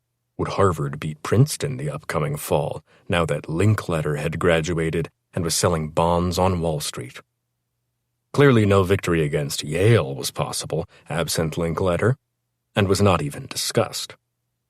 And yes, the game had been ruined when the wedge was outlawed. It might never recover. Then the subject moved on to women. It seemed a Lucy haunted them all, but she had banished them. She was probably cavorting with Linkletter in the Waldorf Astoria, even as these brave crusaders languished under assault by mosquito, fly, hot spell, thirst, dust, and far too many Mexicans. It was enough to make a fellow take his bowler off, or even loosen his tie. But then the talk turned interesting. "Say, Chandler, this great upheaval of yours has certainly turned into a great disappointment."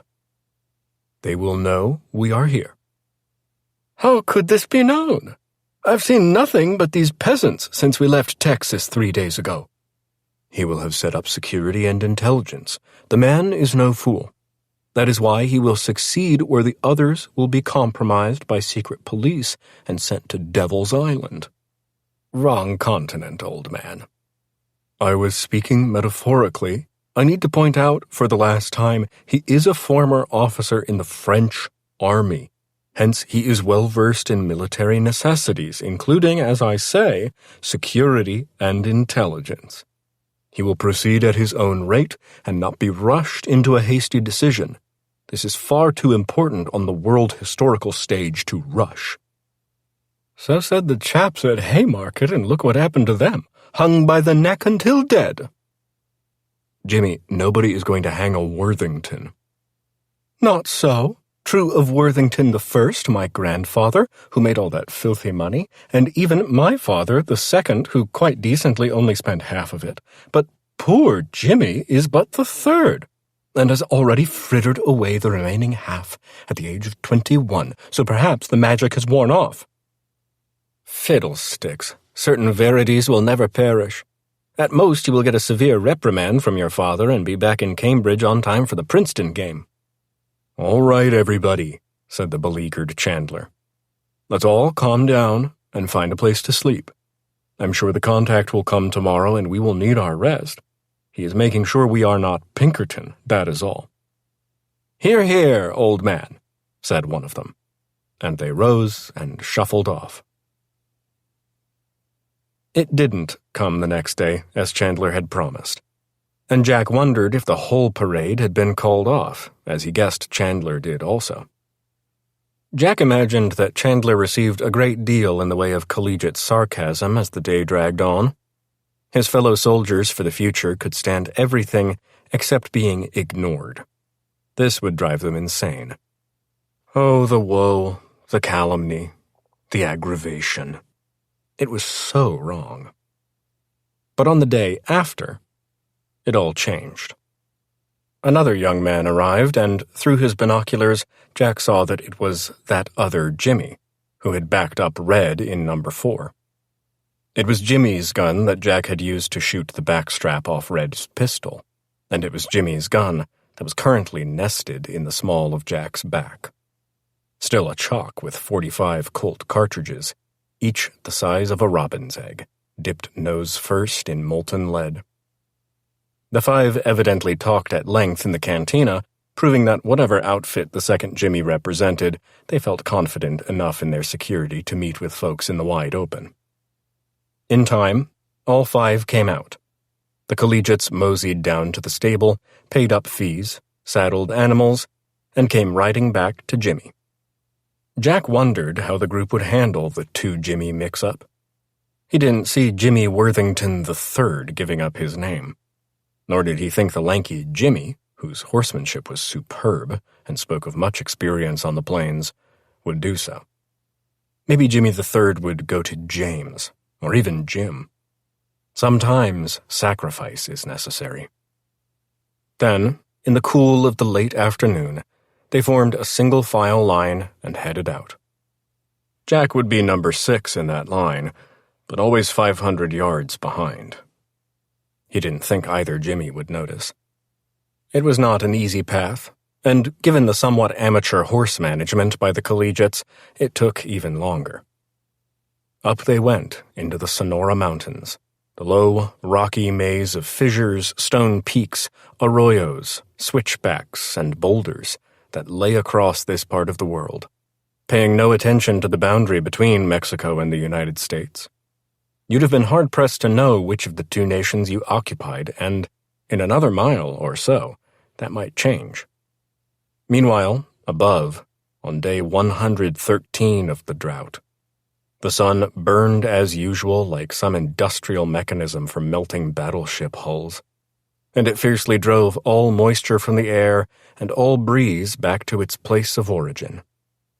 The vegetation showed the ravages of its power, most having gone crunchy brown, brittle as chopsticks, begging in its way for a sip of water, cool water.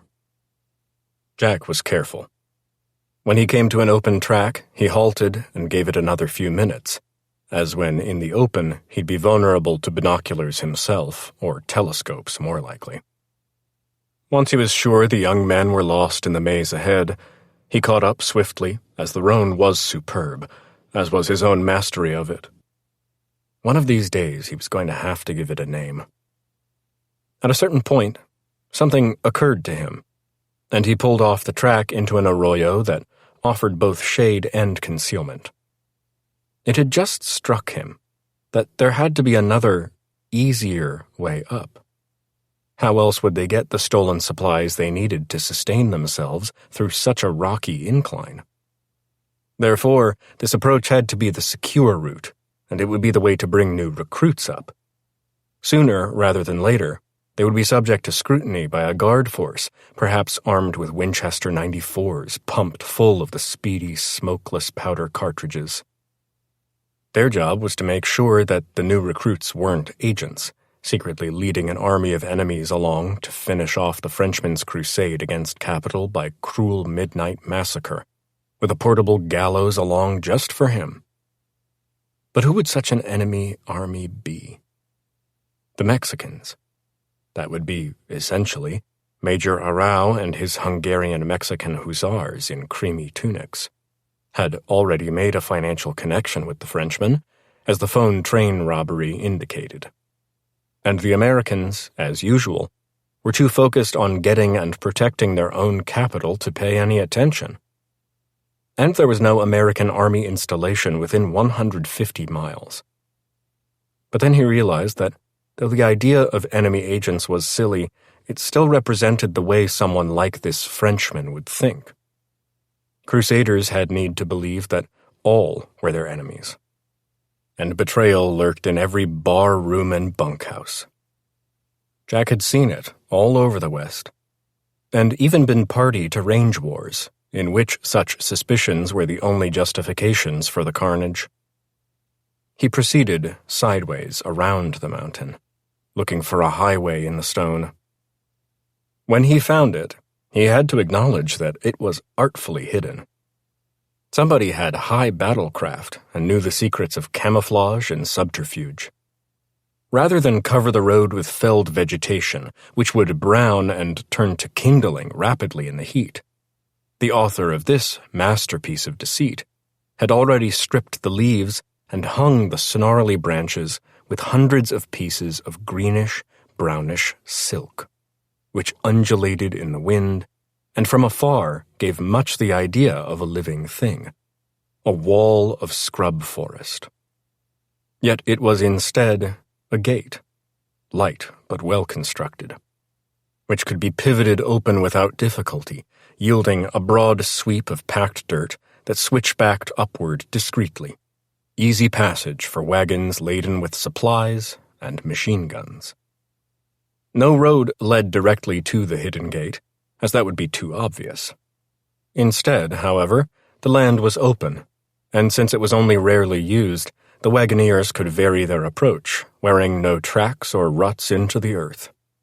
Again, well conceived, well executed. A superb military mind, of exactly the sort who had planned the attack on the wagon train a month ago. Was the Frenchman of the West Point Engineering Department? Jack slipped in, but did not take the road up. Surely that would be under observation. Better that he observe them than that they observe him. He roughly paralleled the road, over rougher ground, his mount astutely finding the sure footing underneath.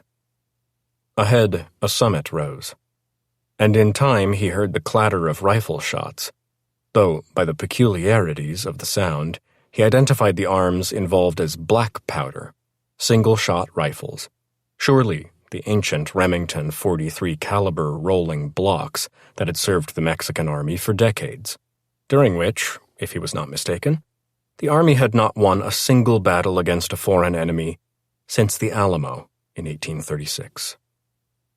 Within creeping distance, he abandoned the horse, knowing it would seek him out if he called, answering to the term boy, and realized then that the beast had named itself.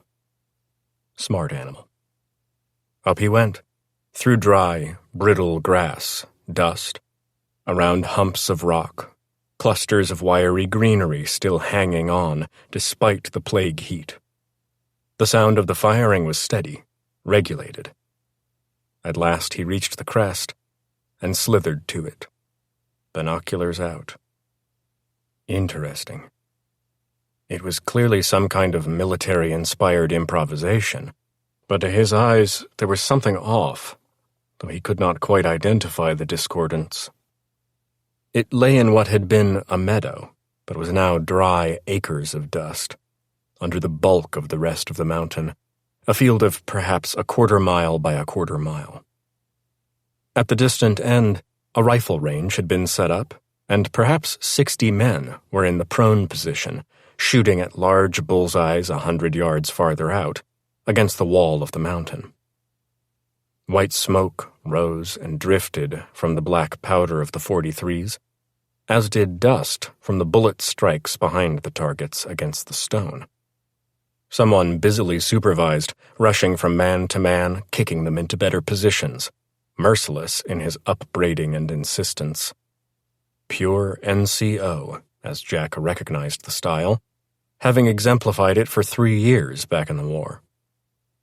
The housing was primitive, being 3 larger staff tents and a field of pup tents for 2 men. That arrangement obviously separated the population into an officer class and a soldier class. A corral enclosed a small number of mounts, 12 to the count. Then there was a mess tent, from which smoke rose, as dinner approached. And beyond that, an ammunition and supply dump. This aggregation backed to a precipice, beyond which lay only sheer cliff. Clearly no general drunkenness was allowed in camp, for the army would lose more to gravity than battle, and soon cease to be an army. There too was an assembly area, presumably where the Frenchman inspired his followers at arms, and behind it, a flagpole. Again, interesting. 2 flags, one red, one black. No national flags at all. As if whoever was in charge didn't believe in nations. Jack made no move, only watched. The men, when done firing, were herded back to the assembly area on the run, driven forward by the excoriations of the NCO and his assistants. Then came the meal, which Jack could tell consisted of exactly his own, beans and bacon and biscuits like cannonballs. The difference being that this fare had been prepared in vats and heated, while Jack's had been eaten stone cold for a week now. Afterward, the men spent a half hour at their pup tents, cleaning the rifles.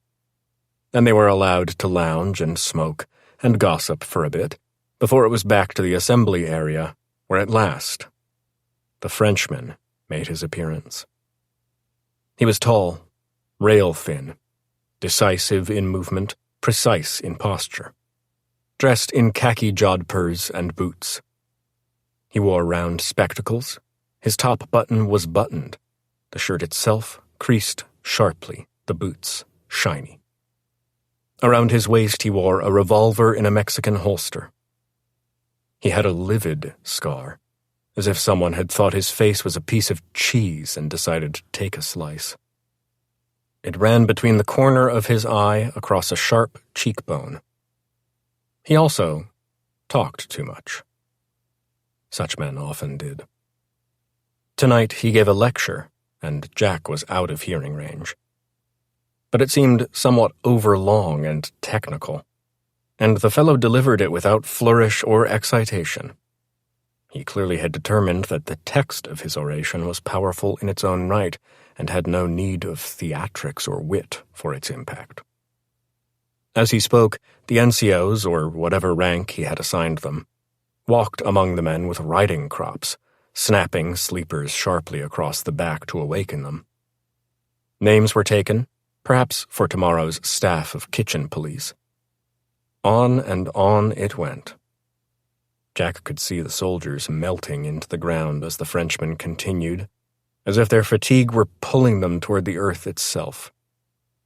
At the end, hours later it seemed, the Frenchman's voice rose for the first time as he required them to stand at attention, no less. The 2 flags were lowered by NCOs, and the men stood stock still in iron respect for this ceremony of the military life. But, again, oddly, no salute was required.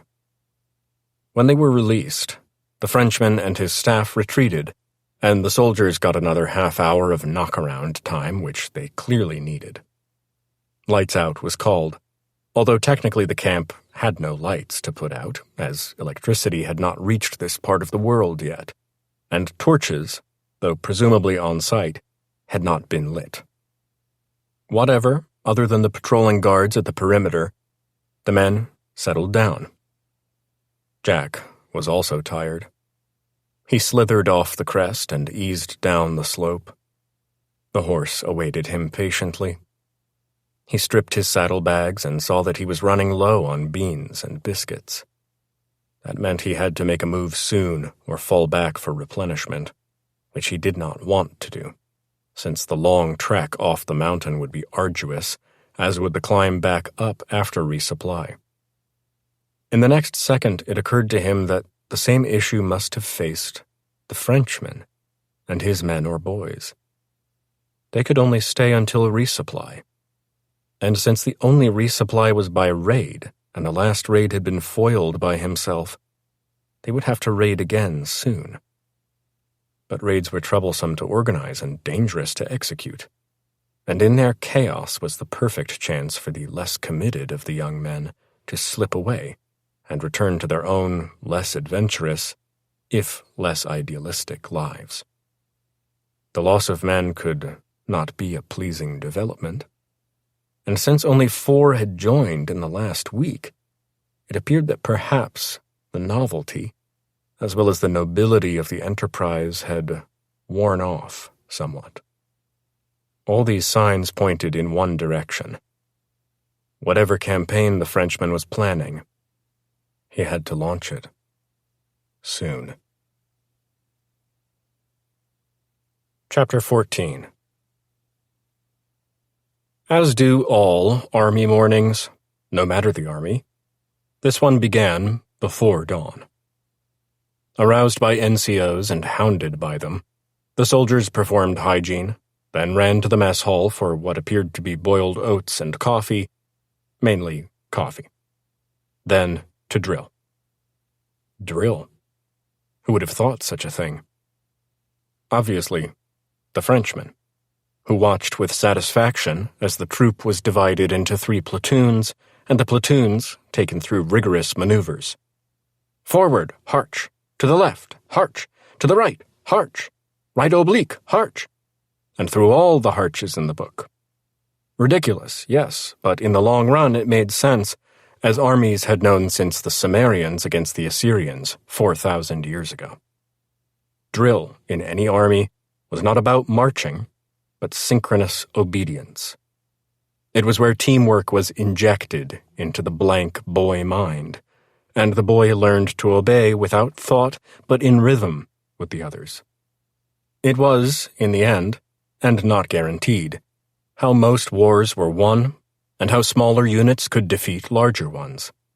Reflexive teamwork, respect for comrades, pride in self. That was the meaning in all the harches. The Frenchman clearly understood this, and while his charges cannot have delighted in the stomping under sun and through dust of drill, he insisted upon it. He counted on their discipline, and, at least by what Jack had seen, received it in return. They seemed to believe hard in what Jack saw was an army of idealists, not reluctant conscripts. What could make Harvard boys, smart as they were, prance about like Pickett's infantry before the slaughter?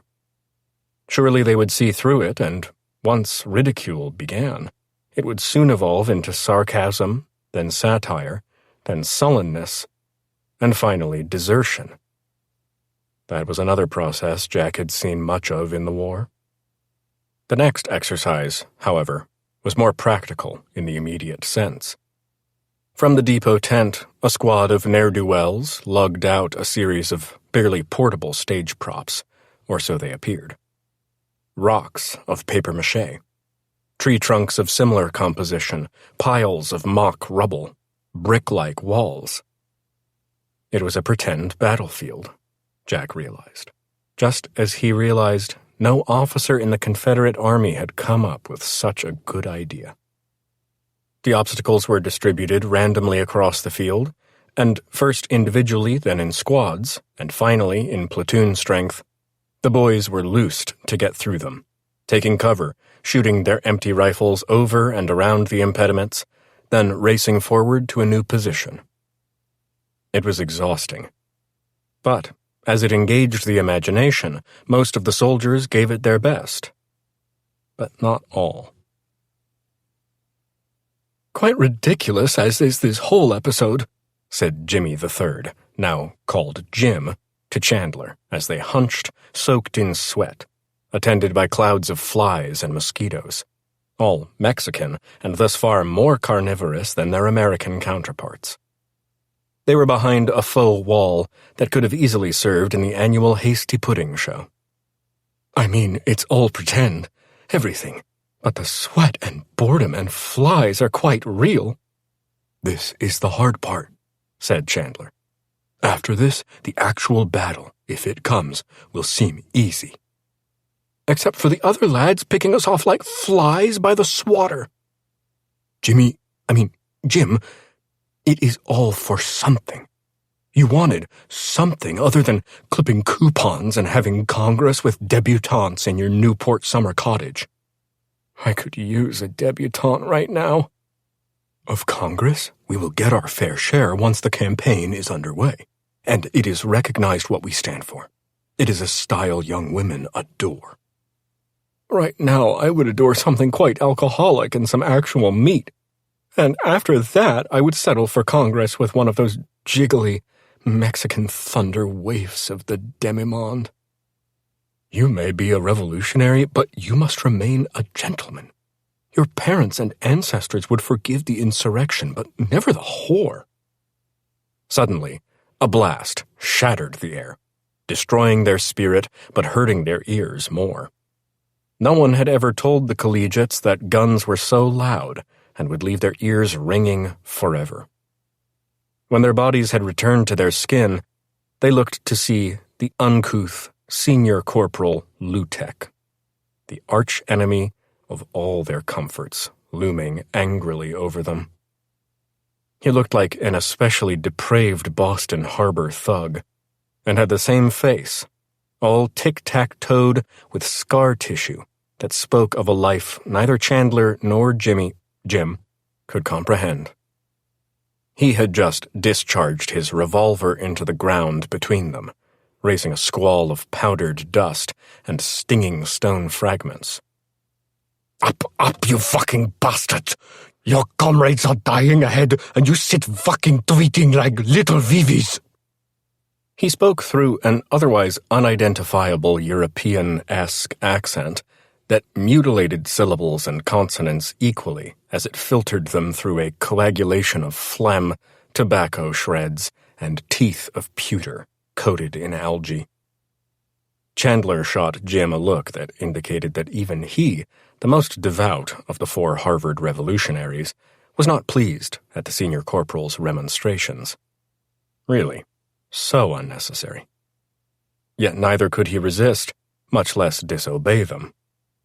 He rose, pulling the more lethargic Jim with him, and both heaved their ancient rifles to port arms and set off at the run toward a fallen tree 50 yards ahead. "Shout, goddamn you fancy pippies!" shouted Lutek, running effortlessly with them. "Let the woe know you bring death by bayonet!" "Aye!" shouted Jim the Third. "Louder, puffy girl chick!" "Ah!" shouted Chandler. "Louder, bourgeois scum!" "Ah!" shouted both boys as they reached the fraudulent tree and went to knees, sucking in the oxygen. At that moment, they did not care what blasphemy the senior corporal unleashed on them. But, strangely, he released none. They crouched, sobbing more than breathing, yanking the air into scorched lungs. "Stand up," Lutek said, reaching into his pocket. He pulled out 2 rather tarnished .43 cartridges and handed them over. "Load." Ugh, Jim hated the rifle. He'd had much shotgun experience at his grandfather's South Carolina pheasant plantation, but unlike the smooth and elegant break-open shotguns, the rolling block was a challenge to operate. He cocked the hammer, then moved to the lever to drop the block and give access to the chamber.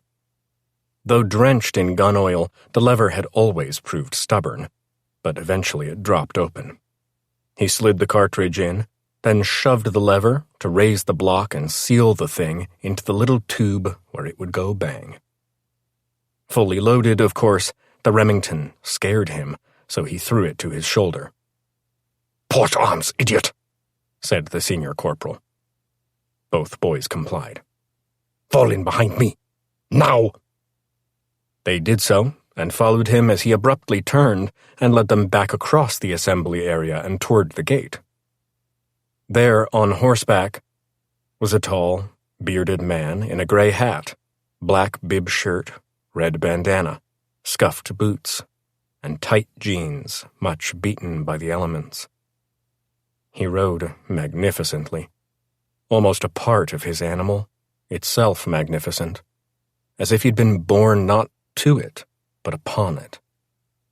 He held the reins delicately, but his right hand was never far from the 2 Colt guns belted at his waist, one of them slanted across his pelvis. His eyes were slits that dispensed no warmth, only penetrating powers of observation. He had a sword in a scabbard under his leg. His face, though somewhat occluded by the snarl of gray-black beard and moreover in shadow, was calm as a portrait's. The impression was aristocratic, but not of class as in Boston, but of larger meanings in a more savage world. It occurred to them simultaneously. They were gazing upon a true gunman. Jack had needed an angle. You just don't go barging into a secret army training for war in the mountains of Mexico and begin to ask questions. That was a sure way to end up tossed off that precipice behind the tents. But what? How?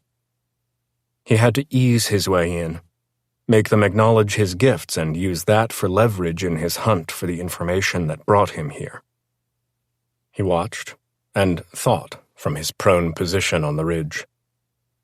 Could this angle be? No. What about? No, not a chance. Then there was. No, there wasn't.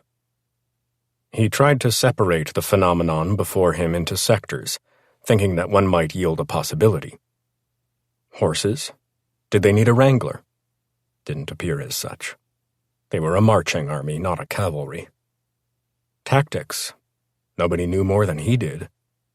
On the other hand, clearly the fellow with the scar knew a lot as well, and might see an advisor from nowhere as a potential competitor, which would be a sure 2 steps to the cliff.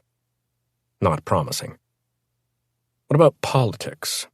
Could he claim to believe in the cause of the red and the black flags, with no national emblem on them, proclaiming the army that marched beneath them to also be without a national identity? But he had no idea what the black and red meant.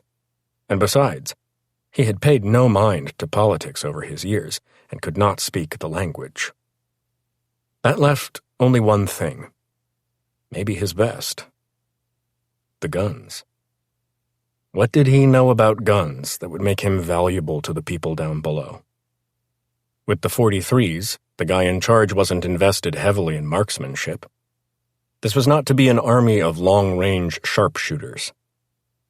Jack could see no handguns, and besides, while they might have been impressed with his slap-fire genius, that too was of no use to an army. They weren't shootists. They were simple shock infantry, the fodder that fed the maw of any hungry war. They were the doomed, as such men always fell in numbers that far outmatched more glamorous specialties like cavalry or artillery. Their job was to run at the enemy and hope that, in unity and precision, they would drive him into panic. If they ever came up against cool hands, the Confederacy was indeed an army of cool hands, as the Union deaths that far outnumbered their own made clear. The cool hands would mow them down, then go to supper. He pondered again, spending the day locked in place, taking mental notes. First, they were clearly quite secure here. No patrols were sent to search for raiders. Second, the NCOs, or whatever they were, had gotten quite proficient in their deployment of the Winchester 94s and the smokeless ammunition. They practiced alone in a variety of positions and were indeed skilled shooters. Jack crept closer to them and brought his binoculars to bear on a row of black bullseyes with centers punched precisely and damned few flyers. Then what? It happened when it happened. It was bound to happen. Yesterday, today. Why not tomorrow or next week? It was the second day of observing, and he'd eased off a little on the labor. The troop was pounding away with its 43s. Jack wasn't even watching, but lay lounging in the high grass under the ever-beating sun, perhaps smoking a hand-rolled. He was running low on fixings, another reason to get going. 3 separate soldiers happened to fire their 43s in close succession. No planning could have brought off such a thing. for the boys were too ragtag in their application. So the author of the event was only the random drift of the universe. But there they were, 3 fast ones in under half a second. Bap, bap, bap. Chapter 15. Anhalten! Anhalten! Yelled Senior Corporal Lutek in a frenzy of panic, fear, and German. He drew his pistol, jumped up and down, made hand gestures. Jack lounged atop his horse and watched the fellow prance. Next to him, on either side, 2 pasty-faced soldiers stood mortified. You could blow in one's ear and he would tumble, hitting the other one on the way down and knocking that fellow to the ground as well. Meanwhile, well behind them, the secret army of the Sonora Mountains tried to organize itself to deal with the emergency of a visitor. Certain NCOs led the troops back and away, aware that 60 inexperienced men with loaded .43 Remingtons could in no way be trusted. At the same time, other members of the cadre had snatched up their 94s and rushed toward Lutek and his interrupter to back up the NCO in case of whatever one man could do against close to 70. Jack waited for it to settle down. You'd have thought he carried lit sticks of dynamite the way they carried on. He'd never seen so many clenched faces, urgent postures, heaving chests. These boys clearly had some more work to do to get ready for the real thing. Corporal Lutek, meanwhile, regained his composure, at least enough to revert to his nearly English. Drop your weapons. Sir, drop your weapons immediately, or I shall have to shoot. Sir, I demand that you drop your weapons. But then another voice spoke, this one flat as the plains of Iowa, where it had been formed. It was the original Jimmy. I've seen this fellow, he said. Lutek, he could kill you and 11 more of us before you could fire. He's that good. Just stand down, hear him out. Thanks, Jimmy, Jack said. By the way, just to show there ain't no hard feelings, I brought you that nice new Colt back. It's tucked behind me. I'll reach back and toss it to you if you tell your pals not to open fire. Do it left-handed, Jimmy commanded. Sure, but that only leaves my right hand free to do whatever damage it might care to do. He smiled. Awkward pause. Jimmy calculated. Your call, young man. Hurry now, I'd like some coffee soon. Right hand, then. Nothing fast. Jack reached back and emerged with the nice Colt by the barrel. Okay. Yes. Here it comes. He tossed it lazily, perfectly through the air, where it rotated cleanly and arrived at Jimmy presenting its grip. Jimmy snatched it from the air, immediately checked the hammer to see that it was safely resting in its second notch, opened the loading gate and rotated the cylinder to make sure that it still contained 6 .45 Colt cartridges. Your friend Red won't be needing it no more, said Jack. True, but misleading, as he had not killed Red, merely sent him scampering north, unarmed, unharmed. But he wanted Jimmy to tell them he'd dispatched poor Red. It was good advertising. Suddenly, a shot fired. To the symphonic chord of clicking, snapping, and gliding levers being thrown and then slammed home, all 94s came to bear on Jack. Another moment on the tippy edge of catastrophe. It wasn't me, said Jack. It was one of them young fellers with the .43. The other Jimmy, now Jim, in his nervousness had clenched his hand, not realizing that, in doing so, he also clenched his fingers and, in that way, pulled the trigger. Corporal Lutek, you better train up that one better. He's a little shaky on his manual of arms. Lutek turned and ripped the smoking rifle from Jim's grip. Dummkopf! He yelled 7 times, and Jim melted at the verbal assault. Don't go too hard on him, said Jack. I bet they didn't teach no courses in the Remington at Harvard. Lutek spoke, but in an English so clotted with mispronunciations it made no sense. Jimmy, who'd grown used to it, translated it from the English to the English. "What are you doing here? How did you find us? How did you get past our security? What is the meaning in all this?" Well, I could answer, but I think I prefer to save that for the feller over there with the little beard and the scar on his cheek. From what I could see through my binoculars, he's the boss man. They sat in the larger tent, with its side flaps tied upward so that it had the aspect, but not the beauty, of a veranda. Outside, drill had recommenced. The unit had moved on to the random obstacle course, and Jack could see the young soldiers charging, ducking, shooting, arising, charging again. "My name is Auclair," the man across from him said. He sat in perfect posture and stillness, his face grave, solemn, composed. He was not young, appearing to be Jack's rough contemporary. His eyes seemed like spear points. His lips were thin and pale as icicles. Up close, his scar looked like a volcano. "As you can tell by my accent, I am of the French." My name is Jack, said Jack. As you can tell by my accent, I am of the Arkansas. A state of the former rebellion, is this not so? Very much so, even to this day. I admire rebellion. How is the coffee? Quite good, heavier, thicker than normal. European. I could never get used to the American piss water you call coffee. The machine was imported from France. It is the one luxury I allow myself.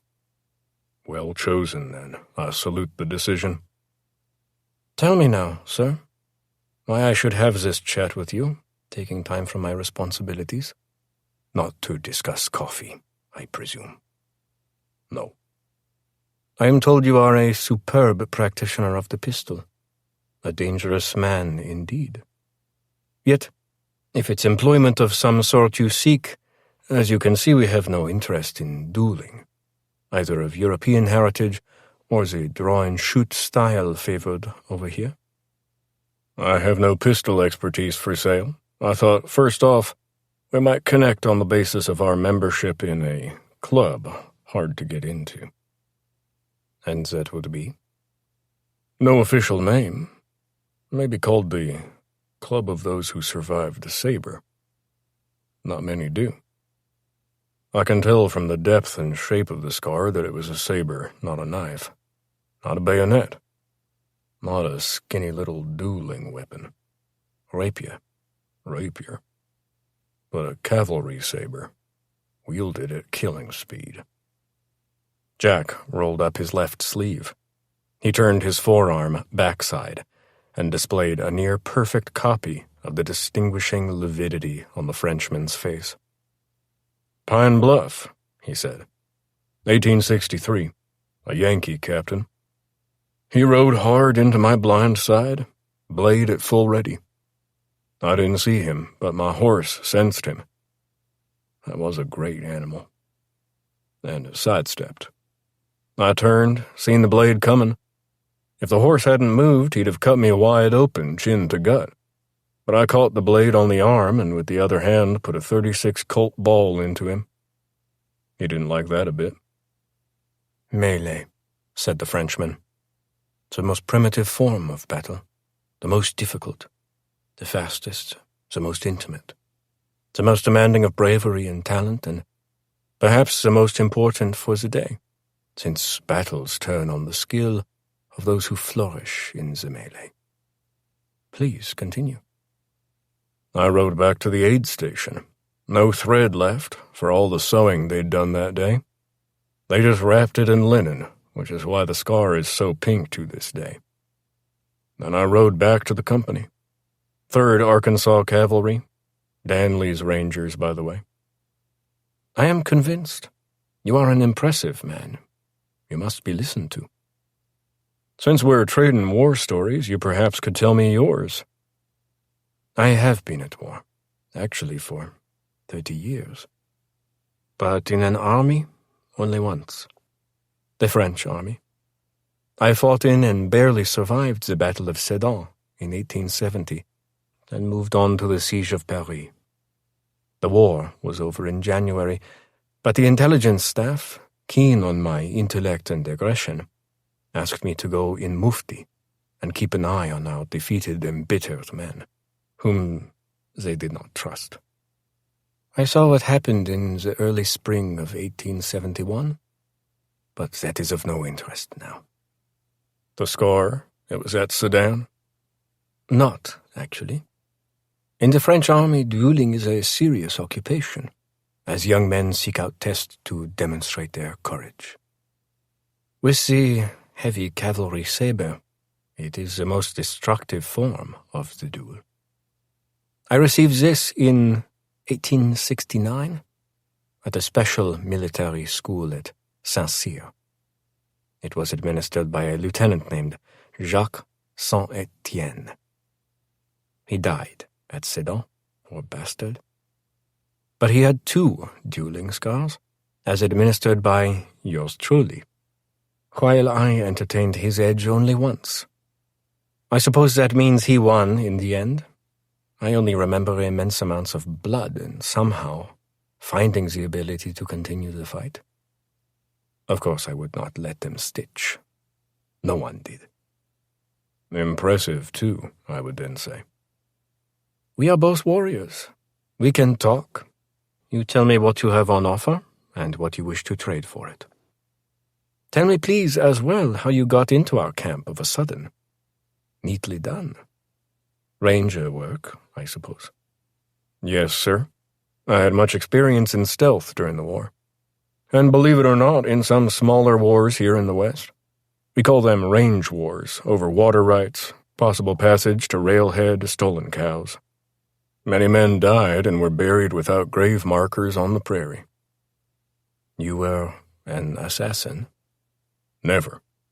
A gunman. I sold my skill in all kinds of fights. Melee, long-range sharpshooting, and the draw-and-shoot you mentioned.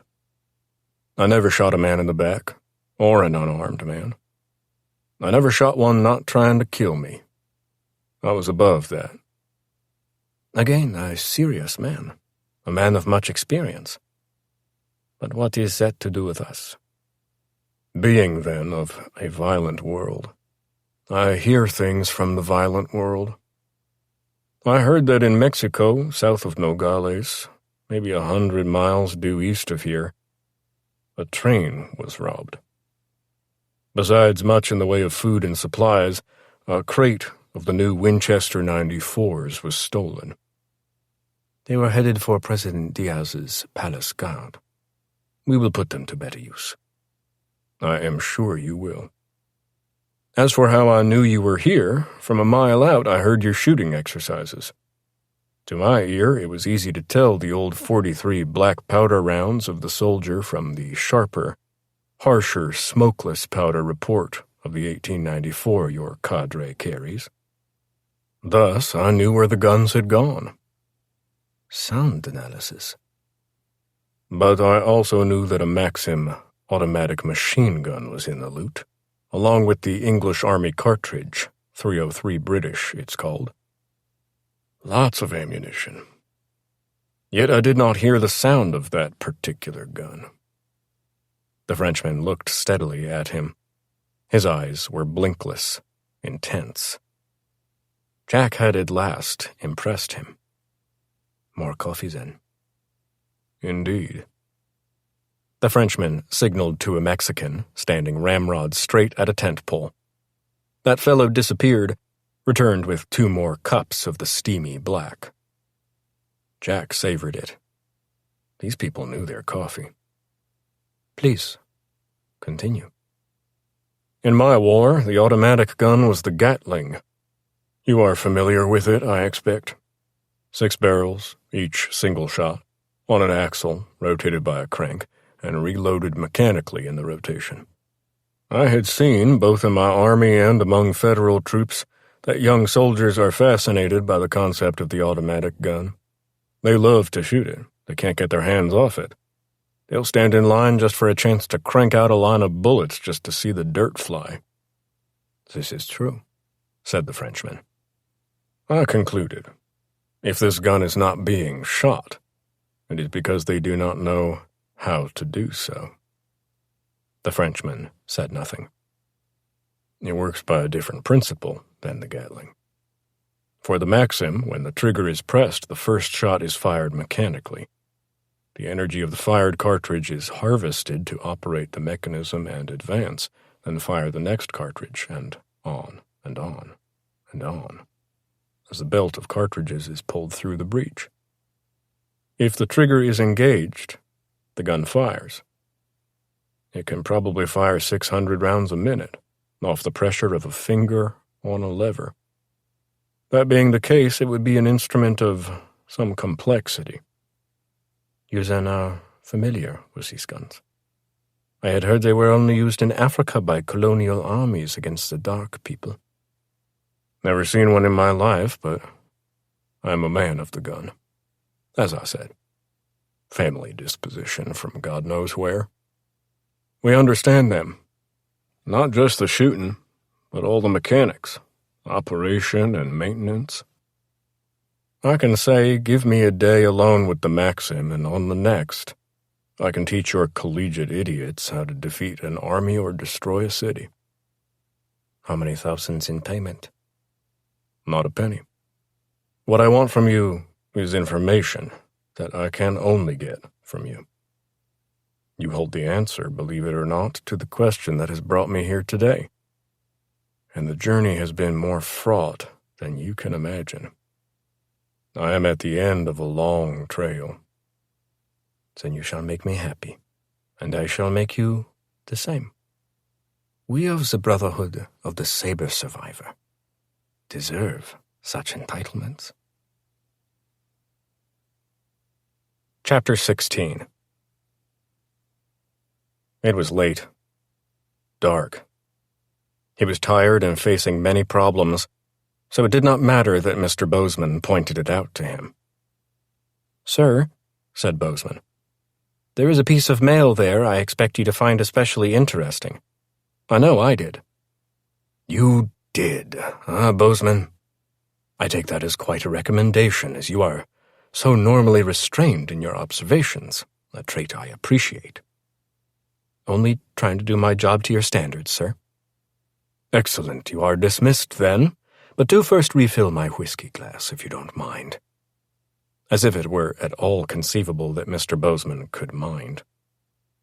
The assistant took the empty glass and went quickly to the cluster of bottles on the shelf. He fulfilled his mission, adding an extra third, as he expected the colonel to need it. Outside, the sun had melted into a pool of liquid gold as it drained away for the night, leaving the otherwise empty sky purple in the twilight. Colonel Callahan went through the mail, learning that the lien on the South 1,000 acres was to be renewed at favorable rates, seeing the monthly generous check from the Southern for deposit, an invoice from one of his several lawyers, and finally, the envelope of 8.5-inch by 11-inch dimensions that bore the return address of one of the Denver boys, Louis Fitzgerald of Wiggins, Fitzgerald, and Mason. It had some heft to it, as if it contained several contracts or, even more, a book of some kind. Bozeman had sliced it open, and Colonel Callahan merely turned it upside down, tapped it, and watched as a bound paper-covered volume slipped out. It bore a note. "Colin," Louis had written. "Perhaps this answers some questions." It appeared to be what was called a dime novel. That is, a highly romanticized narrative of some Westerner of note, usually a legendary bandit or killer. But it also could be a lawman of high respect and heroic deportment. Callahan had never actually read such a thing, preferring Gibbon for light entertainment, and was, as of now, but 3.5 volumes shy of finishing The Empire. He flipped the volume. On the cover, a thin man in black, from hat to boots, hunched forward into the silver-spangled saddle on the back of a rearing black stallion. A Colt brandished in the right hand, a black glove on the left, possibly to protect the palm while slap-firing. He looked intent of purpose, but the facial rendering was so generic it gave no real information. For that, in a split second, he turned to and comprehended the title and the subtitle. "The Gunman Jackson Swagger," it proclaimed. And underneath, "The West's most mysterious shootist, who won a recorded 27 pistol fights before tiring of being the best and simply disappearing." And in still smaller type. Although never formally a lawman, Swagger's exploits seemed always to fall to the moral side of the line, as he killed many of dubious or dangerous reputation and drove still others out of town and onto wilder regions. Who was he? Why did he come? Where did he go? The author appeared to be a Chalmers Breckenridge of the New York Tribune. The colonel opened the book and began to read. Chapter 17. Jack said, "Since you all go to a fancy Eastern university, you are comfortable in the presence of genius. You are now in such presence." He had asked for 4, college men, of course, for superior intelligence. On top of that, he required that they all knew one another, for the task before them required teamwork, and teamwork required trust based on long acquaintance and shared ordeal. He knew who he would get. Chandler, who seemed to be the boss. Jim, wildly handsome with tousled black hair and otherwise unkempt after the style of the actor Booth. Then Charles, apparently the most studious, with a pale, broad forehead, thin blonde hair with a definite part in the middle, and gold-rimmed specs. And finally, Osgood, Ozzy, of plumpish dimensions, who looked the most ludicrous in the khaki shirt and pants. "Listen good. Pay attention.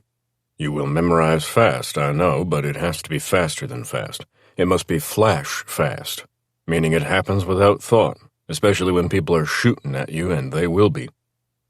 "It looks like it should squirt flame," said Ozzy.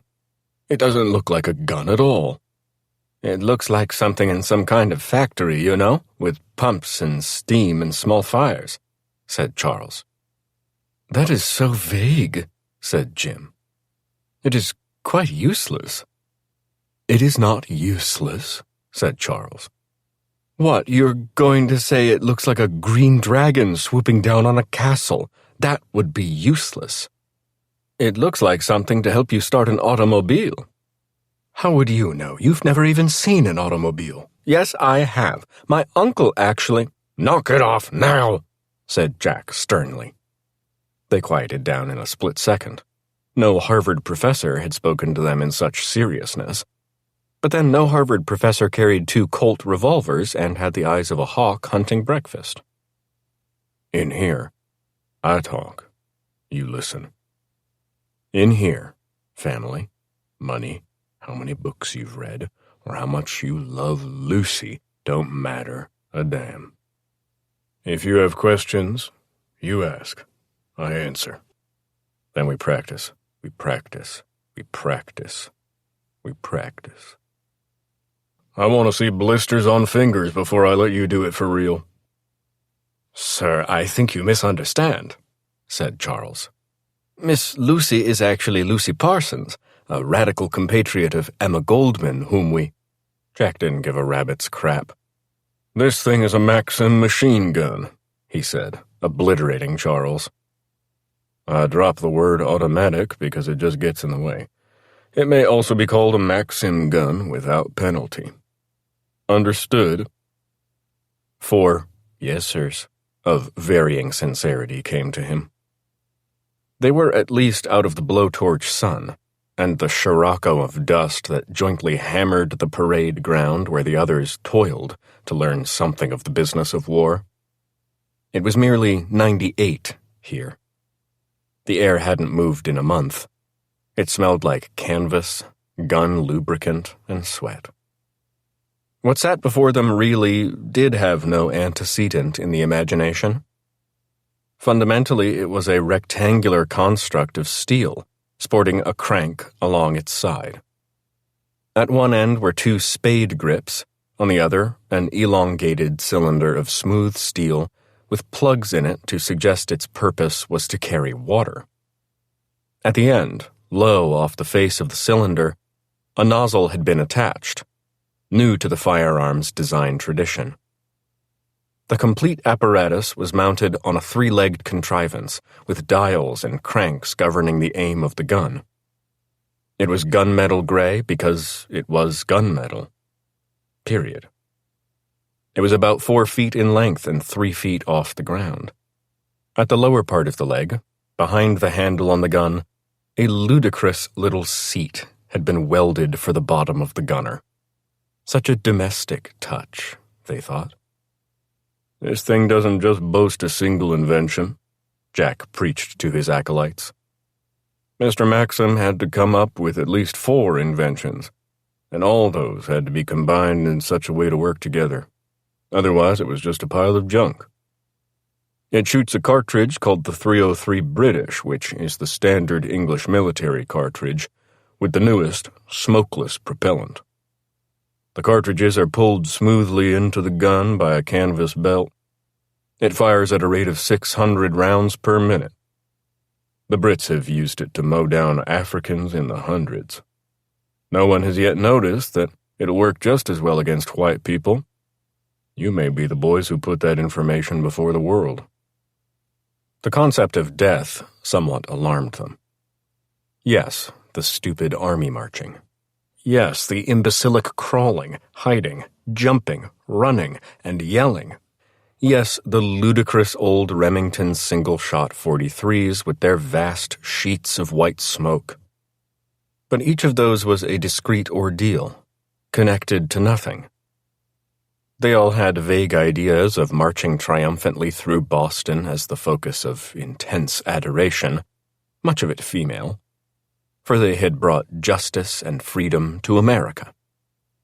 But that sort of skipped over the part where you shoot a man in the guts or head, and it goes splashy all over everything, like a dropped vat of beef stew.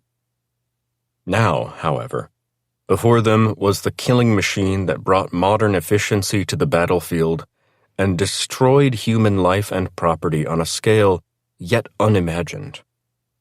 And they would be its agents. It had never quite occurred to them in this specific way, but here they stood before the gunman himself, learning the intricacies of the murder trade. Come up here now. Look into the guts of the thing. Mysterious Jack then tilted up 2 lids from the rectangular container, hinged in the middle so that they touched backs when fully lifted. One by one, the 4 drew close, bent, and peered. It was like looking into the cockpit of the Industrial Revolution.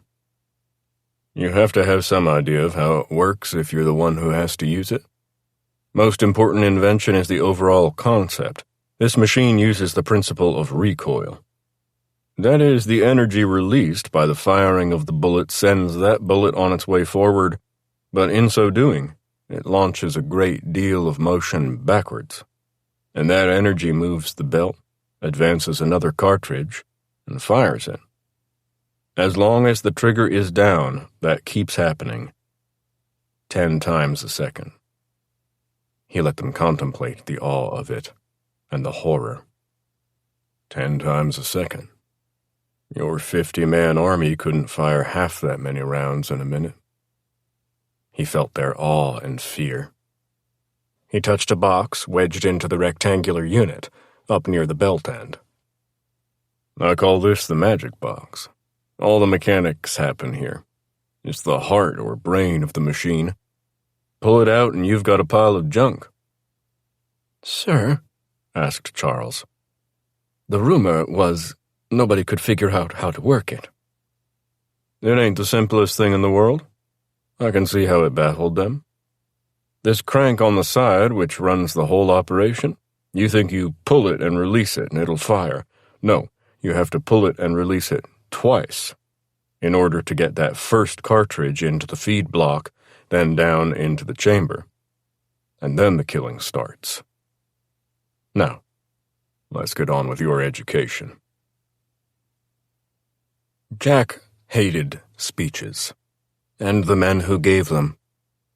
They seemed to release so many forms of evil into the world, from the banality of political chicanery to the slaughter of the thousands in the human squall called war. If every man who had or would give speeches were hung from an oak tree, wouldn't the world be a better place? He didn't know. That sort of thinking was not the way his mind worked. Despite the odd bolts of anger that sometimes lit his mental horizon.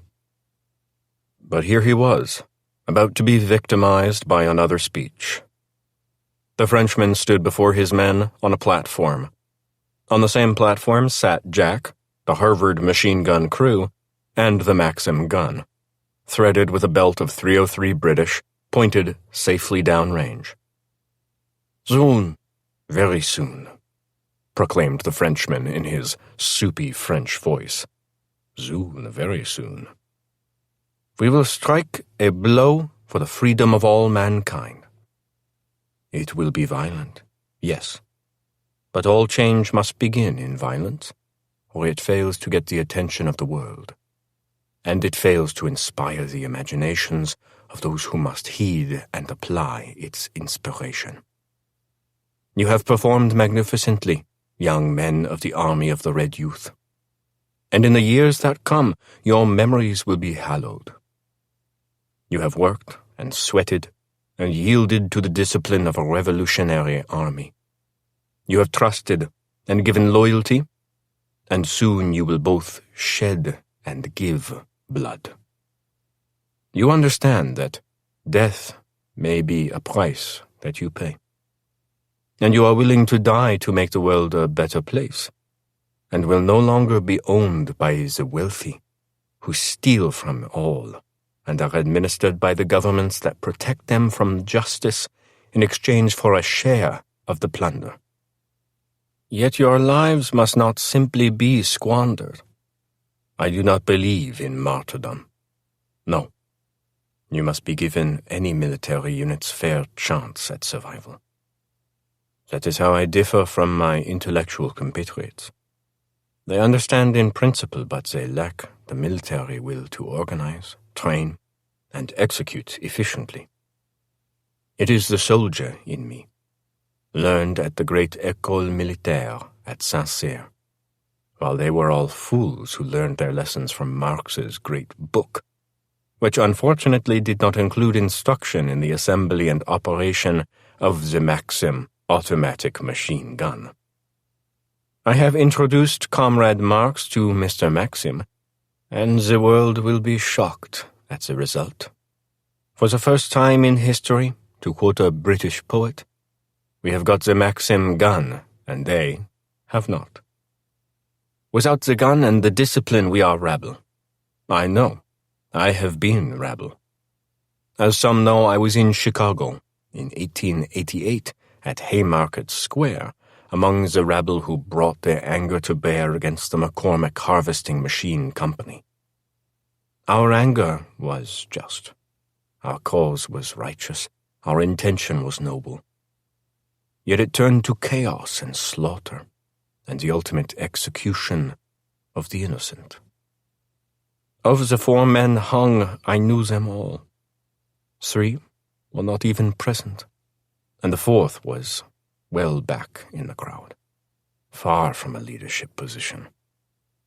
Besides their love of freedom and their commitment to the future liberation of the world, all shared this common feature. They knew nothing. They were fools when it came to the application of force. Hence, as I say, rabble. A mass of surging workers with no plan, no set of protocols, no weapons, save their own flesh, which they were willing to sacrifice. Sacrifice is not enough. As a former officer in the most disciplined military in the world, I fully understood the fecklessness of the effort. If we were to inspire the great disturbance of socialist theory, we were sadly under-equipped, both physically and mentally. We had nothing but our bodies and a single bomb. Of that bomb I know all. I built it, I lit it, I threw it. I killed 7 policemen that night. It was but a bottle of wine, loaded with the black powder obtained from emptying 200 army rifle cartridges, and packing the powder with nails and pieces of gravel for the shrapnel effect, an improvised fuse of powder in a glove tied to its neck. I lit it, I threw it, I saw it explode. I saw the flash of the blast. I even received a tiny fragment of its shattered glass. I saw the eruption of white smoke immediately upon the flash. I saw the policemen fall. I saw the crowd withdraw at the fury of the explosion. I heard the answering guns of the policemen. I smelled the acrid fumes of hellfire and brimstone suddenly dominating the atmosphere. I fled the police bullets, and I managed to escape. I was not betrayed. Eventually my name came up, and yes, I am wanted today. But I was never arrested. I escaped and followed what happened with heavy heart.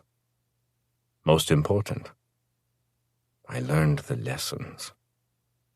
I learned that professional discipline must inform revolutionary armies. Mobs accomplish nothing. I learned that strategy is far more important than passion. I learned that training is more important than screaming or singing red anthems or distributing pamphlets. I learned, despite the length of this address and, yes, accuse me of hypocrisy, that action is far more important than speeches, and I have now fully applied those lessons. In a few days, we march north. In a few days we engage and destroy capital at its most wanton.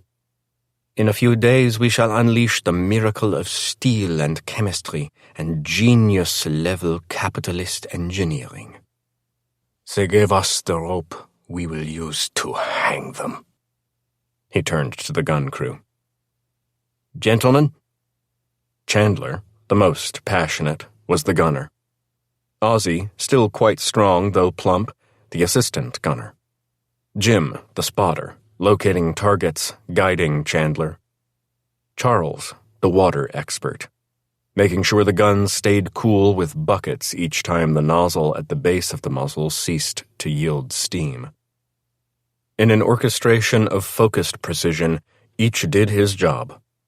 As Ozzy inserted the belt into the port on the right side of the receiver, and checked the level of pressure in the recoil spring on the left side, Charles stood by with both pail and funnel, and Jim leaned over the hunched Chandler's shoulder, pointing out imaginary Cossacks on the charge, or whatever fancy danced through Chandler's mind.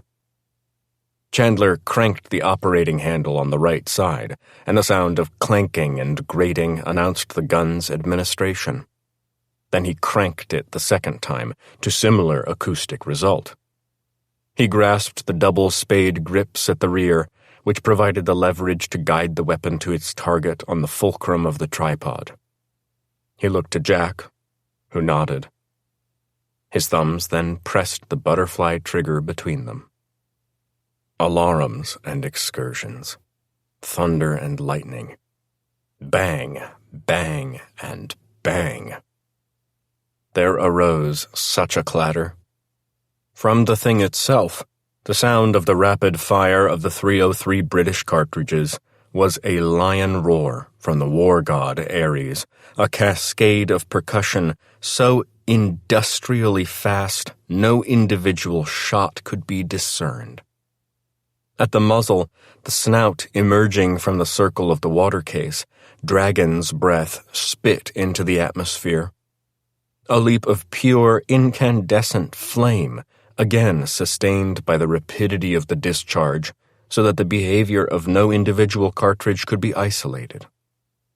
All this transpired in absolute clarity for all to see, as the smoke was sparse, obscuring nothing, merely drifting wanly above, never quite accumulating before it quickly dissipated.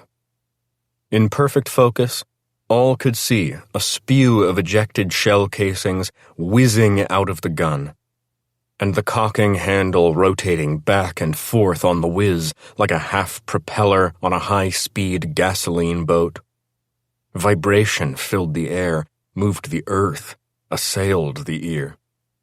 Everybody's eyes moved from the thing itself to the berm 100 yards away, where a staccato of detonations prestidigitated themselves from nothingness into existence in but fractions of a second, mutilating the ground that they ripped, lifting a neat line of dust geysers that disorganized in seconds into floating debris. It took no imagination at all to understand that he who was caught in such a hurricane became tatters. Then silence. From the gun itself? From the men? Then noise, much of it arising from the men. Instantly they had become believers. Now they believed they were invulnerable, that no force on earth could stand against Mr. Maxim's invention. They roared in delight. "Very good," said the Frenchman. "Hold on, more to come," said Jack. "Okay," he commanded the men of the Crimson H. "Now, the illuminators." They attended the gun. The belt was removed, another one inserted across the wooden roller, tugged tight. The lead cartridge placed at exactly the groove in the entrails of the beast where it should be. The hook that advanced the canvas attached. Charles opened the lid of the gun tube, applied the funnel, and slopped in half a bucket of water, which hissed and steamed as it contacted its superheated gallon of predecessor. All assistants then drew back. Jim whispered something to Chandler, who accommodated him by cranking the elevation wing nut on the tripod, and then cranked the gun twice, priming it. Jack turned to the Frenchman. "You'll see the military advantage in this last wrinkle. Think of its battlefield usage and the lives it could save and take." The next was miracle and 4th of July in combination. The same huge noise, the same paltry whisper of smoke, the same issue of airborne vibration. But distinct from before. Now yellow blurs roared in a parabola into the twilight air. Pure radiance, pure heat, pure destruction. They described an arc that rose, then flattened, then bent, as the energy behind the bullets ran out, and down they rained, again to target berm, this time not merely stirring the earth, but as well igniting the brush. Where the curve of light descended, flame followed. Soon the horizon was awash in fire, and all this from a mere 50 rounds of the .303 British illuminators. Then again, the silence. "Break it down, clean it, and get it ready to transport," Jack ordered. The Harvard men set about those tasks with much industry. They were the designated elite, at least in theory. And on their enterprise would a new world be born. Meanwhile, the Frenchman stood again to face his now buzzing men. "You see now that we cannot be stopped." Scant response, except for buzz. Fearing that nobody had heard him, he tried again with more success. "You see now that we cannot be stopped. No American army component has such a weapon, such power, particularly that last burst of advanced experimental ammunition that turns the world to fire. In 2 days, then we march. The bell we clang will in itself be mighty. but mightier still will be the reverberation of that bell, as it will inspire uprisings of working men everywhere. It will signal of the end of oppression. We shall burn the cities, the factories. We shall destroy the railroads. We shall flatten the slums. In the aftermath of this great upheaval, we shall rise anew. Our leadership will not be of capitalists in their spats and tuxedos, but of the working class, men with dirt under their nails, but compassion and justice in their hearts. We shall create, you and I, a new, just, clean world. We shall prevail. Does he believe that insane manure? Chandler whispered to Jack.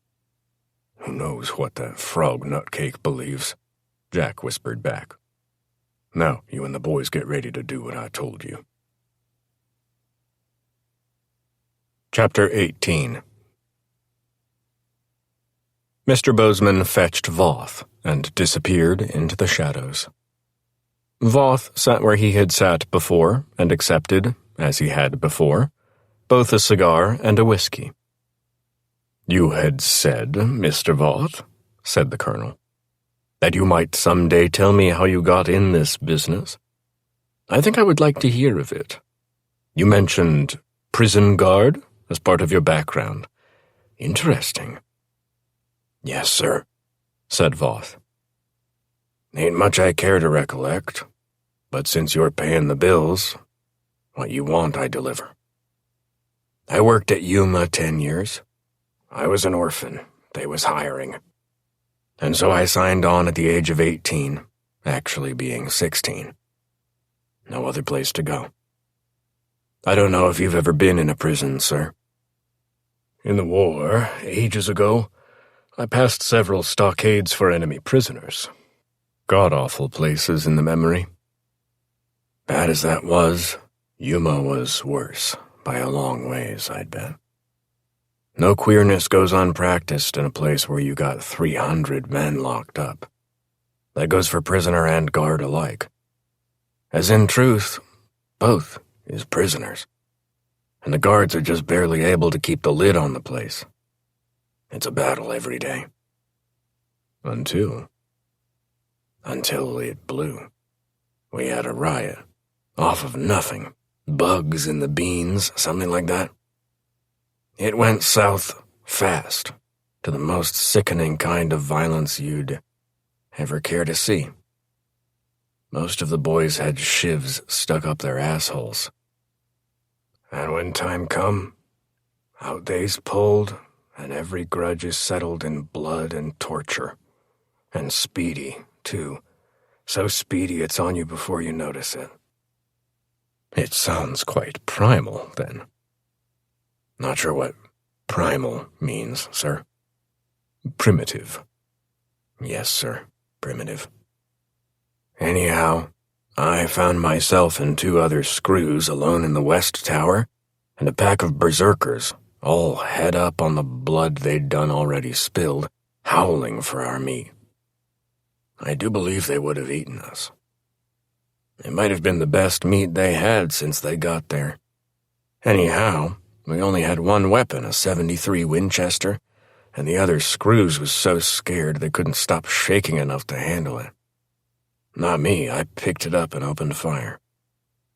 In less than a minute, I killed 15 men. The last was a butt stroke so hard it smashed his eye all to goop. Good heavens! I thought I'd be behind the walls instead of top of them before the week was done. No, sir. Turned out I's a hero. Everybody looked up to me. Can't say I didn't like it, just as I can't say I didn't like the thrill of dropping them guys. Best thing I'd ever had. I got more out of that rifle than I'd gotten out of anything in my life in less than a minute. They wanted to make me an assistant warden or something in the system, but I now had a deep craving to get away from walls and convicts. I wanted the wide open. I left Yuma, and on my fancy new man-killer reputation, got a job as a deputy in a town called Surprise, Wyoming. Bill Tennifer was the sheriff. He said, "Okay, Tom, know you can kill, but the question is, can you kill when the other fellow has a gun too?" Could you? After he taught me. He was a great man, and as good with a gun as anybody I ever seen. And after 5 years under him, I had picked up a lot. I killed 9 men in that time, from his skills. But he said to me, "Tom, you're too good to be a deputy in Jerkwater, Wyoming. With your gift, you ought to be making a lot more money and sleeping in a house, not a room behind a general store." He was right. So off I went, looking for gun work. Highest bid takes the boy. The next 10 years I spent rented out to various ranchers and ranch groups and was used against farmers and sheepmen. And I was used by the railroads against them that wouldn't sell out to the railroads. And my reputation became hard and widely known. You heard of the Red Squirrel Massacre? Wasn't it 84? 85. It wasn't a big one, as I recall. There were far bigger ones. Well, it was big enough, said Voth. Sioux, as I believe, but not the group that attacked the Nestor family ranch. They were Brûlés. The ones that were massacred were Hunkpapa. But Sioux kinship groups are amazingly complex, and I don't think even Sitting Bull himself understands them. If you got it wrong, you really shouldn't blame yourself. Things happen. It's the West. That thing didn't have to happen if Charlie Wainscott, who ran the outfit, weren't drunk and scared. And when we come across Indians, any Indians, he gave the word to go in, kill 'em all. We did. Only a few old braves, mostly squaws and kids. I know I'm supposed to feel bad about the murdering. Sometimes I do, but the truth is I did in fact like it. You're a god. You say who lives and dies. Down deep, I ain't big ashamed. It's more of little ashamed. We needed men who could do the killing work. Not many could, but I could. And nobody'll ever say it. The truth is, we couldn't have done nothing without it. It had to be done. Nice folks wouldn't do it. But nice folks would come on the land we cleared. They may hate us and believe themselves better than us, but they damn sure needed us at that time. You are straight on that, Tom. You don't get greatness or strength or wealth or a future unless someone's willing to take up the killing trade. In the end, you have done more for our country than an old foghorn like me. The Tom Voths are the true, necessary men. Voth took this compliment to heart, as it was so, he believed. Heroes get glory and women and star in Wild West shows. But there's no West to show if the Tom Voths haven't cleared it out yet. Here's why I had Bozeman get you. I wanted you to see this. The colonel handed across The Gunman, Jackson Swagger. Tom looked it over. He didn't read well, but he recognized the form and the name Jack and figured it out. Jack is Jackson Swagger, you're saying? I believe him to be so. This volume, cheap and vulgar though it may be, and far off the great Gibbon's style in English prose, nevertheless comports with everything he told me about himself. The war, Arkansas, the wife dead young, the wandering years, the Wild West show skill with the pistol and rifle. Tom nodded. If that were so, then indeed Jack was the gunman in mufti. You have heard of him? In those years, the late 70s and the 80s, yes. I also worked with men who'd worked with him. They were the sort who didn't impress easily, and he impressed. He was as good with any sort of firearm as a man can be, while at the same time of high bravery. Yet he wasn't no blackguard, nor bully. Didn't go out of his way to impose or impress. He had no need to be the boss. He wasn't greedy, neither, and took what was owed, no more. An impressive man, to be sure. I knew there was something about our Jack right from the start. So the first question must be, why would such a man go to such an effort to infiltrate us? Not normal behavior. He'd have no need to go under false papers as some sort of drifting old saddle bum. He said nothing to give indication. Then again, he grew close to nobody and sent admirers away, preferring solitude above all. Clearly he is here on the hunt, but for what? Of whom? To what consequence? Tom just shook his head. He tried to angle out some reason for a gunman of Swagger's repute to come to call on this operation. Perhaps he had heard of something and felt it needed setting right, but in fact there were so many such episodes of secret nefariousness in the history of the Crazy R under Callahan that it would be difficult to know which, and in the end, perhaps it didn't matter. He was here, guns aboard, mind set on something he'd see as justice, and who would stop him? I have to ask you, Tom Voth, man on man. Could you, if called upon, face him and walk away from his corpse alive? Voth considered. He was the best man he knew with a pistol, and adding in his abundant bravery and commitment to duty, he knew himself to be a formidable gunman of his own right. Yet reputation was not easily come by, and if Jackson's swagger had one of the best, it had only been purchased by deed, not talk. This was a fellow of special purpose and talent, maybe more of each than Voth. I see it now as something meant to happen. He never bucked me and showed me hate, but his skill affronted me. Destiny, mine and his, set this up. No matter the consequences, it must occur. Your courage, as always, is admirable. However, I do believe that from now on our fellows should always travel in twos or threes. 1-to-1 he is sure death, if that is his plan. If not, then perhaps his goal is something not concerning Crazy R, and he only uses it to draw near to his real target. When he has dispatched it, he will move on, and who's to be the wiser? I'll wish on it too, sir, and I'll set the boys up for caution. But I believe that Jackson Swagger will have his day, and nothing can stop him. That is the way of such men. Chapter 19.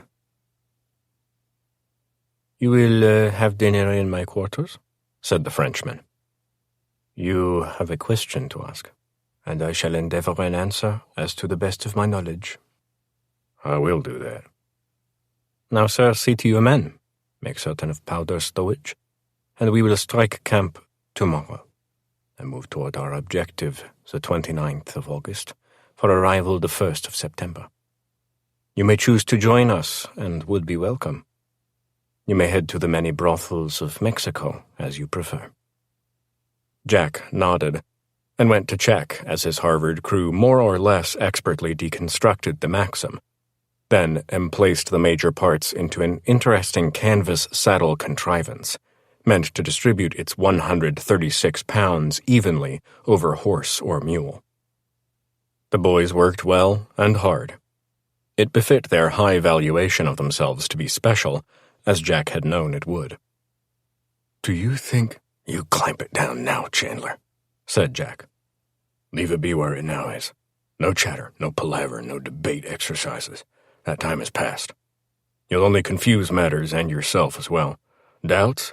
Every soldier has them, but you have chosen a course, and that's what will happen. If you're not...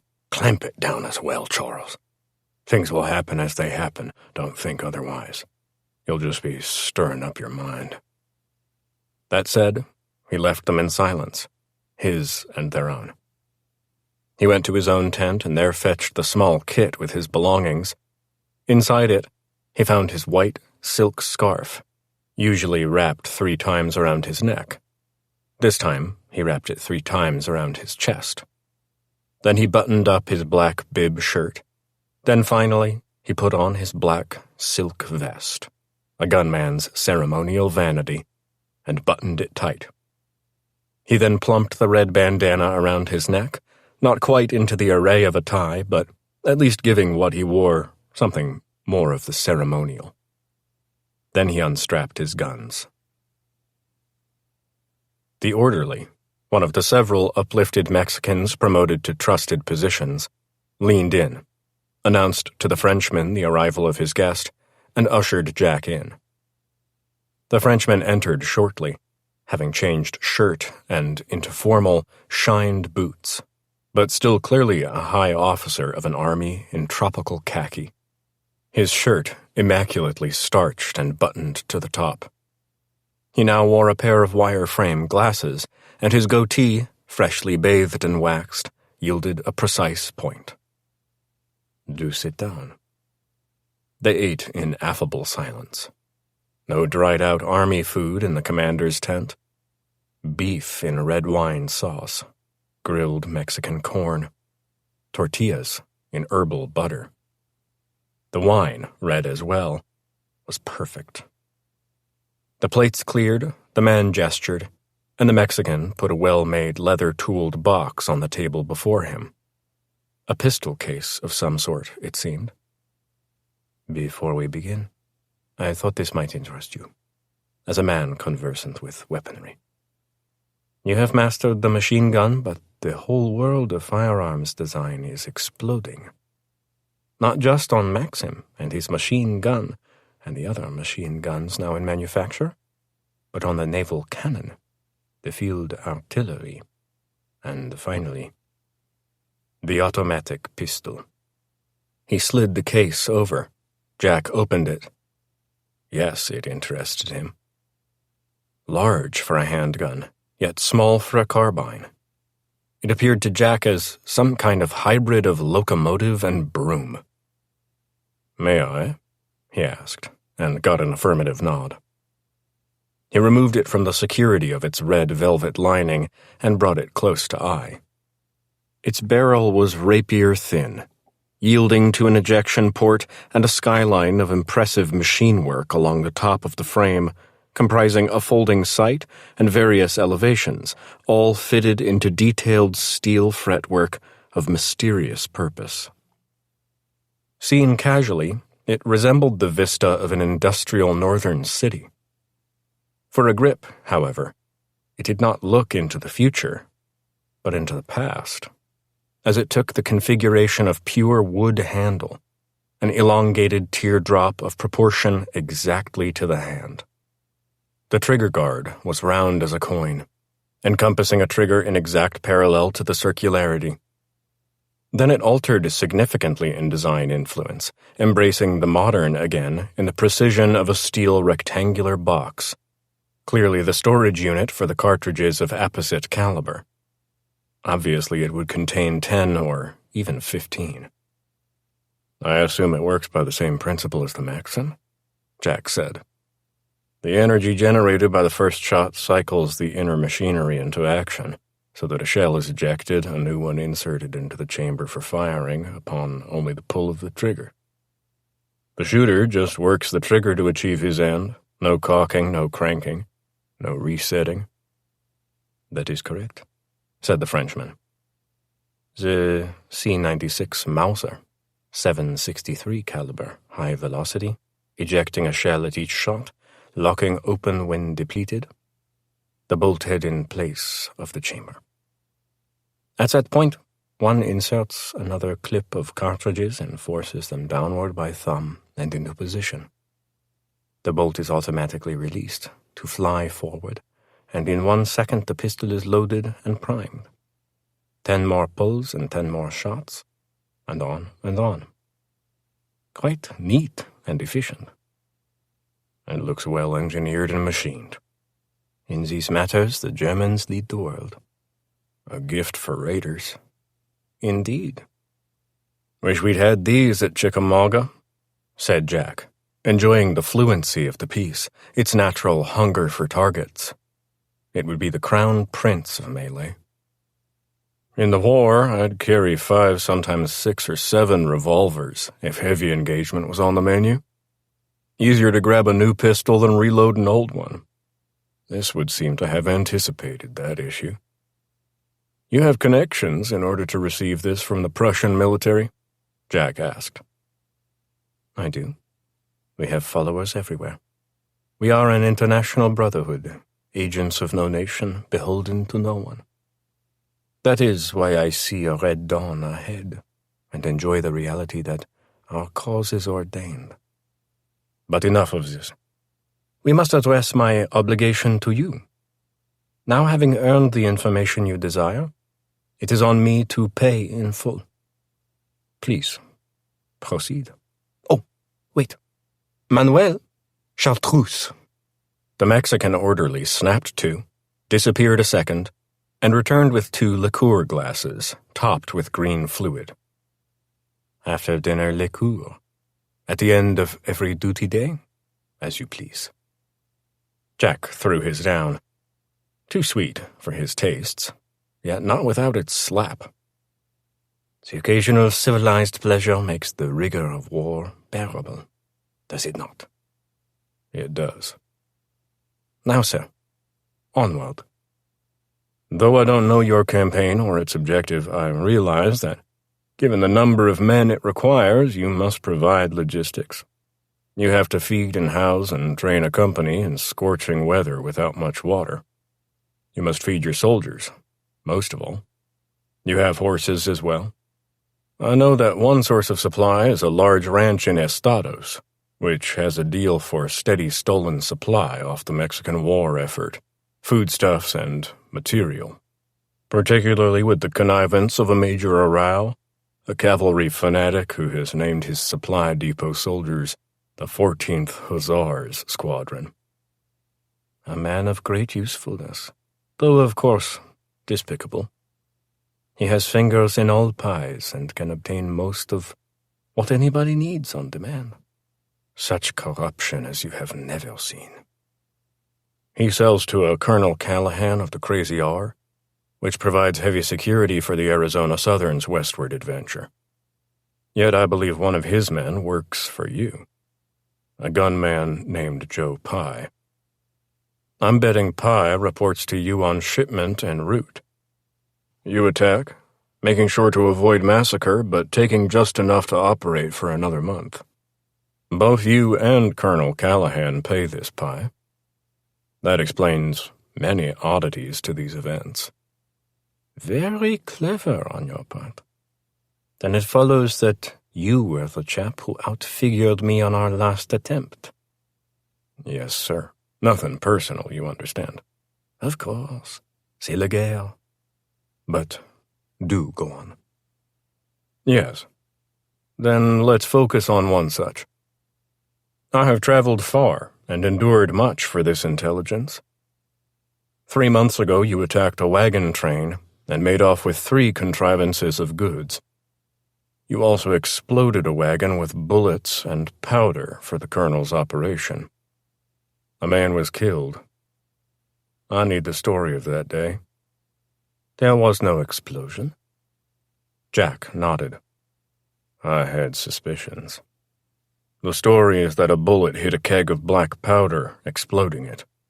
The man was trying to clear panicked horses from the area and was cut down by shrapnel. That is the story. Why do you suspect it? Because no bullet is hot enough to detonate powder. It needs open flame. Shoot it all you want, it will not explode. Just leak. Excellent, said the Frenchman. I was told later that the man had a sentimental interest in horses, but he was also suspicious of what the wagons bore. He was then both heroic and nosy, and these two combined to get him killed. You are certain about the explosion? I leave people behind on our raids. in case a posse is formed and a pursuit begins? They would have seen an explosion. They would have reported it. This did not happen. Jack nodded. What you have is not war, but murder, said the Frenchman, with the air of a judge pronouncing a finding. Why? I cannot say. What did that man find out? I do not know. I leave the bourgeoisie to its own perversities, except to note that it does not surprise me, and it is just another reason for its elimination. Jack seemed to consider. Perhaps Major Rao can tell you more. I will travel to see him. And are you satisfied with my explanation? Yes. And on the topic of joining us, I presume your interest in this murder precludes that possibility? It does. Thus, whatever private crusade you pursue, I wish you luck on it. Appreciated. Then I will see you off. You have much travel tomorrow. Yes, sir. I will return to my tent and get to sleep early for an early departure. Do you need an escort? I fear the precipice when it's dark and one has had a drink or two. I have lost 3 men that way. I am fine, said Jack. The 2 men stood and shook hands. Jack exited, got his bearings, and turned in the proper direction. At the precipice, he noted the vast darkness below. It was all chaparral, leading nowhere for miles and miles. He turned, walked along it toward his tent. A man suddenly stepped before him. It was Joe Pye. He shot Jack, point blank, in the chest. Jack felt the blow, spun backward into the pull of gravity, and fell into the dark. Chapter 20. Joe was happy. He had money in his pocket, memories of murder in his mind, a new notch on his pistol, and a half-gone bottle of whiskey in his hand. All he needed now was a gal to fuck. "You sure on this, Joe?" asked Shorty, who was beside him, as the 2 ranged through Number 4's nicer district in the early evening. Joe took a swig. Damn good hooch. It amplified all his memories of the look on Jack's face as he tumbled off the precipice, and diminished all those of his father screaming, "You ain't nothing, boy. You ain't never finished a job of work in your life. I'm tired of feeding a no-count," and whipping him with a razor strop. "Surely am," he said. "Had my eye on this one for a long time. No Jack around to scare me off. He's a pile of bones at the bottom of a canyon." The house was behind the church, which had been unvisited since their last time there. It was dark, the house still lit. "Let's go," said Joe. "It'll be fun."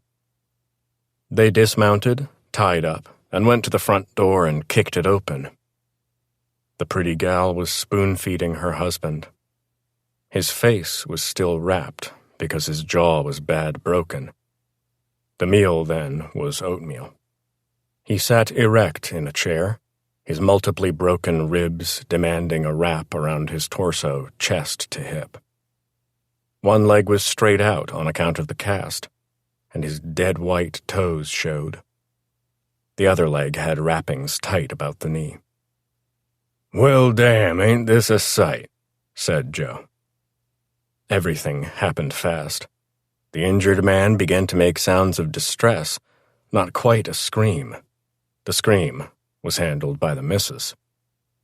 Joe handled the rush to her, and the throw down hard part, and the rip the dress off her part.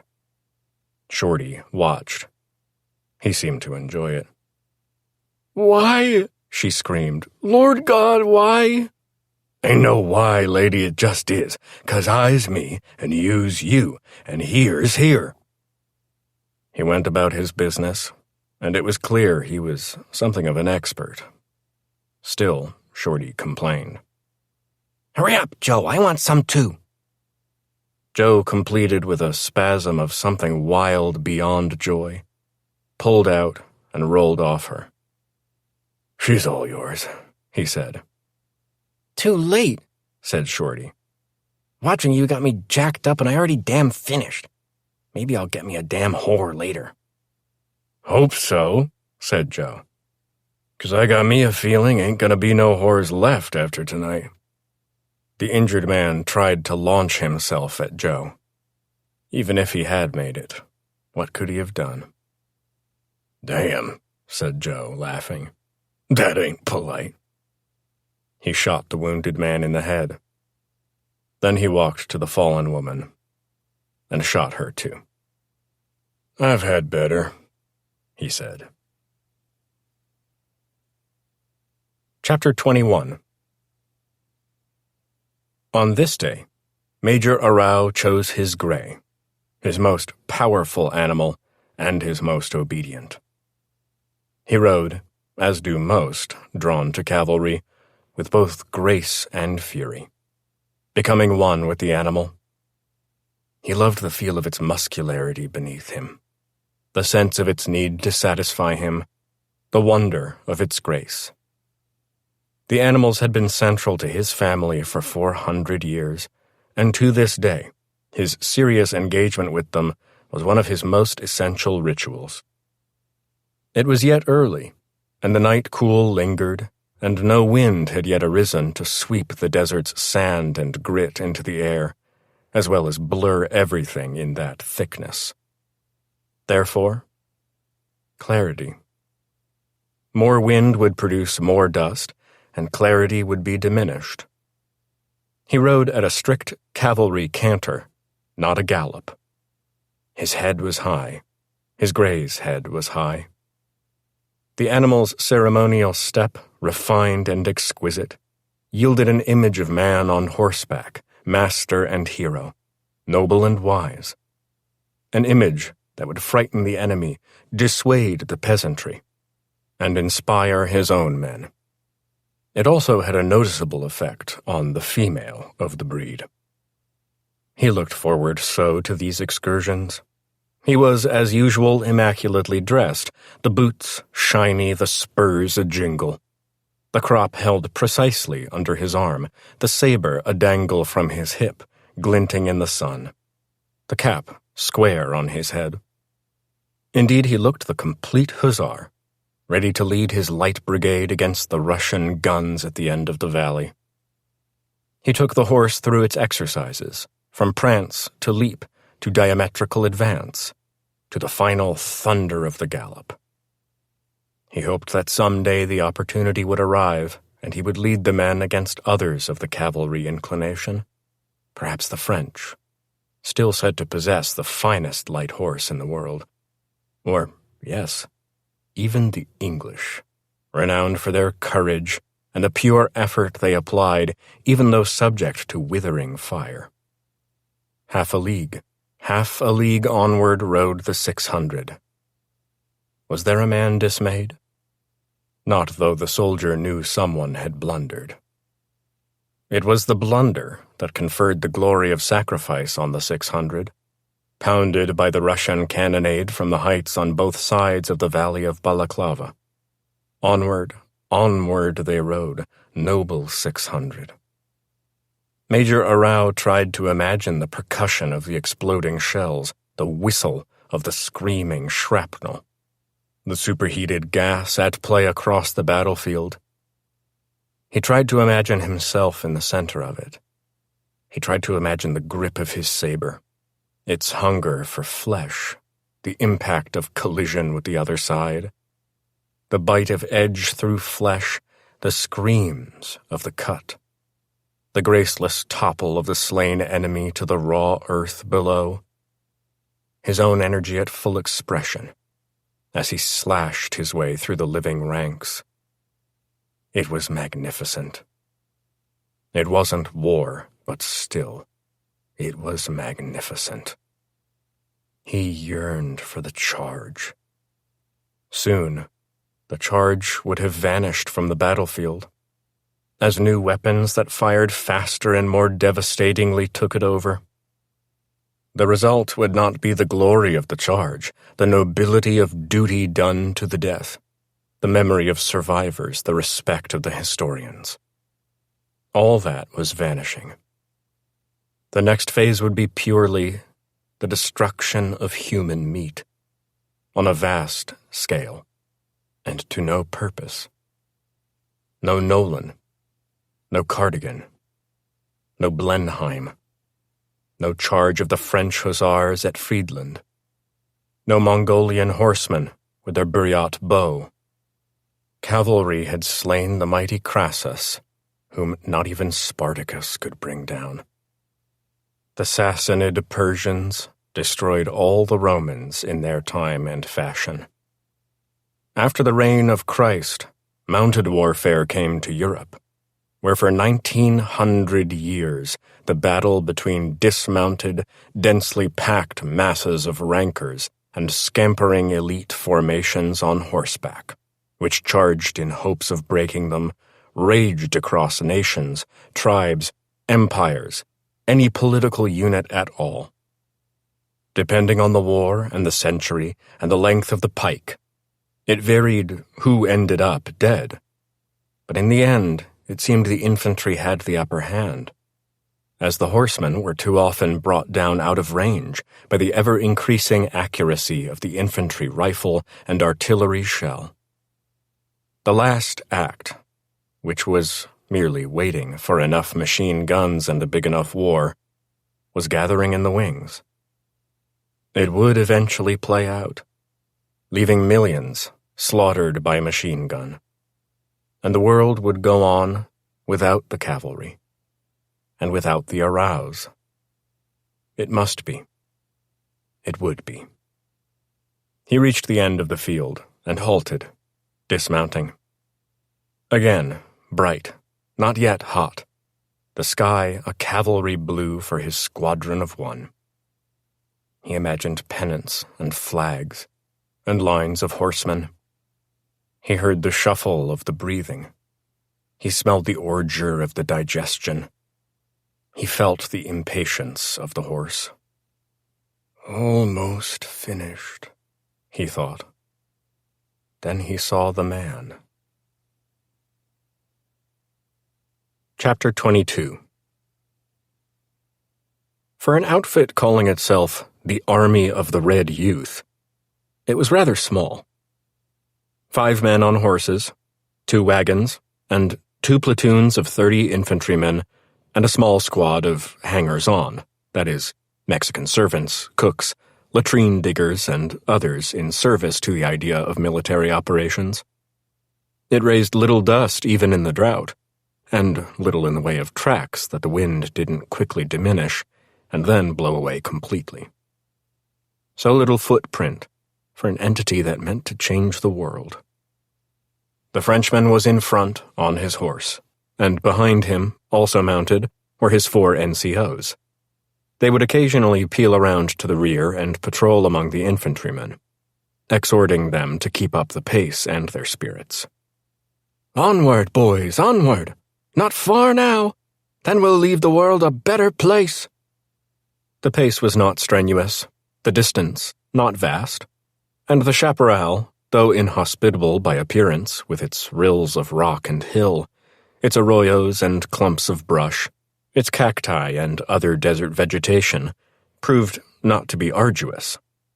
If the path were picked carefully, the Frenchman with his military background was an expert, it went smoothly enough. Frequent water breaks, a surprisingly soft wind, an absence of grit whipping through it, and a hint of moisture to the air, and the unit moved with purpose and good order toward its goal. "You see, Lutek, how well it goes? We have trained the men well." He spoke in French. "Yes, sir," said Lutek, in a French much better than his English. He had been with his officer since the War of 1870. He was at Sedan, and saw the ring of fire and the mounds of French dead. He had seen Paris in its brief period of liberation and equality. He had mourned its passing and the return of the old order, as Europe and its kings and chancellors and prime ministers clamped down hard on the stirrings of a new way. He had followed his officer into a radical underground, not saying much, given only to service. In fact, the Frenchman, that is, Etienne d'Auclair, Duc de Boulogne, took him quite for granted, which is how he wanted it. "Yet you look troubled, Pierre," Auclair said in French. "May I ask why, Signor Corporal?" "I want to re-emphasize my findings of this morning, sir. I feel I didn't make my point clearly enough." "Oh, the business of the missing horse?"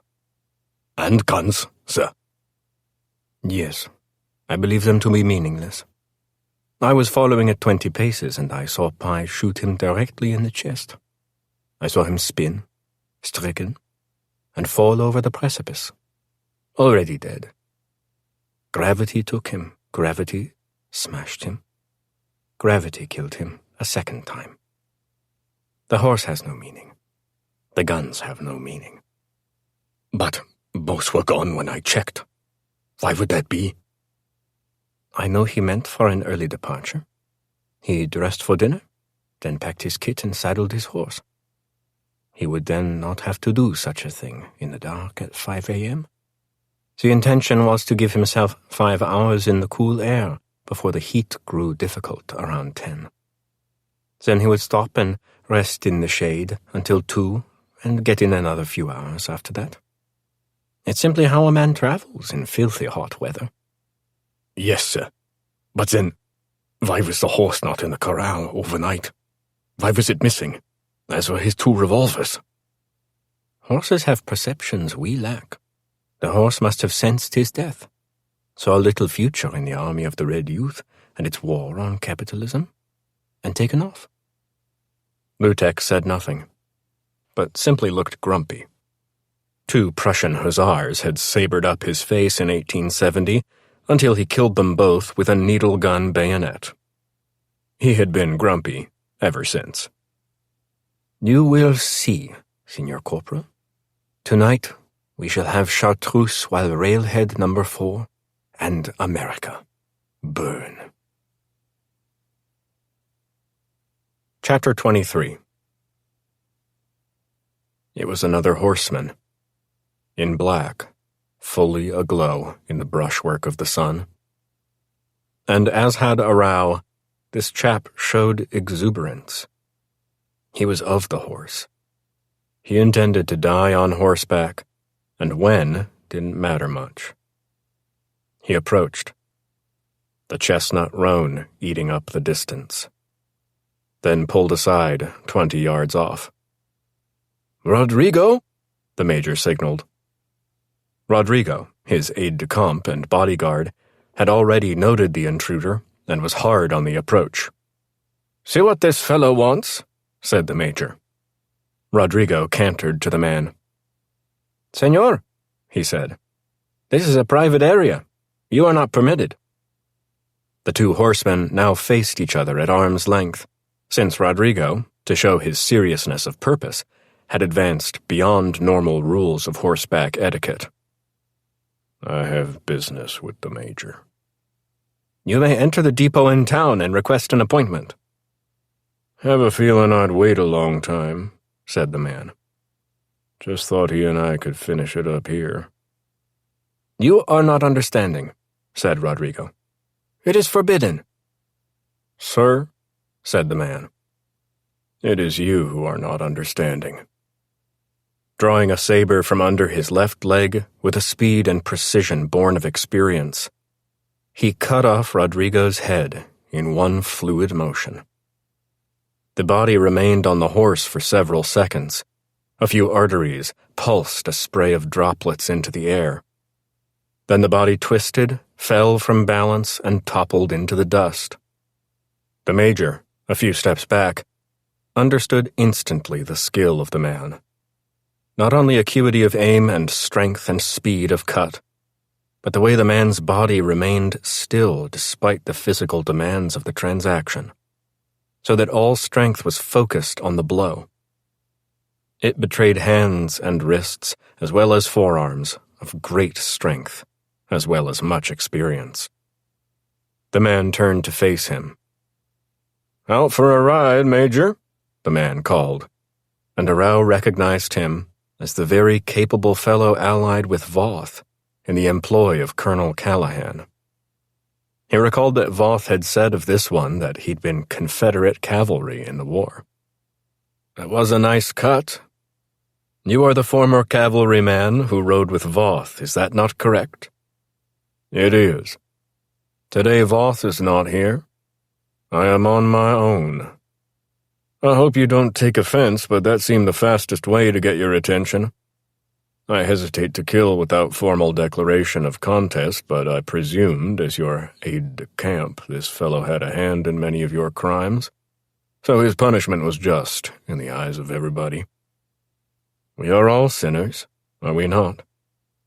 What do you want?" "You have information. I need you to share it with me." "You threaten me, then?" "Perhaps we could just chat and I'll go upon my way. My judgment on your behavior could await another day, or even forever. But no matter, I shall obtain that information." "You have pistols." "I have not." "I will then make no use of my pistols. I have experience, as do you, with the blade from atop a fine and valiant steed. I'm not practiced, and moreover bear a bruise on my chest that would flatten another man." "Pain does not bother you?" "It bothers me as any man. But duty, undone, bothers me more." "This will be an interesting contest. To sabers, then." The major drew his blade. It flashed in the sun. It was a superb Toledo steel with brass basket hilt and only slightly curved, after the modern fashion, thick through spine yet a razor at edge. Its beauty did not mean it was unfit for battle. The swordmakers at Toledo had never made a sword unfit for battle, and they'd been at the trade since the days of the Cid. By contrast, Jack's was a war-beaten relic, heavier in all respects. It was actually of Yankee manufacture, of Ames Sword, Ames, Massachusetts, having been picked up after a skirmish in 1862 when its original owner no longer had need of it. Jack carried it for the next 3 years, used it often, shed much blood across its blade, and came to know it like a brother. If he had need of a weapon for this test, the Ames heavy cavalry saber of 1858 was the weapon he would choose. If somewhat archaic in the degree of curve and the heaviness of quillon and pommel, and, of course, strictly built for battle, it lacked ceremonial niceties. The two rode to the center of the field, then separated until 20 yards lay between them, faced their horses, and saluted each other with blade and momentarily dipped head. "En garde!" shouted the major. "Yee-haw!" replied Jack. With that, the major reared the gray on 2 legs so that it built momentum in the descent, then spurred it with a violence that communicated to it that this was battle, not practice. It leaped hard and fast on Jack, whose own mount, challenged, responded with a head-down charge, instinctively finding an angle of approach at 0, so that the gray had no room to launch a cut. Was this a fight between swordsmen or horses? Both, actually.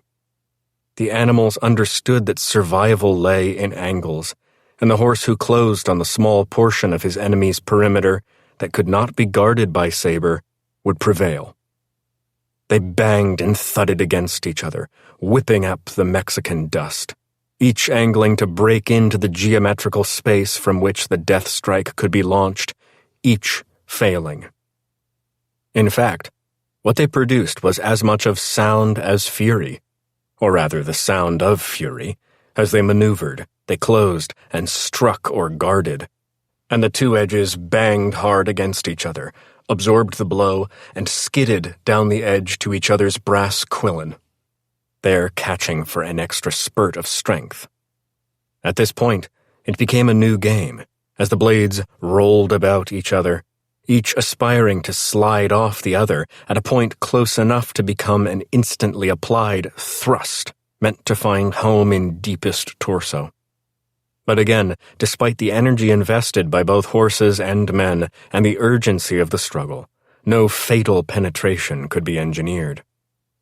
In time, the animals backed off from each other. The two swordsmen looked hard at each other, each seeing the other's formidability. They were soaked in sweat, as were their mounts, and both men and animals breathed heavily through parched lungs. "I see you have done this before," panted the Mexican. Jack was wiping sweat flecked with blood, a cut somewhere he hadn't noticed in all the exertion. But he answered, "Yes, but in melee, where one slides off one enemy to engage another, never straight blade on blade. This is unexpectedly intense, and there is no recourse. You have chosen it, sir, not I. It is mine only but to survive. A shame we cannot have a drink afterwards." "That's the problem with battle," said Jack. "You must kill the people who most impress you." Jack lowered, charged, attempting to dip so far that he opened an upward thrust. But the Mexican was instantly aware and feinted an outward drive, then ducked back in. Unfortunately, jammed too close to his foe to reset his blade angle for the kill. Instead, at speed, the two crashed together, muscles driving on muscles, and under certain circumstances, one might have unhorsed the other, turned and ridden him down, then dismounted for the coup de grace, as regretfully as it might be applied. But each clung to his animal off the strength of muscles much versed in horseflesh, and stayed aboard. The impact would leave a horizon of bruise where each had beaten against the other. They separated again. "It would be a shame to kill a man so talented and brave," said Jack. "Why not just tell me what I want to know, and we'll go our ways with fond memories?" "No, Garcia Borges Arau has never surrendered," said the major. "We carry the field or we are carried from it. I have no choice." "So be it, my friend. Save a chair for me in hell, or you for me." Again they lowered, again they charged. Again the blades banged, then skidded, then tangled, and Jack used a trick that he'd conceived of 30 years ago, but never tried, because it could only work mano a mano. He dived from his horse. Having bulldogged many a young steer in his time, he knew the terror of slipping the saddle's security and launching into space, and knew also that in giving up his horse, he was betting all on the surprise maneuver. As both speed and gravity took him down, he reversed grip on his weapon, thrust full strength at a target he could not see for the blur of speed and dust and the rush of the fall, and felt it bite hard into flesh. It was the sensation of the butcher's profession, as one could sense the feel of the jellied meat as it yielded to the cut. Then he hit the ground, lost everything in a sequence of flashes and crashes as his head went against the dirt as an egg to a wall. He rolled through dust, meant to scramble to his feet to reacquire the saber in time for the Mexican's next attack, but didn't make it, then was hit hard by the animal's front quarters, which drove him backward in an arc, and again his head was driven into the dirt. He blinked, falling into confusion, breathed in a gallon of sheer dust, tried to blink clarity back into his eyes, but knew he was doomed unless... The Mexican did not ride him down again, this time grinding him under hooves, making the final thrust largely irrelevant. Instead, he simply relaxed on his horse, if wobbling a bit. He raised his arm and exposed the long slice from above the navel to around the back, which now released blood in copious quantities. "You have killed me," he said. "If that is what you want, I see blood but no spurting, which means no arteries are cut. You will not bleed out fast. If I wrap linen tight around the wound and your horse can get you back, you may live many more years." This was a lie. Indeed, no arteries had been cut, but Jack made out 4, maybe 5 incisions in the coils of the small intestine as the rent uniform peeled backward to reveal such secrets. Already poison leaked out. Infection would follow. And Major Arau would join his forefathers in cavalry heaven within the week. "Yet I will not be able to ride. What use is life, then?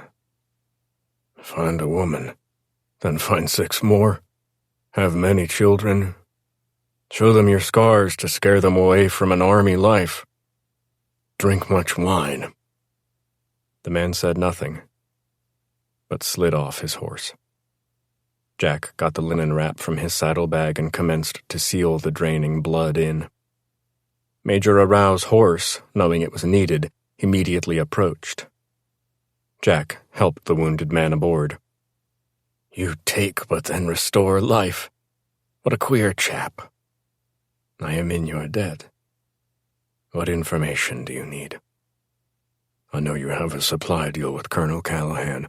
I also know that occasionally an 11th wagon is inserted into the wagon train. I know that the Frenchman's Red Army will not bother it by some sort of other arrangement, I suspect brokered by you. You know much. I pay attention. The question, then, what is in the 11th wagon?" The Mexican grimaced in pain, made as if to pull away, but lowered his head one more time. "Young girls," he said, "for the whorehouses of Railhead No. 4. Chapter 24. There have been many, perhaps millions, of speeches without revolutions. But has there ever been a revolution without a speech? Don't count on it. On the second day's march, the Frenchman, formerly of the 13th Regiment de Fusiliers, General Staff Department G, Intelligence, the Socialist Reform Party Leadership Council, the French Workers' Party, the Black Flag Guerrilla Sabotage Section, the SLP Action Committee Chairman, and presently, the Commander-in-Chief of the Army of the Red Youth, ordered his Red Youth to cease their march. Tonight the true work began, and that moment required consecration as well as clarification. This meant, quite naturally, another speech. "Young men," he began, when they had drawn close, gone to rest, laid down their Remington 43s, taken off their hats, and in some cases loosened or removed their boots. "I bid you rest one last time before action. I want you to use this time to contemplate the enormity of what you begin tonight. You should have pride, enthusiasm, but above all, a moral clarity as to what lies ahead. I do not pretend the crusade will be without blood. I never have. I only proclaim that in the Maxim machine gun under the cover of the wagon, for once, the force is on the side of the people, not the Cossacks, the gendarmerie, the bobbies, the Pinkertons, the government agencies, the capitalist goons, the misinformed patriots, the ignorant and the savage. We can and will, for once, vanquish them. Our plan is simple. After dark, we come out of these hills to the town of Railhead No. 4, headquarters for the expansion by the Arizona Southern Railroad into California. And we bring a message of devastation to capitalism. We teach them that they no longer control the means of production. They are ours by right of sacrifice and conquest. I have an agent there already. He is a large, blond man of cowboy disposition, but he is totally of our cause. Even now he waits in the Golden Apple Bordello for our arrival. I know that all before me are willing to die for this cause. Not hardly, whispered Jim to Chandler, who muttered in reply, "Shut up, you'll get us hung." But I have a melancholy truth for you which I need you to affirm. Our plan calls the machine gun to open fire with illuminator rounds on all administrative and logistical buildings of the rail construction team.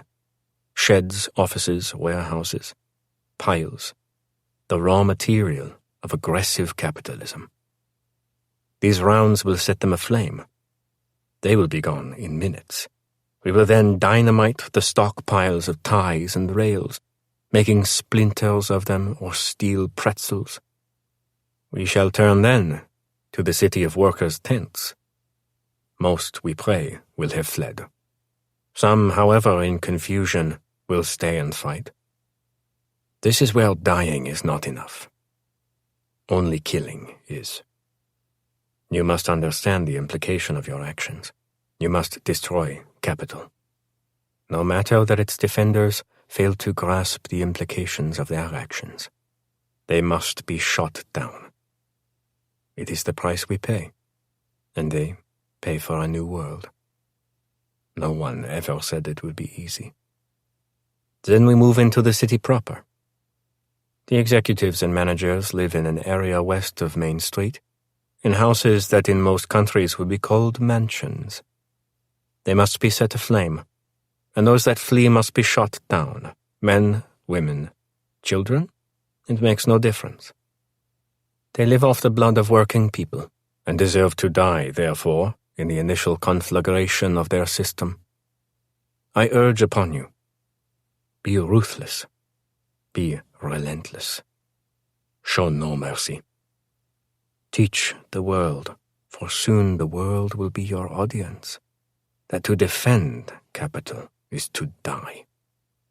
It can be no other way. Then finally, we move into Whoretown. This is the fulcrum of capitalist evil, where they turn our own appetites against ourselves and render us worthless against our hungers. Especially here, our message must be relentlessness. The guns will be loaded with the bullets of fire and must set aflame or otherwise individually shoot down all who remain. The whores especially must die, for they are the lubrication of exploitation. If captured, they will be hung or burned, depending. You may first take any pleasure with them you see fit. It has been a long night, after all, and then they will be consigned to their fate. Tomorrow we rest, and certain parties will comb the ruins for replenishment.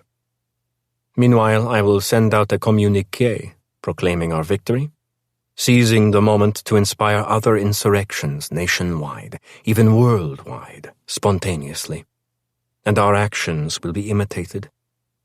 In very short time, no national state will be able to stand against us. Our way is righteous, the only way into the next century. We shall prevail. Apollo must vanquish Dionysus forever. He held them captive. He felt their obedience. He felt a new world stirring. He felt his own elevation unto moral greatness. "Sir," said Jimmy, there's a man a few 100 yards ahead, standing in the prairie." "A man?" "Yes, sir. Worse than that. I think it's a dead man." Chapter 25. "I feel his approach," said the colonel. "Do you, Voth? In the war, before the big battle, we could feel emanations in the air. I feel them now. The next days will be bloody." "Yes, sir," said Voth. "But again we have no clear indication of why the gunman's swagger took disguise among us, and has done service on our behalf. No, but I cannot believe it is otherwise innocent. Why hide? Why snoop? What mystery did he need to unravel before action?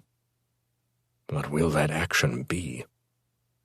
They stood on the veranda of the great house, contemplating the sheer beauty of the sunset, the calm of the day as it slid to night, the 30th as it slid to the 1st.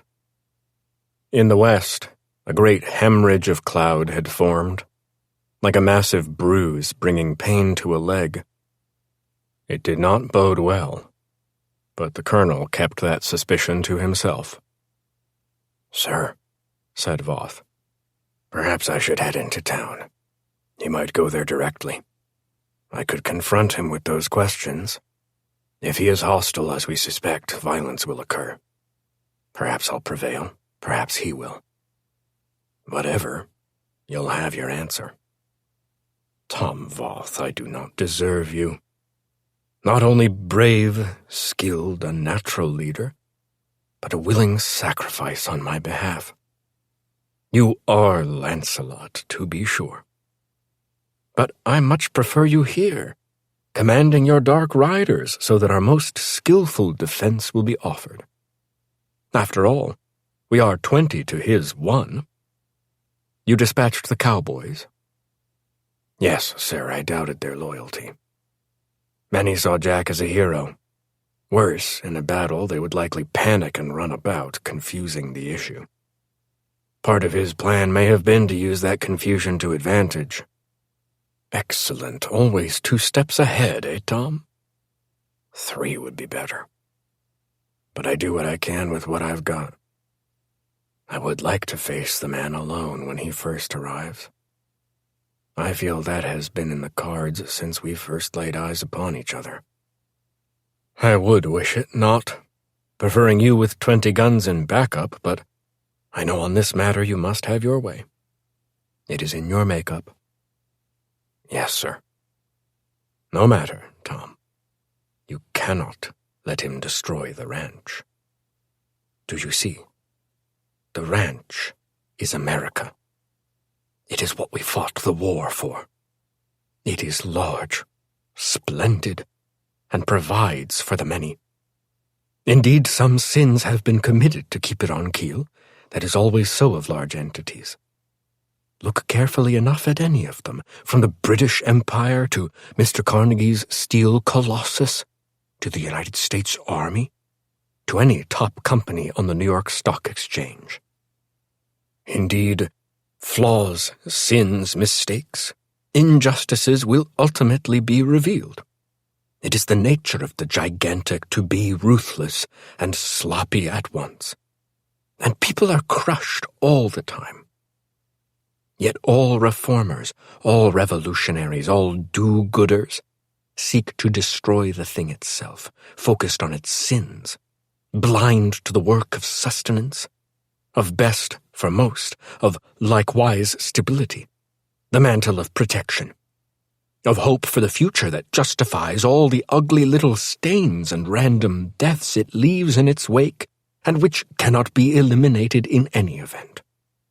Those of us chosen by fate to defend the future see and understand that, are not unmindful of the tragedies, but know more sincerely that we must protect it all, for over the long run it is best.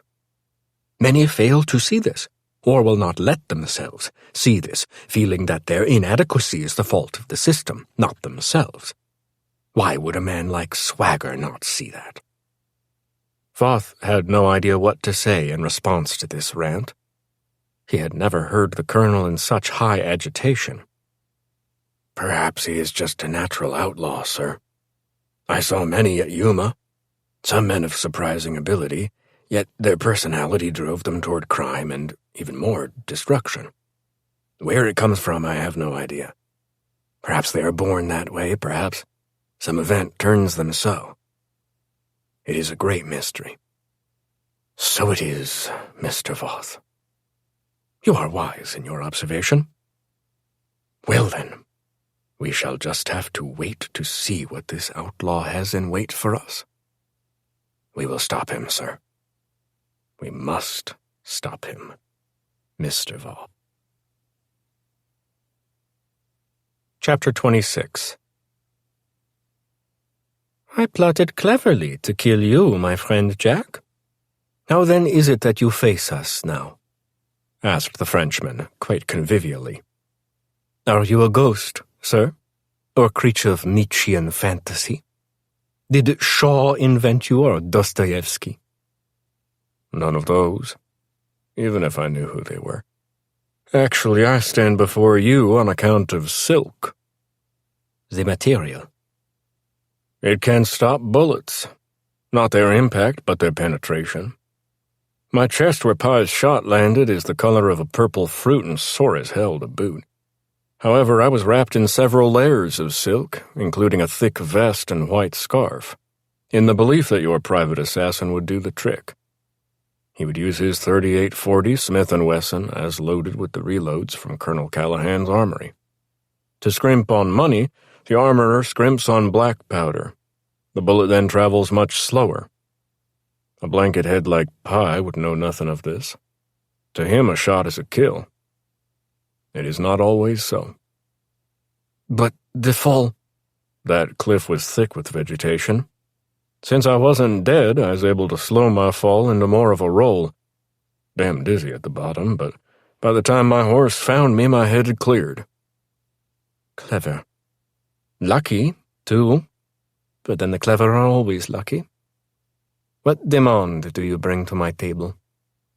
The order to stand down, disperse, destroy the machine gun, and go on about your business in ways not involving murders of the innocent. There are no innocent. That's the kind of talk that sets lads to flying. It is it not? Surely you see why. I have 4 stalwart men on horses with Winchester 94s. I have a Maxim gun. I have 60 men-at-arms pledged to my cause, ready to go forth. Against all this, you bring only yourself. I admire your courage, as I always have. But as you stand against me, alone here in the twilight, you must be destroyed. I suppose it has something of the Greek mythic to it, the one helpless against the many of no hope. Still he rages on. You have 4 men on horseback with rifles. I can draw and kill the first so fast it defies belief. That shot's report will stir the other 3 horses. They will skitter and prance. Their riders will not find the stability for a secure response. Before a second has run its course, they will be dead. The horses fled. Fellows, drop those rifles and back off. A moment or 2 passed. Lutek tossed his first, then Jimmy, then the others. Then I will command my machine gunners, said the Frenchman. Sir? Yelled Chandler. Sorry, but the Harvard Crimson chooses to go the way of Jack. Our gun is indeed ready to fire, but not at him. Rather, it will destroy our colleagues. I would hate to do so, so I now recommend to them that they toss those ludicrous 43s aside.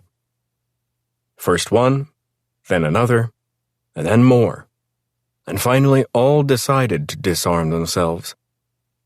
They backed away, some already on the run. It seems they weren't keen on machine gunning babies in their cribs in the night, said Jack. They are fools, then. They leave the world unchanged. Perhaps they can change it without massacring babies. Maybe you're the fool for believing such a thing is possible. So be it. I'd always prefer foolishness to baby killing. Then it's you and I. It is. You are a renowned pistolero. I am but a retired French officer. What sport can there be for you? Why not just execute me? I do not execute or assassinate. I kill by fair contest. Well, most of the time. We shall see.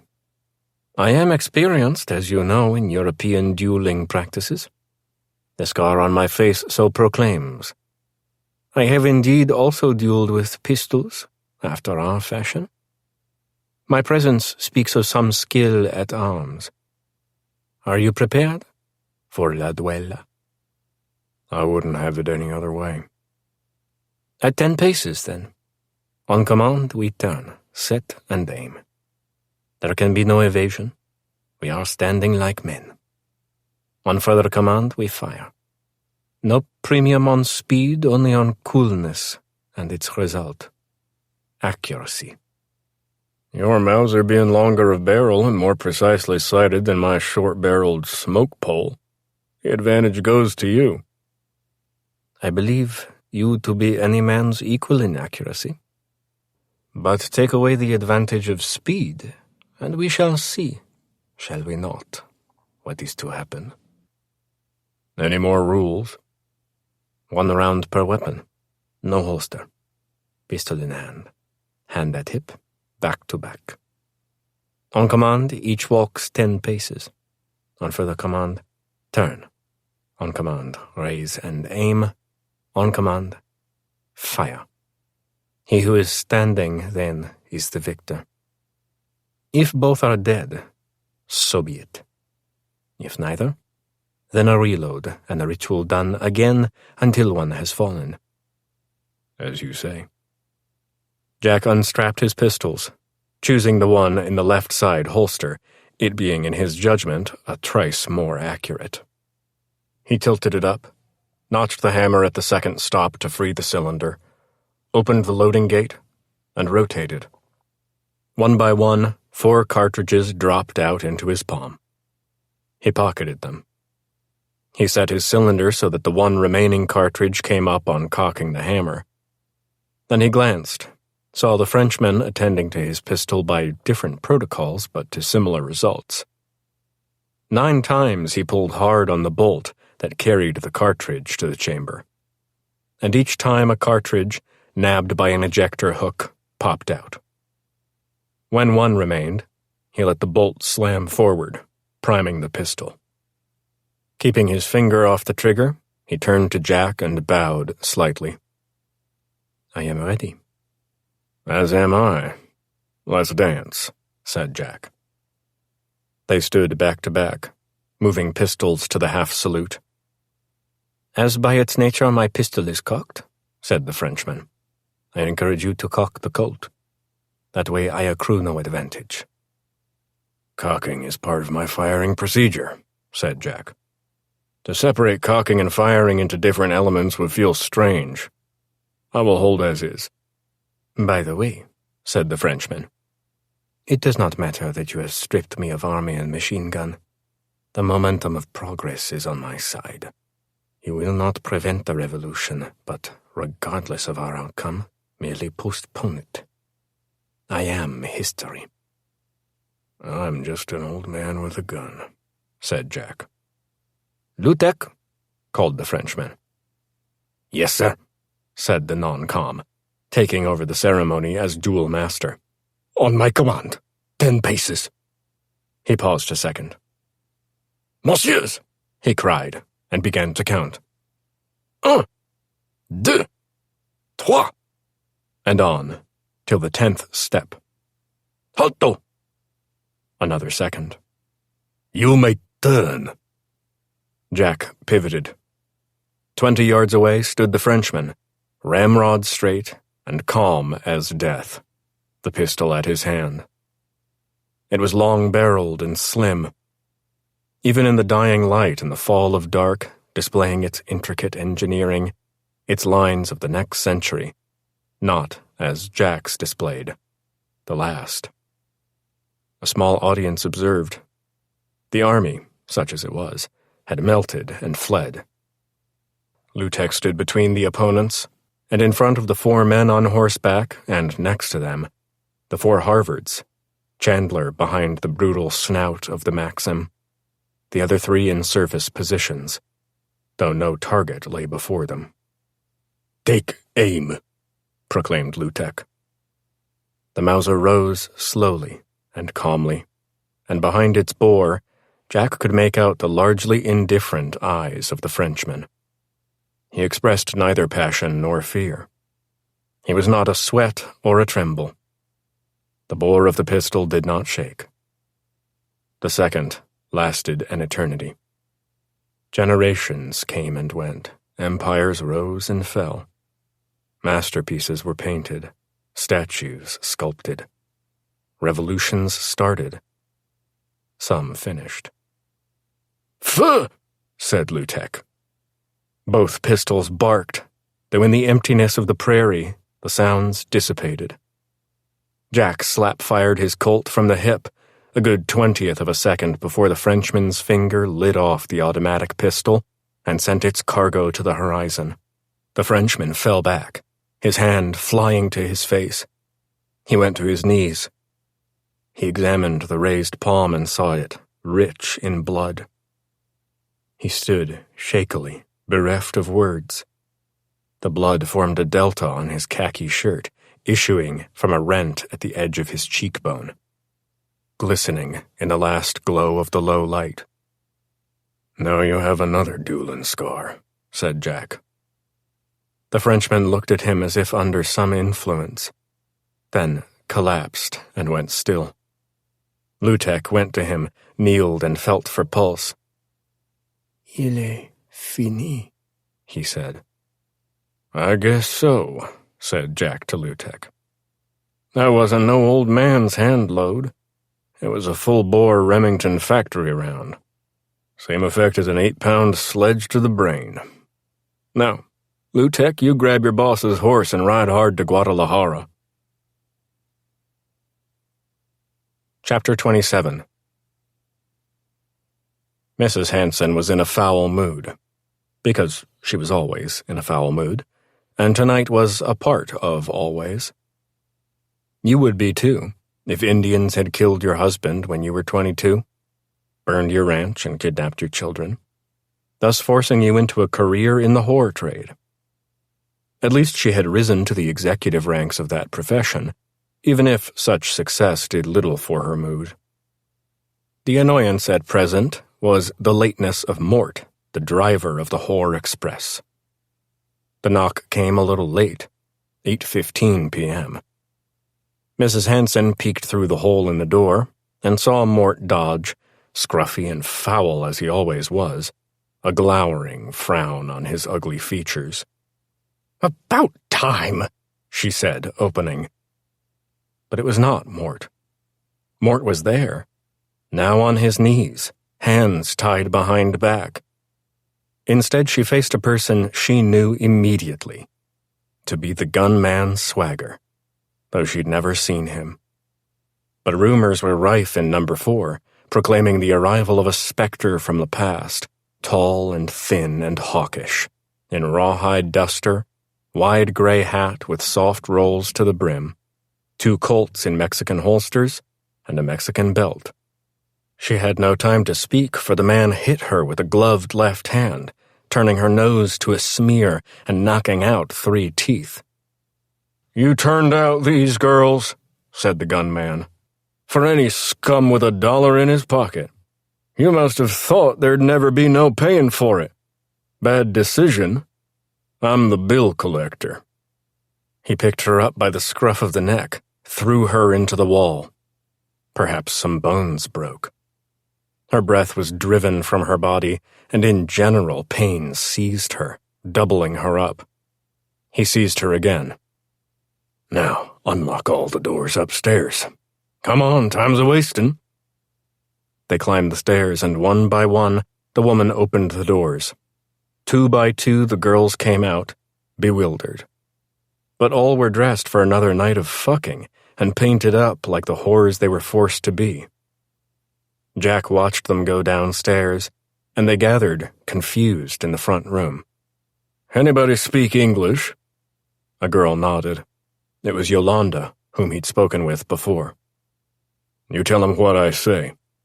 "Yes, sir," said the girl. "Outside is your wagon," he said loudly.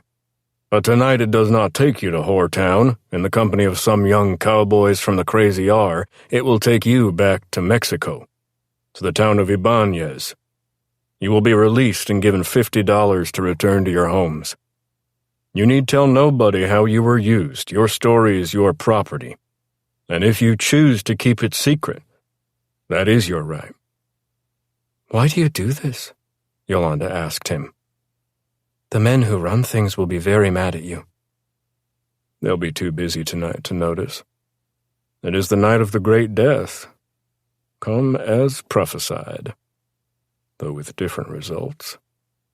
I do it because nobody should be stolen into a whore's slavery. There are certain things I cannot abide. That happens to be one of them. He watched them go, and Matt and Billy helped them into the big Conestoga. After some arranging, Matt climbed into the cab. All set, Mr. Swagger? You and Bobby and the boys run these girls back to their town. You're sure on the route, even in the dark? Yes, sir. Good then, get going. Sir, Get going, boy. Nobody here needs to say nothing. He watched the wagon pull out and saw 4 more horsemen, probably unnecessary, fall into a protective formation behind. When they were gone, he leaned over and picked up the one called Mort, the whore teamster. I'd ask you who you work for, he said. Except I already know. I didn't do nothing to them gals, said Mort. It was just a haulage job. This is going to be just a burning job, Jack said. He hauled Mort in, threw him against the steps. Upstairs they found Mrs. Hanson, groggily moaning in a puddle of blood. Picking each up by the neck, he threw each into a room, which locked when the door was pulled shut. Then he went downstairs, looked about.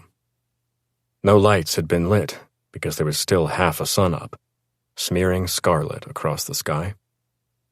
He picked up an oil lamp, took out a match, and lit the lamp's wick.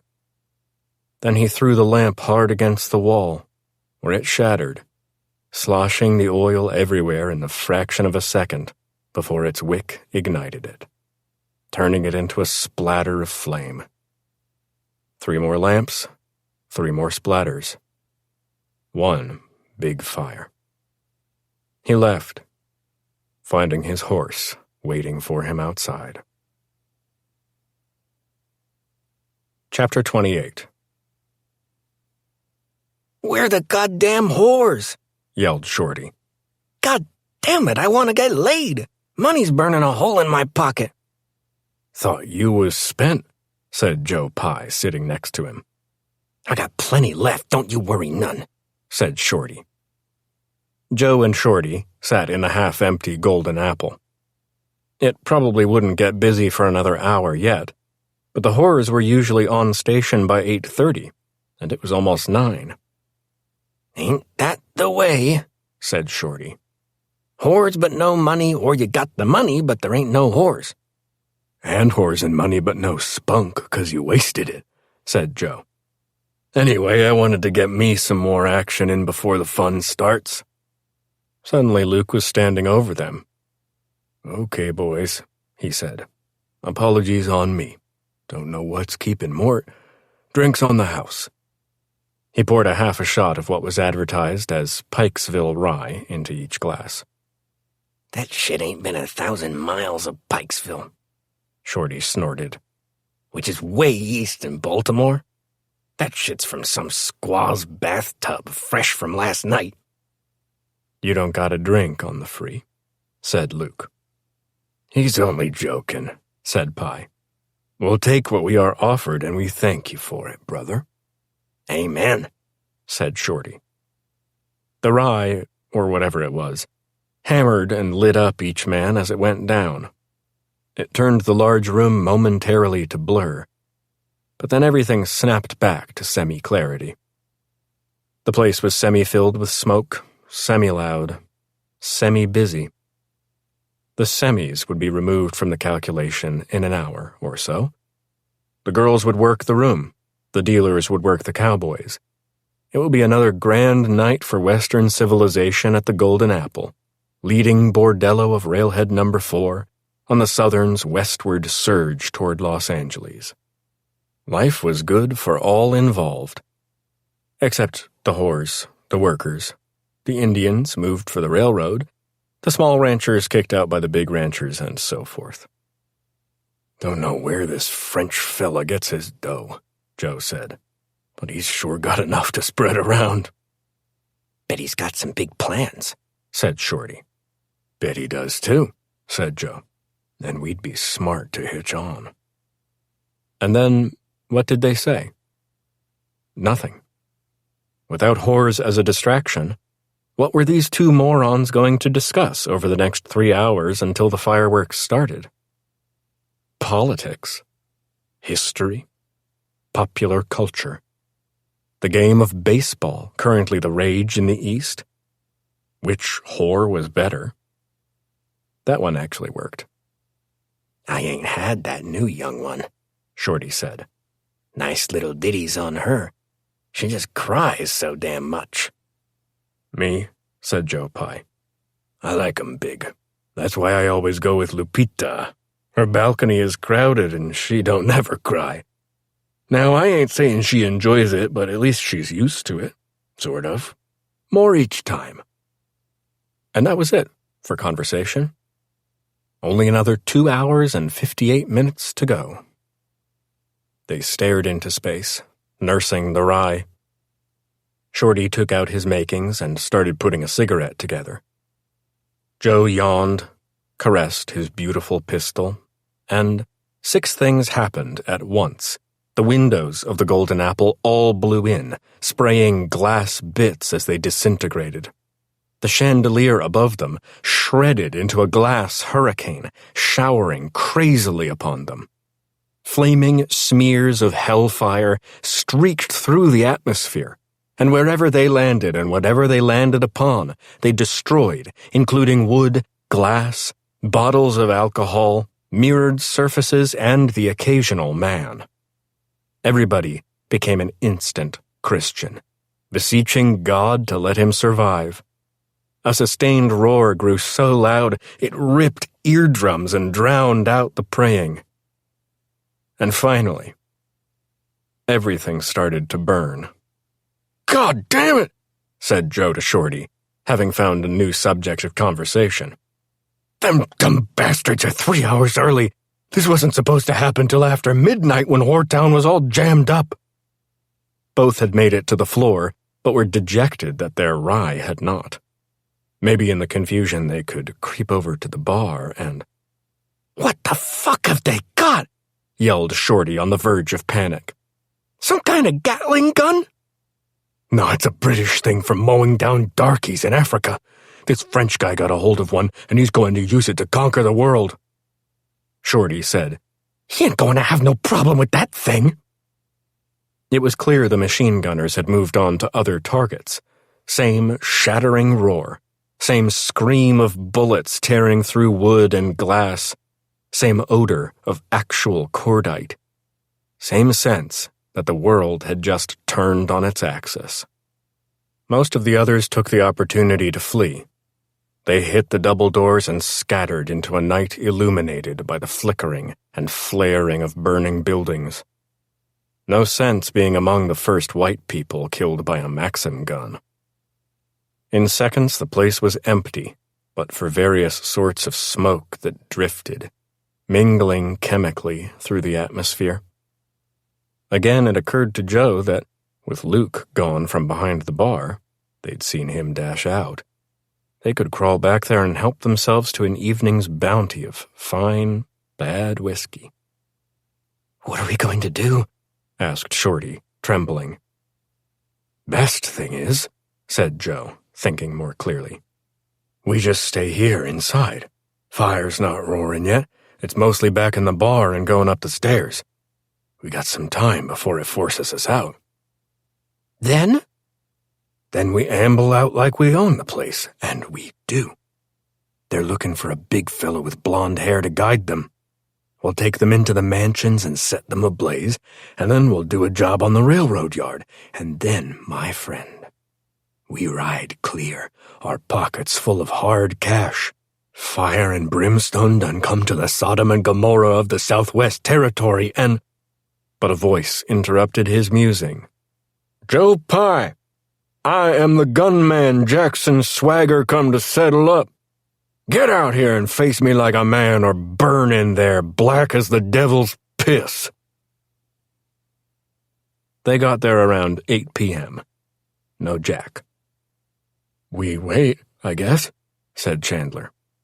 He said he'd be here, said Charles. He'll get here, said Jim. The horses shuffled and shifted quietly in the still twilight. Chandler tried again to master the art of building a cigarette from fixings, but again failed.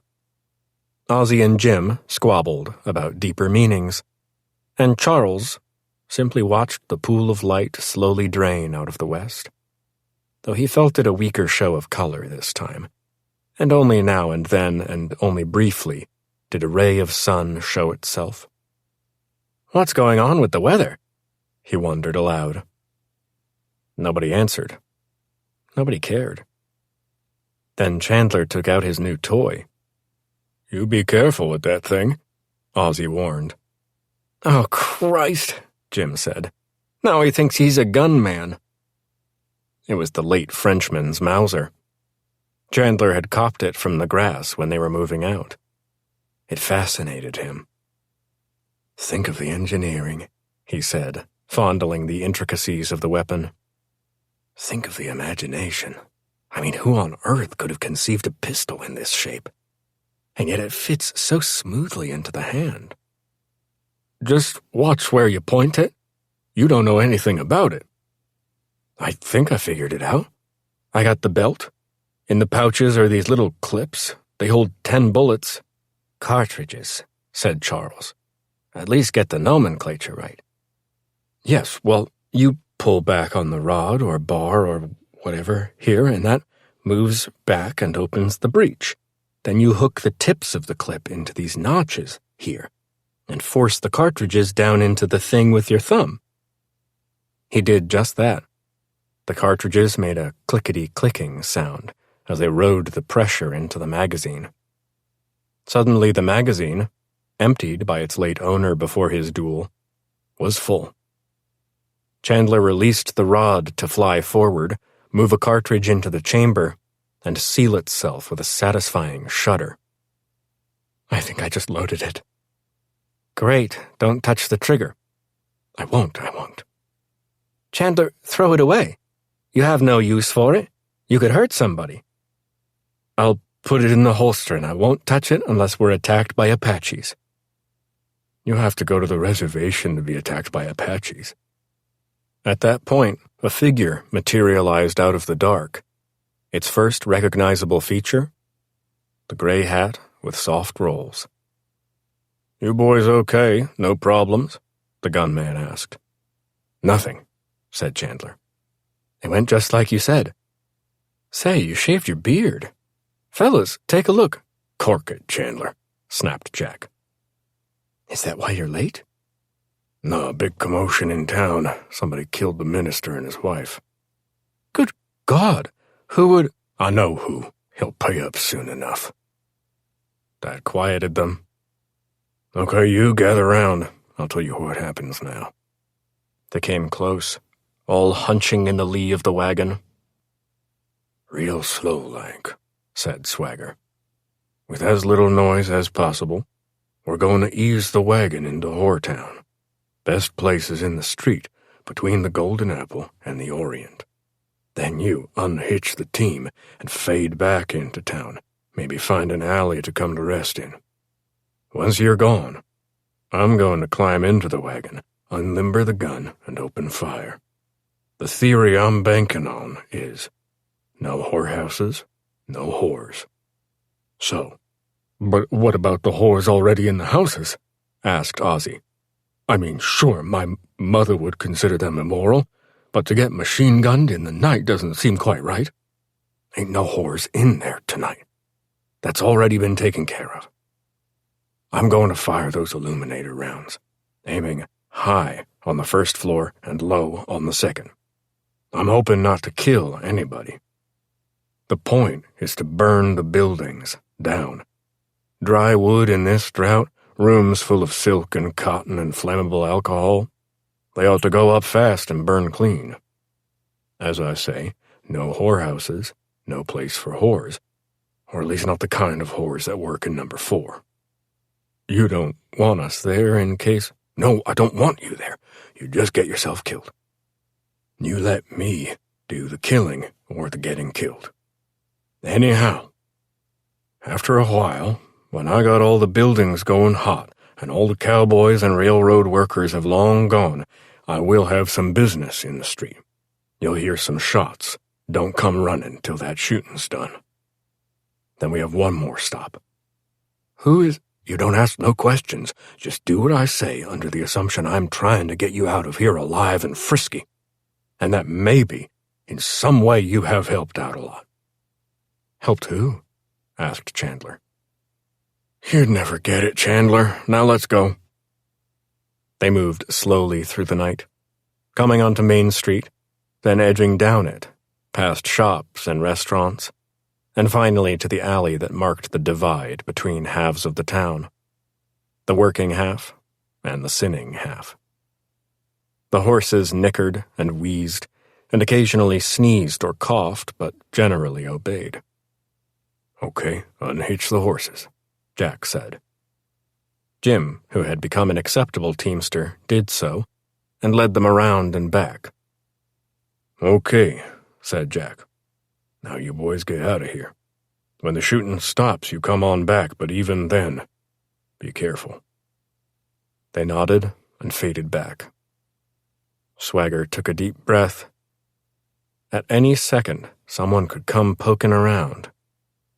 He did a quick once-over on the gun, found it set, checked that it indeed was primed with a belt of illuminator rounds, which were painted black and came out of a separate crate marked Experimental Lot Number 144.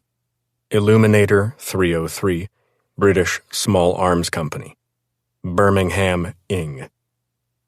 He leaned forward, threw the crank twice, then pulled and yanked the canvas of the wagon cover free. He squared up, rotated the gun to bear on the golden apple, and pressed the trigger. It was like a hose of fire. The gun gobbled through 10 rounds that, leaking incendiary intent, pulled strands of sheer incandescence through the night. And where they smacked, they destroyed and ignited. They ate into the bar room of the Golden Apple, shattering the windows, shattering the mirror, and a slew of whiskey bottles behind the bar, atomizing all of it. He saw the men below as they squirmed in crazy time to evade what was the hand of God as far as they could understand it. That first spray done, he moved upstairs and painted a similar, if longer, burn path through the rooms fronting the street. As before, instant ignition. The sudden unfurling of flame from each window as the cheap chintz curtains went first and fast, and soon, all the contents of the room were aflame. Downstairs, a crowd of men broke from the doors and ran off into the night. He moved methodically through each of the 4 houses. It was the same. The line of fire traced by the burning bullets chewed into the wood construction, spewing fire both in arrival and in wake. In what seemed seconds, the buildings went, the roofs especially, churning billowy clouds of smoke lit orange by the fire below. And in the same amount of time, the inhabitants, scrambled for survival, spilled out and dispersed insanely into the dark. Soon enough, he was left with a hellscape. The burning buildings formed a corridor of conflagration, and in the street, the dance of the flames traced itself in shadow and glare. It radiated waves of heat and the stink of consumption by flame. It looked like a road toward apocalypse. He climbed out of the wagon, faced down the boulevard of burning wood. "Joe Pye," he yelled. "I am the gunman Jackson Swagger come to settle. Get out of there and face me like a man, or burn black as the devil's piss." "I thought I killed that fucker," said Joe. You must have forgot to tell him, said Shorty. Shorty, get behind the bar and look for a rifle or a shotgun.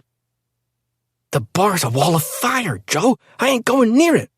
We get out of here in 30 seconds or we burn black like he said. Fuck, said Joe. Then he yelled, Okay, Jack, I'll kill you again. Ain't no never mind on me. He turned to Shorty. 2 of us, both fast, both straight shooters. Let's do the job. They rose and headed out through the shattered saloon doors, as behind them the ceiling half collapsed and obliterated the table under which they had hidden. They saw the gunman at the end of the street. He'd shaved his beard. He'd shed his duster. 2 guns on his belt, both right-handed in their holsters. He had a new hat, looked in the flickering orange and drifting smoke as calm as the ice cube before the whiskey. They drifted into the street, feeling heat on each side, finding the air hard to come by for the smoke, but in time they were 40 feet away. Last time I saw you, I was killing you, Jack, said Joe. I don't hold that against you, Joe. Try and kill me any time you want, but you kill more than a few folks for your various clients or just on sheer mean, like that minister and his wife. You answer tonight. You and little Nancy gal there. Aw, Jack, no need for that, complained Shorty. So, any time, boys. It's getting hot in this street. I'd like to get a drink of water, soon as this is done. Chapter 29. Colonel Callahan, called Voth. You ought to see this. The colonel came out of the hacienda and found Voth and several of the other dark riders in the staging yard. All were turned to the northwest. All were staring hard. The colonel saw an orange glow to the sky. Not a solid color, but a flickery, wavering phenomenon, hovering over what had to be number 4. Something big is burning, that's for sure, he said. Is it Jack? Is he bringing retribution to the town? Wondered Voth. He must be burning Whoretown. Those buildings would go fast and fill the sky with their consumption, said the colonel. From the railroad standpoint, doesn't matter. Number 4 is just about shot, and they're already planning a number 5, 50-odd miles toward California. Will he be coming to us next? Asked Voth. Who knows if it's him or some holy rollers bent on burning out the sin. Jack doesn't strike me as the type who'd be enraged by sin, not having killed as many as he has. Still, the beard hid his true face, so maybe we never knew what he was feeling. Sir, a rider asked, could it be the Indians? Maybe some Apache kids got fed up living on the reservation and struck out for no other reason than to murder white folk and go to the hunting ground in a blaze of glory. Wouldn't take many of them to light that place up. Apache ain't fire people, said Voth. Other tribes maybe, but your Apache puts too much stock in scalping to burn up the dead, said Voth. It's a waste of a good head. It's him, said the colonel. I have a feeling. He's on some mission. He will explain it when he gets here. I do know this. There will be blood. Chapter 30. Chandler's mother once said to him, Chandler, only one word describes you. Despicable. You are low, manipulative, dishonest, and greedy. Do not think I have failed to notice. I shall have words with your father concerning you. His father said, Chandler? Which one is he, dear? Thus, naturally, Chandler disobeyed Jack's dictates. He viewed himself as far too heroic to cower in an alley. He told the others to stay put, and crept down the street by way of the wooden sidewalk under the porches of the shops. He felt the weight of the Mauser pistol on his hip. It was not arrayed for fast draw, the holster being deep and covered by a flap, but he knew with a second or two's notice he could get it out. He felt dangerous as well as heroic. He came at last to the drama. It unfolded before his very eyes, and he understood he was seeing something quite rare in the world. An epic confrontation between mythologies of different gun gods, as fought to the death. It was like watching Hector and Achilles on the hot plain outside Troy. It so stirred his fancily educated imagination that he almost began to weep. But then a stroke of genius hit him. He wished he had some kind of instrument of photography by which to record the oncoming event, not as still life, but in motion.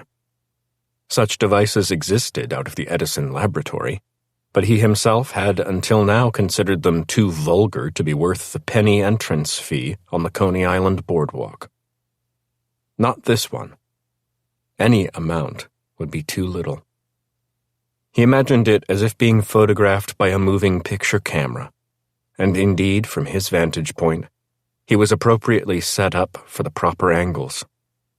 He was behind Jack about 50 feet, but so situated that the two opponents were just to the left of Jack, though being at a greater distance, somewhat smaller. But the orientation meant he would be able to see the fluidity of the whole action, the draw, the muzzle flash of the pistols, the hits, and watch the loser tumble lifelessly to earth. Had anyone in history seen such drama so perfectly? He made a vow to watch carefully and commit the detail to paper as soon as possible so that they wouldn't disappear. He tried to list them in the seconds the men bantered with each other. The roar of the burning building too loud to allow their words to be understood. Idea.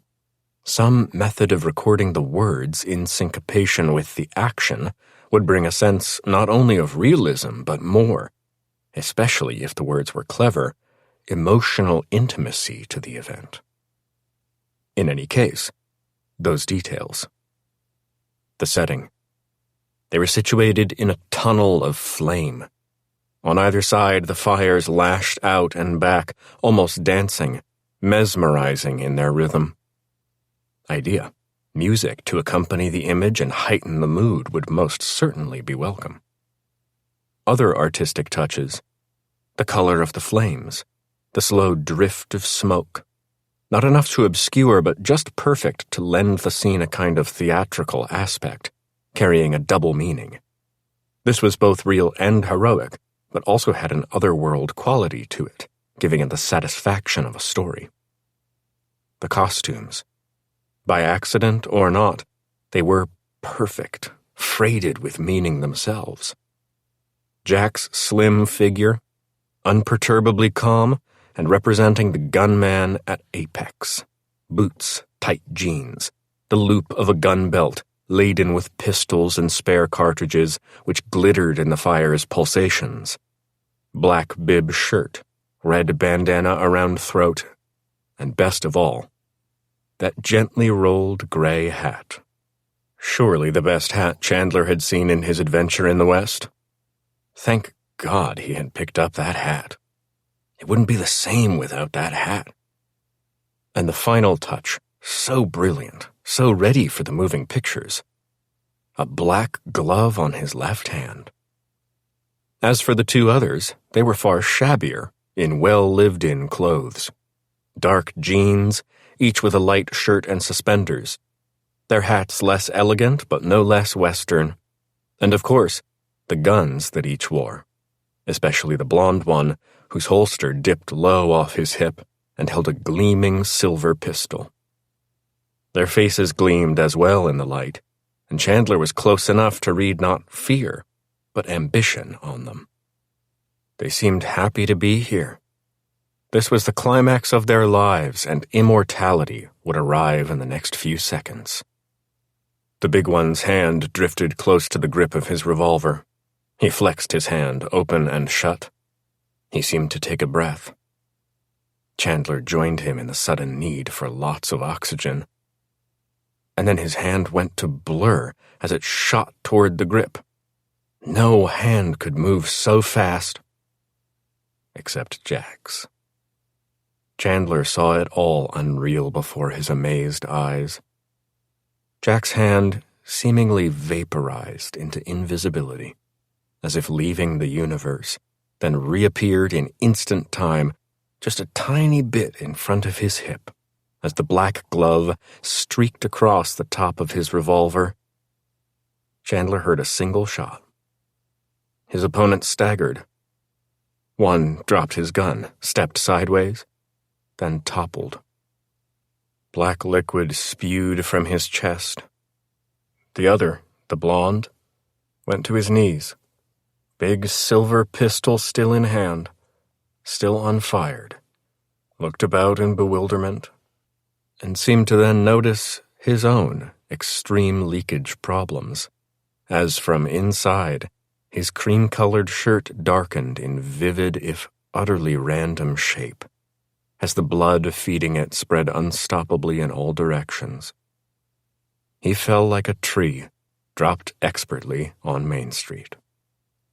Blood squirted everywhere. They looked like clowns dying in mud, each with his own feckless technique in battling the inevitable. One punched the red mush of dust and plasma, splattering it on his face. The other smoothed his corn silk hair, gilding it magenta in the weird firelight. In seconds, however, they were stiller than dried shit. Chandler memorized the composition, determined that it would never leave his mind. The gunman, unvanquished, standing in the shimmying light, pistol in hand.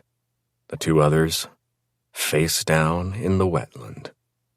He had killed two men standing 15 feet apart in one shot. Jack turned, walked to Chandler. Enjoy the show. You... Swallow. Oh. He had no oxygen, and his throat felt like a Gila monster's after death by thirst. What? Said Jack. You killed two men with one bullet. No, 2 bullets. I can slap fire with my first finger and follow on with my last finger so fast it sounds like one shot. Faster than the ear can hear, faster than the eye can see. Bully for you, most superior. Will you teach me how? Not a chance. Chapter 31. The moon, half full behind racing clouds. Some breeze, still the stench of sulfur in the air. Everything occasionally vivid in the intermittent celestial light. A landscape of saguaro, crusts of rock, knots of brush. The road ahead aglow with lunar illumination. Or not, as the clouds continued to flee. Another night in the desert. He rode easily. He was almost finished. Then it would be all right, and he could die in some kind of peace. The chestnut roan beneath him. What a great animal. Seemed to sense the cosmic calm that now attended him, and eased its canter, rendering it smooth and purposeful. It was pleasant enough so that one hardly felt on horseback. He breathed in, cool air, breathed out, cool air. Felt the horse's firm back and tight muscles beneath him. In time, how much? He came to the Crazy R gate. The gate was open. By chance, by carelessness, by invitation. Who knew, and what did it matter? He turned, eased up the road to the ranch. Suddenly a patch of clarity arrived in the sky, and the land was basted in wan shine. He drifted along the silver road, trending gently upward for the ranch hacienda, bunkhouses and barn, were at the highest elevation of the Colonel's holdings. He passed through useless land, as the grazing pasture was to the west. The sound of cattle, nevertheless, rolled across the scrub, and now and then, mournful as always, a coyote's cry rent the stillness. Were the Yotes returning? Did they sense the end of the drought? Would the heat break, the wind stir, autumnal colors appear against the gray sameness of the sage? Had a curse been lifted? Again, he didn't know. Who could know the future? Then he saw the man. By posture, it was Voth. Smoking a tailor-made as he waited ever so coolly for what was to come. He had squatted, and at each inhalation, the tip of the cigarette glowed, bringing color to his hard face. Was he alone? Jack believed that if it was Voth, he would be alone. Whatever evil Voth had done, it was professional, not personal. Emotional. Out of crazy. He'd be here tonight. Here on the road to the ranch. And whoever was faster would win. That couldn't be said for the Dark Riders or the Colonel, for they were far nastier than Voth, who knew the code and defined himself by it. Jack eased to a halt, unloaded from the animal. He whispered into the giant ear, "Stay, boy. Stay." The chestnut, of course, would do exactly that, until the world ended, if need be. Jack took a breath. Then he began his slow walk toward his enemy, who in turn rose, flipped away the butt, and began a drift toward Jack. They faced each other, hands loose, languorous in their posture, athletic in their poise, as ready as possible for what came next. The gray moon beamed down. Sulfur rode the breeze. A coyote mourned. A steer groaned. "Nice hat," called Voth. "Ain't it, though? It was $2 in Denver." "You shaved your beard. Makes you look younger." "Only in the dark. In the light, you can see how hard scrabble my life has been." "You know what? I ain't even going to ask you what this is about. It don't matter. It's what we do, and we will do it." "I appreciate it. And yes, it is what we do. A talent, a curse, a blasphemy, a blessing. I don't got no idea." "Me neither. But you do know there's 20 guns up on the hill waiting for you. I suppose getting me is some sort of satisfaction, but if that's where you find yourself, I'd turn and disappear. Ain't no mercy on that hill. I trained 'em too well." "Ain't here for mercy. Ain't here for revenge. Ain't here for justice." "Why, then?" "It has to do with blood and the way I was brought up. Certain things you have to do. This is one.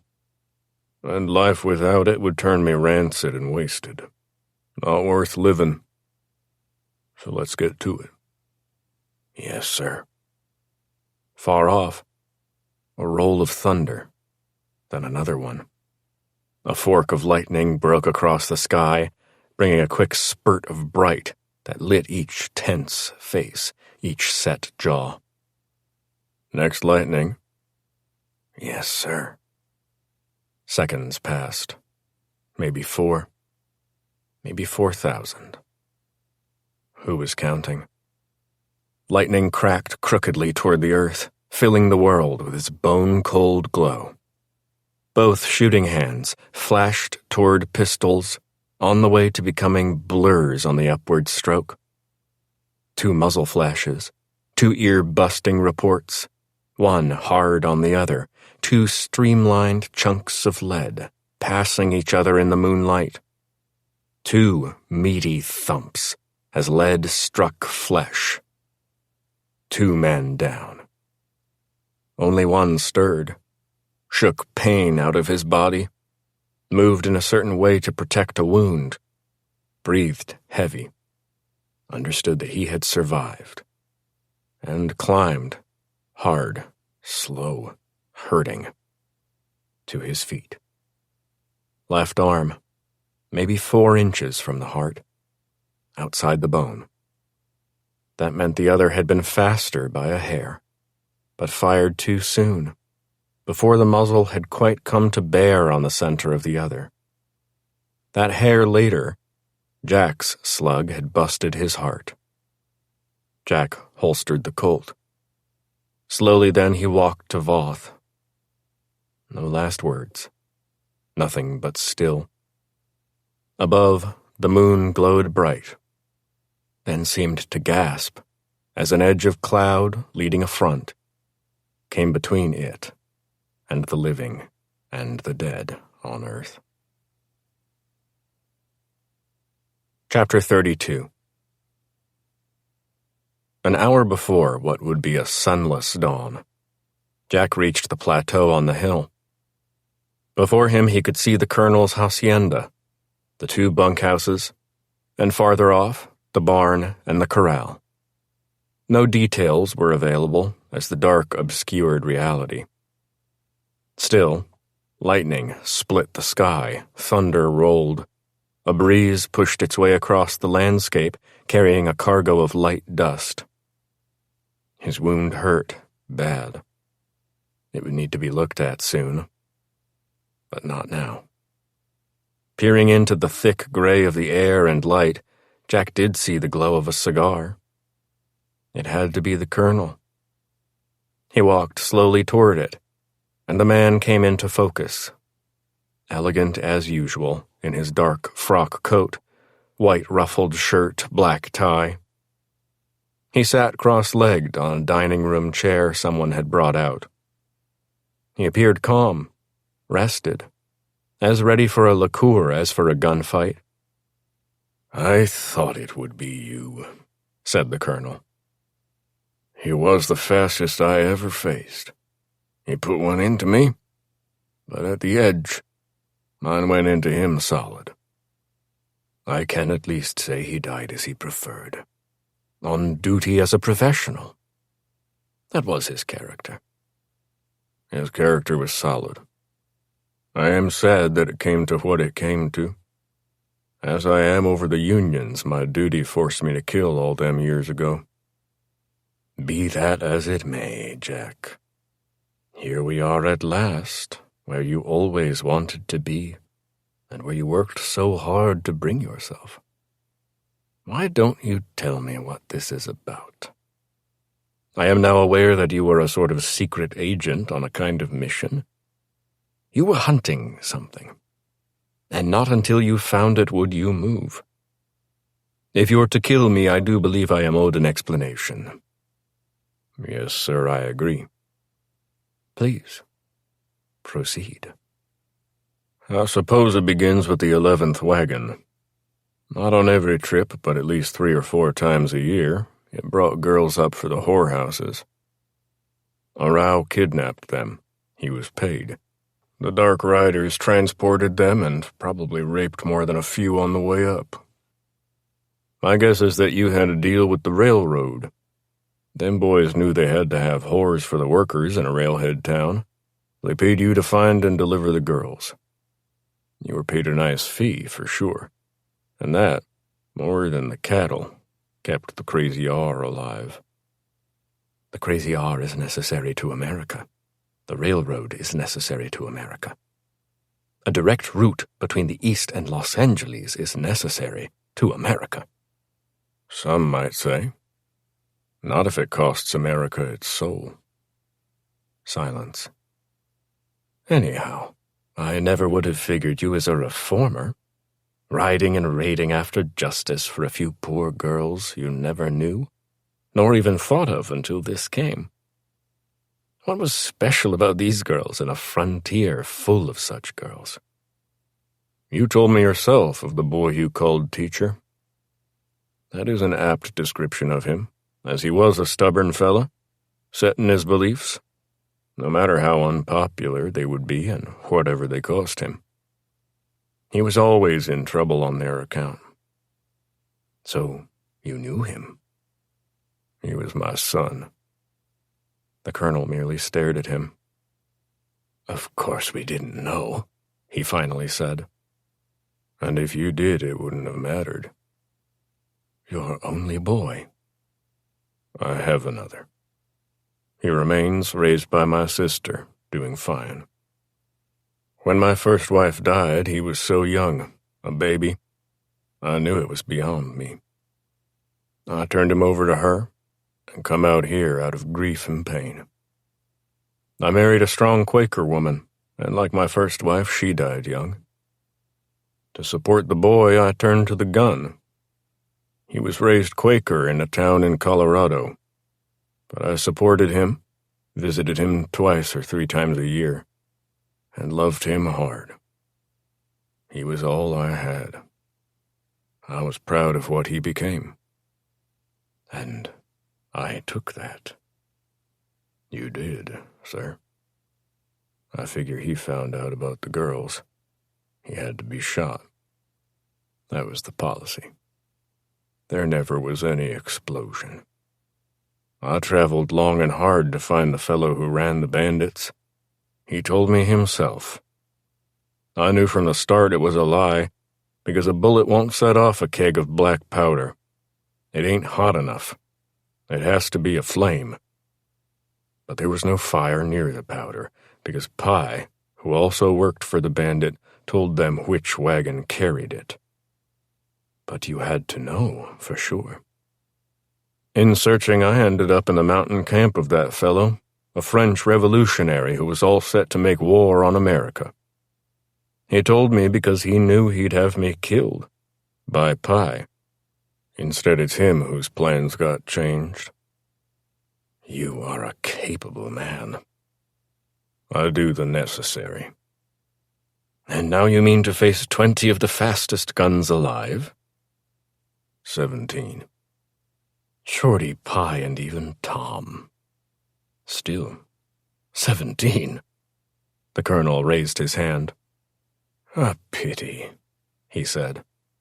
When I drop my hand, 17, not 20. Rifles will... The pity, said Jack, is that we have got the Maxim gun and you have not. He went hard prone.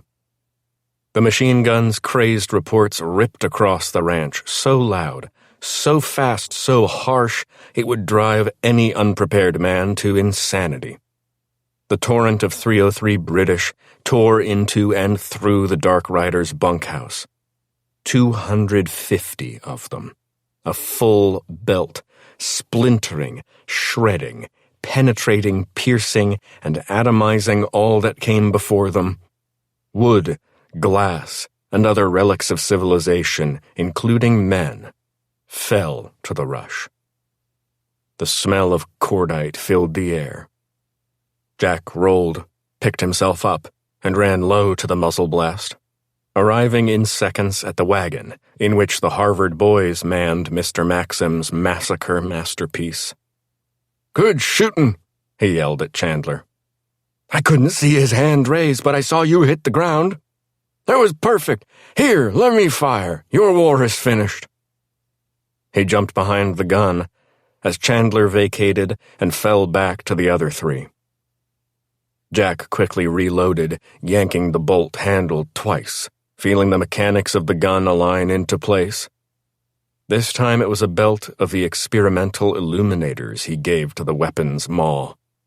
He rotated the gun on its tripod to bear on the cowboy bunkhouse and fired half a belt. The long whip of sheer light lashed the structure, and it too seemed to shudder under penalty of damage. It began to burn. He might have seen a man or 2 dash out, but it was not worth tracking them for additional kills. He came back to the Dark Rider building. It needed the purification of fire. Another 100 rounds into it, the muzzle aflare. The empty shells spitting from the ejection port, the vibrations as the cordite alchemized into energy and sent the bullets whizzing lethally toward their target, and the place started to burn. Soon it was a conflagration. Finally, he turned to the hacienda. He threaded in another belt, threw the cocking handle twice, and bore down. It was adobe, and therefore would not shatter or burn as had the wooden structures. But there were doors and windows. He fired, working it over methodically, until no window stood unbroken, no door unpenetrated. Then silence. Not a shot from the Dark Riders had been fired. "Anybody left alive, you come out now. Guns gone, hands empty and up," he yelled. A man rose from the trough in front of the burning building. Then 2 more came from the hacienda. "You are lucky bastards. You get on your horses and you ride hard into the sunrise. Thank your God he let you survive. I have no interest in further retribution if your name is not Callahan." They ran to the barn. In minutes they emerged, bent low to the animal, horses in full charge, and disappeared fast, churning gallons of dust. "Did you see the colonel?" "He dashed into the hacienda when the Maxim opened up," said Charles. "I saw him go." "You all wait here." He slipped his black glove onto his left hand, holding the Colt in his right. He eased in, got out of doorway silhouette, and waited for his eyes to adjust. When they did, they observed destruction. Bullets had torn walls, upholstery, art, gas lights, even trophies on the wall. It smelled of ruin and gunpowder. Yet all was quiet. Room by room, he moved, finding each destroyed, except those to the center and rear. And in each, he saw or heard nothing. At last, only the office, many a time he'd sat and smoked and drank in that room, remained. Yet stillness still obtained. He slid in quick and came across the colonel sitting at his desk. The man was upright and locked in the stillness of death, which is absolute. Not a breath stirred, not a muscle twitched. Jack turned to a gas lamp on the wall, took the glass off, turned on the spigot, and lit the flame. The colonel had placed one of his big-bore hunting rifles under his chin and pushed the trigger. What the shot had done to the top of his head was unseen, as the head had been tilted back by the impact. However, the wall behind and the great trophy elk that hung there had been painted in red gore. "He couldn't stand to see this place destroyed," said Chandler. Jack turned to face him. "Where'd you come from? Don't you obey no orders whatsoever?" "I guess not. A rich boy character flaw." "Let's get out of here and—" A man stepped from the shadows with a rifle and shot Jack under the left shoulder blade. Chandler fired 3 times with the Mauser. The man dropped hard, semi-rolled, and went still.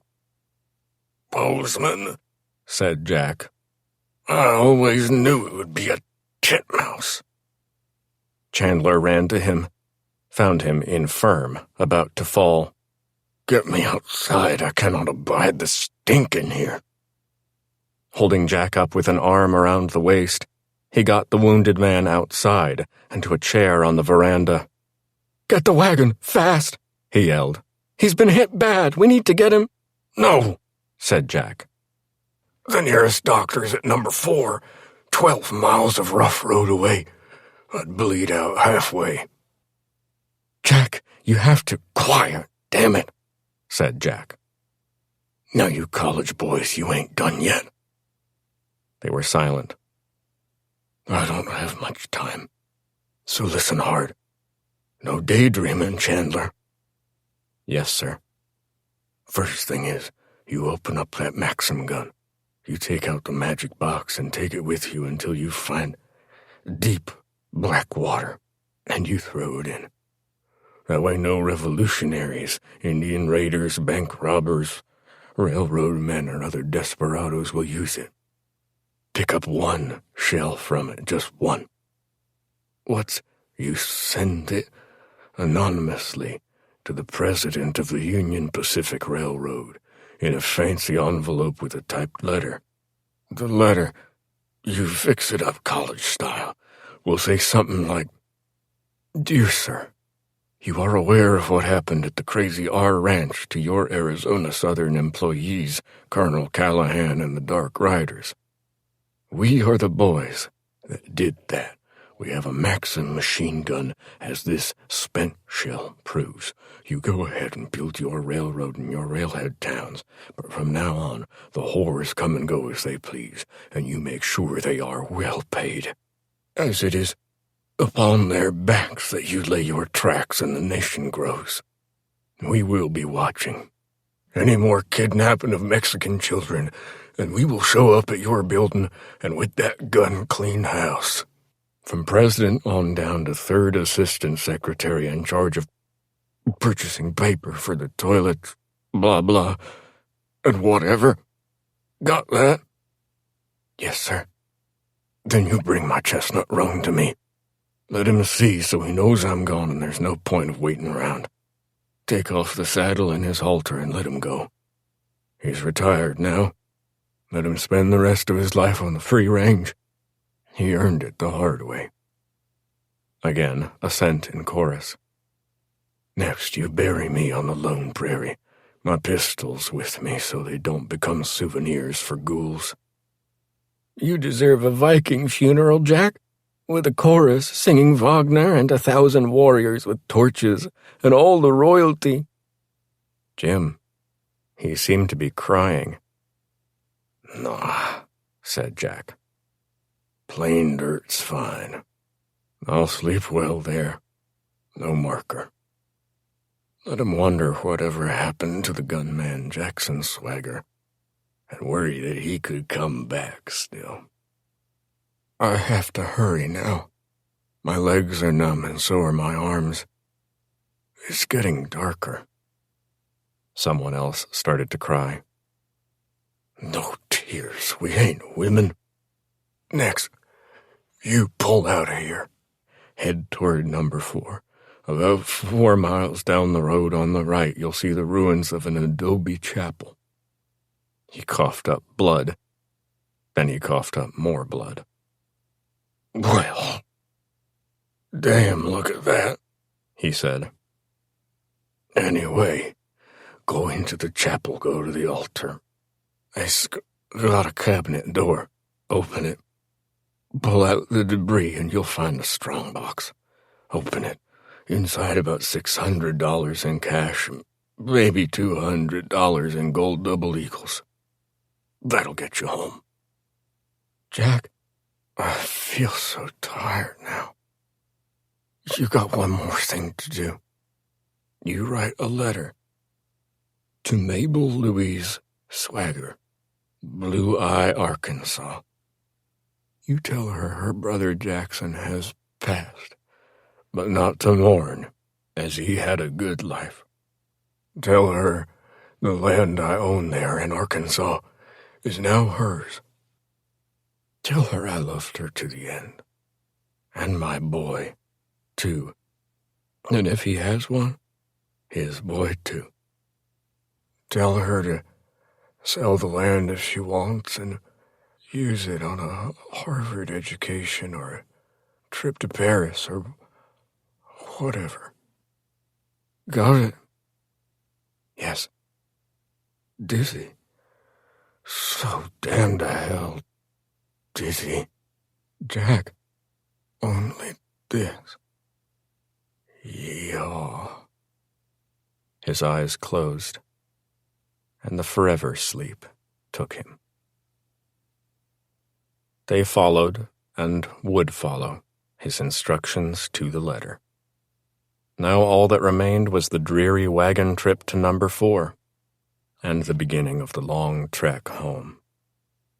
Nobody spoke for the longest time as the wheels bounced over the rough western ground and up the steep western hills. It was only when the wagon crested a ridge, and Number 4, with its railroad station, silvery tracks, and dead zone of burnt timber lay before them, that Jim remarked, rather grumpily, "Why is it so wet all of a sudden?" Harvard boys. They always miss the obvious. Duh. It was raining. The Gunman, Jackson Swagger, a Western, was written by Stephen Hunter and read by Evan Sibley. Editing and post-production by Common Mode, Paul Fowley, Technical Director. This has been a presentation of Simon & Schuster Audio. The Gunman Jackson Swagger is available in print from Atria, a division of Emily Bessler Books. Also available from Simon & Schuster Audio, Front Sight, 3 Swagger novellas by Stephen Hunter, read by Eric Dove. The following is an excerpt from Stephen Hunter's Front Sight, 3 Swagger novellas, read by Eric G. Dove. The bickering got so bad finally that the director called both Sam Cowley and Mel Purvis to Washington to talk out the command difficulties in the productive but messed up Chicago field office of the Justice Department's glamorous Division of Investigation. A good airing out was called for under the director's prodding. Rumor insisted that the director also wanted to have a come-to-Jesus meeting with Melvin, whom he did not want to lose. After all, Mel was widely, if vaguely, credited with getting Dillinger, but also whom he did not want to be giving unauthorized press conferences and leaks, and taking credit for work that had been done by the whole field office. As far as Charles Swagger was concerned, none of this had anything to do with him, and he bore no grudges for attention denied him, or celebrity he was owed as the man who actually killed Dillinger. He had just done the job. He bore down, continued his duties, particularly teaching new agents firearm skills, tracking their talent, skill, and dedication, so that the office could put the best shooters in the firefights and not end up with somebody who'd never fired a Thompson, facing off with Thompson master Babyface Nelson. As well, he worked long hours checking out the odd tip that came in and running down sightings and so forth, as did the other younger agents. In Sam's absence, who took over but Hugh Clegg? And again, that was of no concern to Charles. He'd do the work as it arrived, no matter who assigned it to him. His only orientation was to the task before him, ultimately finding Babyface, and that was all he cared about. It drove out many discouraging thoughts and the disturbing memories that any man-killer might have. One afternoon, however, one of Clegg's people came by his desk and told him the inspector wanted to see him. Charles went quickly, wanting not to be the source of any friction or behavior for which Clegg, Mel's man, not Sam's, could find cause to criticize him. And as it turned out, Clegg was entirely reasonable. Perhaps he too wished to dial down the rancor a bit. "Please sit down, Sheriff. A little something has come up." "Yes, sir," said Charles. Clegg couldn't help the Old South style he had. It was natural to him, as, of course, he was Old South. But that Old South, New South, Georgia-Arkansas gap was between them and always would be, as the one mistrusted the other's foppishness and aristocratic airs and longueurs, while the other detested the boot-poor pig-state origins of the other, and the fact that talent, not breeding, had brought the man before him. That's the way it was and would always be. "I have reports from 3 sources that Babyface Nelson is working as a cowboy at the Chicago stockyards." "Yes, sir." "This is not the first time such reports have come in. We've had batches of them twice before, once just after Little Bohemia and once 2 months before in February. In both those cases, we sent large, heavily armed teams, combed the place out, kicked in a few doors and roughed some folks up, interviewed aggressively, and found nothing. The Union Stockyard and Transit Company police who run the place raised bloody hell with the mayor, and we were much criticized for it in the newspapers. Yes, sir. Since Dillinger, we have been getting largely positive press. I think it behooves us to keep that situation going. Yes, sir. So I'm not going to raid like the last time and give the papers cause to laugh or mock. I have it. I'm not even going to send 2 agents as I would normally for exactly the same reason. Do you see where this is going? I think so. Of all the men, you're the most prepared to work on your own, as you've proven. You don't seem to need anyone backing you up, and of course I'd prefer to keep the other men on their assignments. Charles seriously doubted Nelson could be at the stockyards. Too many witnesses, too many guns, and people who knew how to shoot them. Too much if other stockyards were any guide, mud and shit. Someone as dapper as Nelson wouldn't be able to put his shiny Florsheim's into such glop. So what I want you to do is go down there and nose around. See what you can pick up. If he's there, there'll be a buzz. With your Western Arkansas accent, you'll fit in and attract less attention than any of these law school kids with the dainty fingers and the Boston Brahmin tonalities. Do you want me to dress down? Don't go full cowboy. I don't see the point. But I'd wear work or field boots, as you know what cattle produce in abundance. No need for a tie, as it'll set you apart and maybe give the cowhands pause. On the other hand, have no reluctance to pull badge if someone braces you, but I would think you'd avoid announcing yourself from a tabletop and demanding cooperation. If something comes up, I'm sure you can handle it, whether it's Babyface himself or helping a sow give birth to cow quadruplets. Yes, sir. It may take several days, a week even, for them to trust you and for you to see into this thing. That's fine. Though, of course, if something that requires your gun skills comes up, we'll get in touch. I've called in the 4th District station on Cottage Grove near the yards. Will know you're in the yards, and their switchboard will take care of you. I've also called Chief Mulrooney of the Railroad Yard Police to tell him you're coming and ask him to assist as necessary. That's by way of making up for the previous turmoil, so you'll have to get along with the railroad detectives. Yes, sir. Be forewarned, they're not the most cooperative. Most are ex-cops who lost their jobs over dubious enterprises and came to rest with Union Stockyards and Transit Company. They basically answer to no one except big shots in New York, so they tend to be heavy-handed. Lots of rough stuff. Tough guys. They deal mostly with road hobos and thieves. Their answer to every problem is a billet to the head. Yes, sir. But at the end, we want a report for the files. If by God it turns out later he did go to Earth down there, we have to show we took all the reports seriously.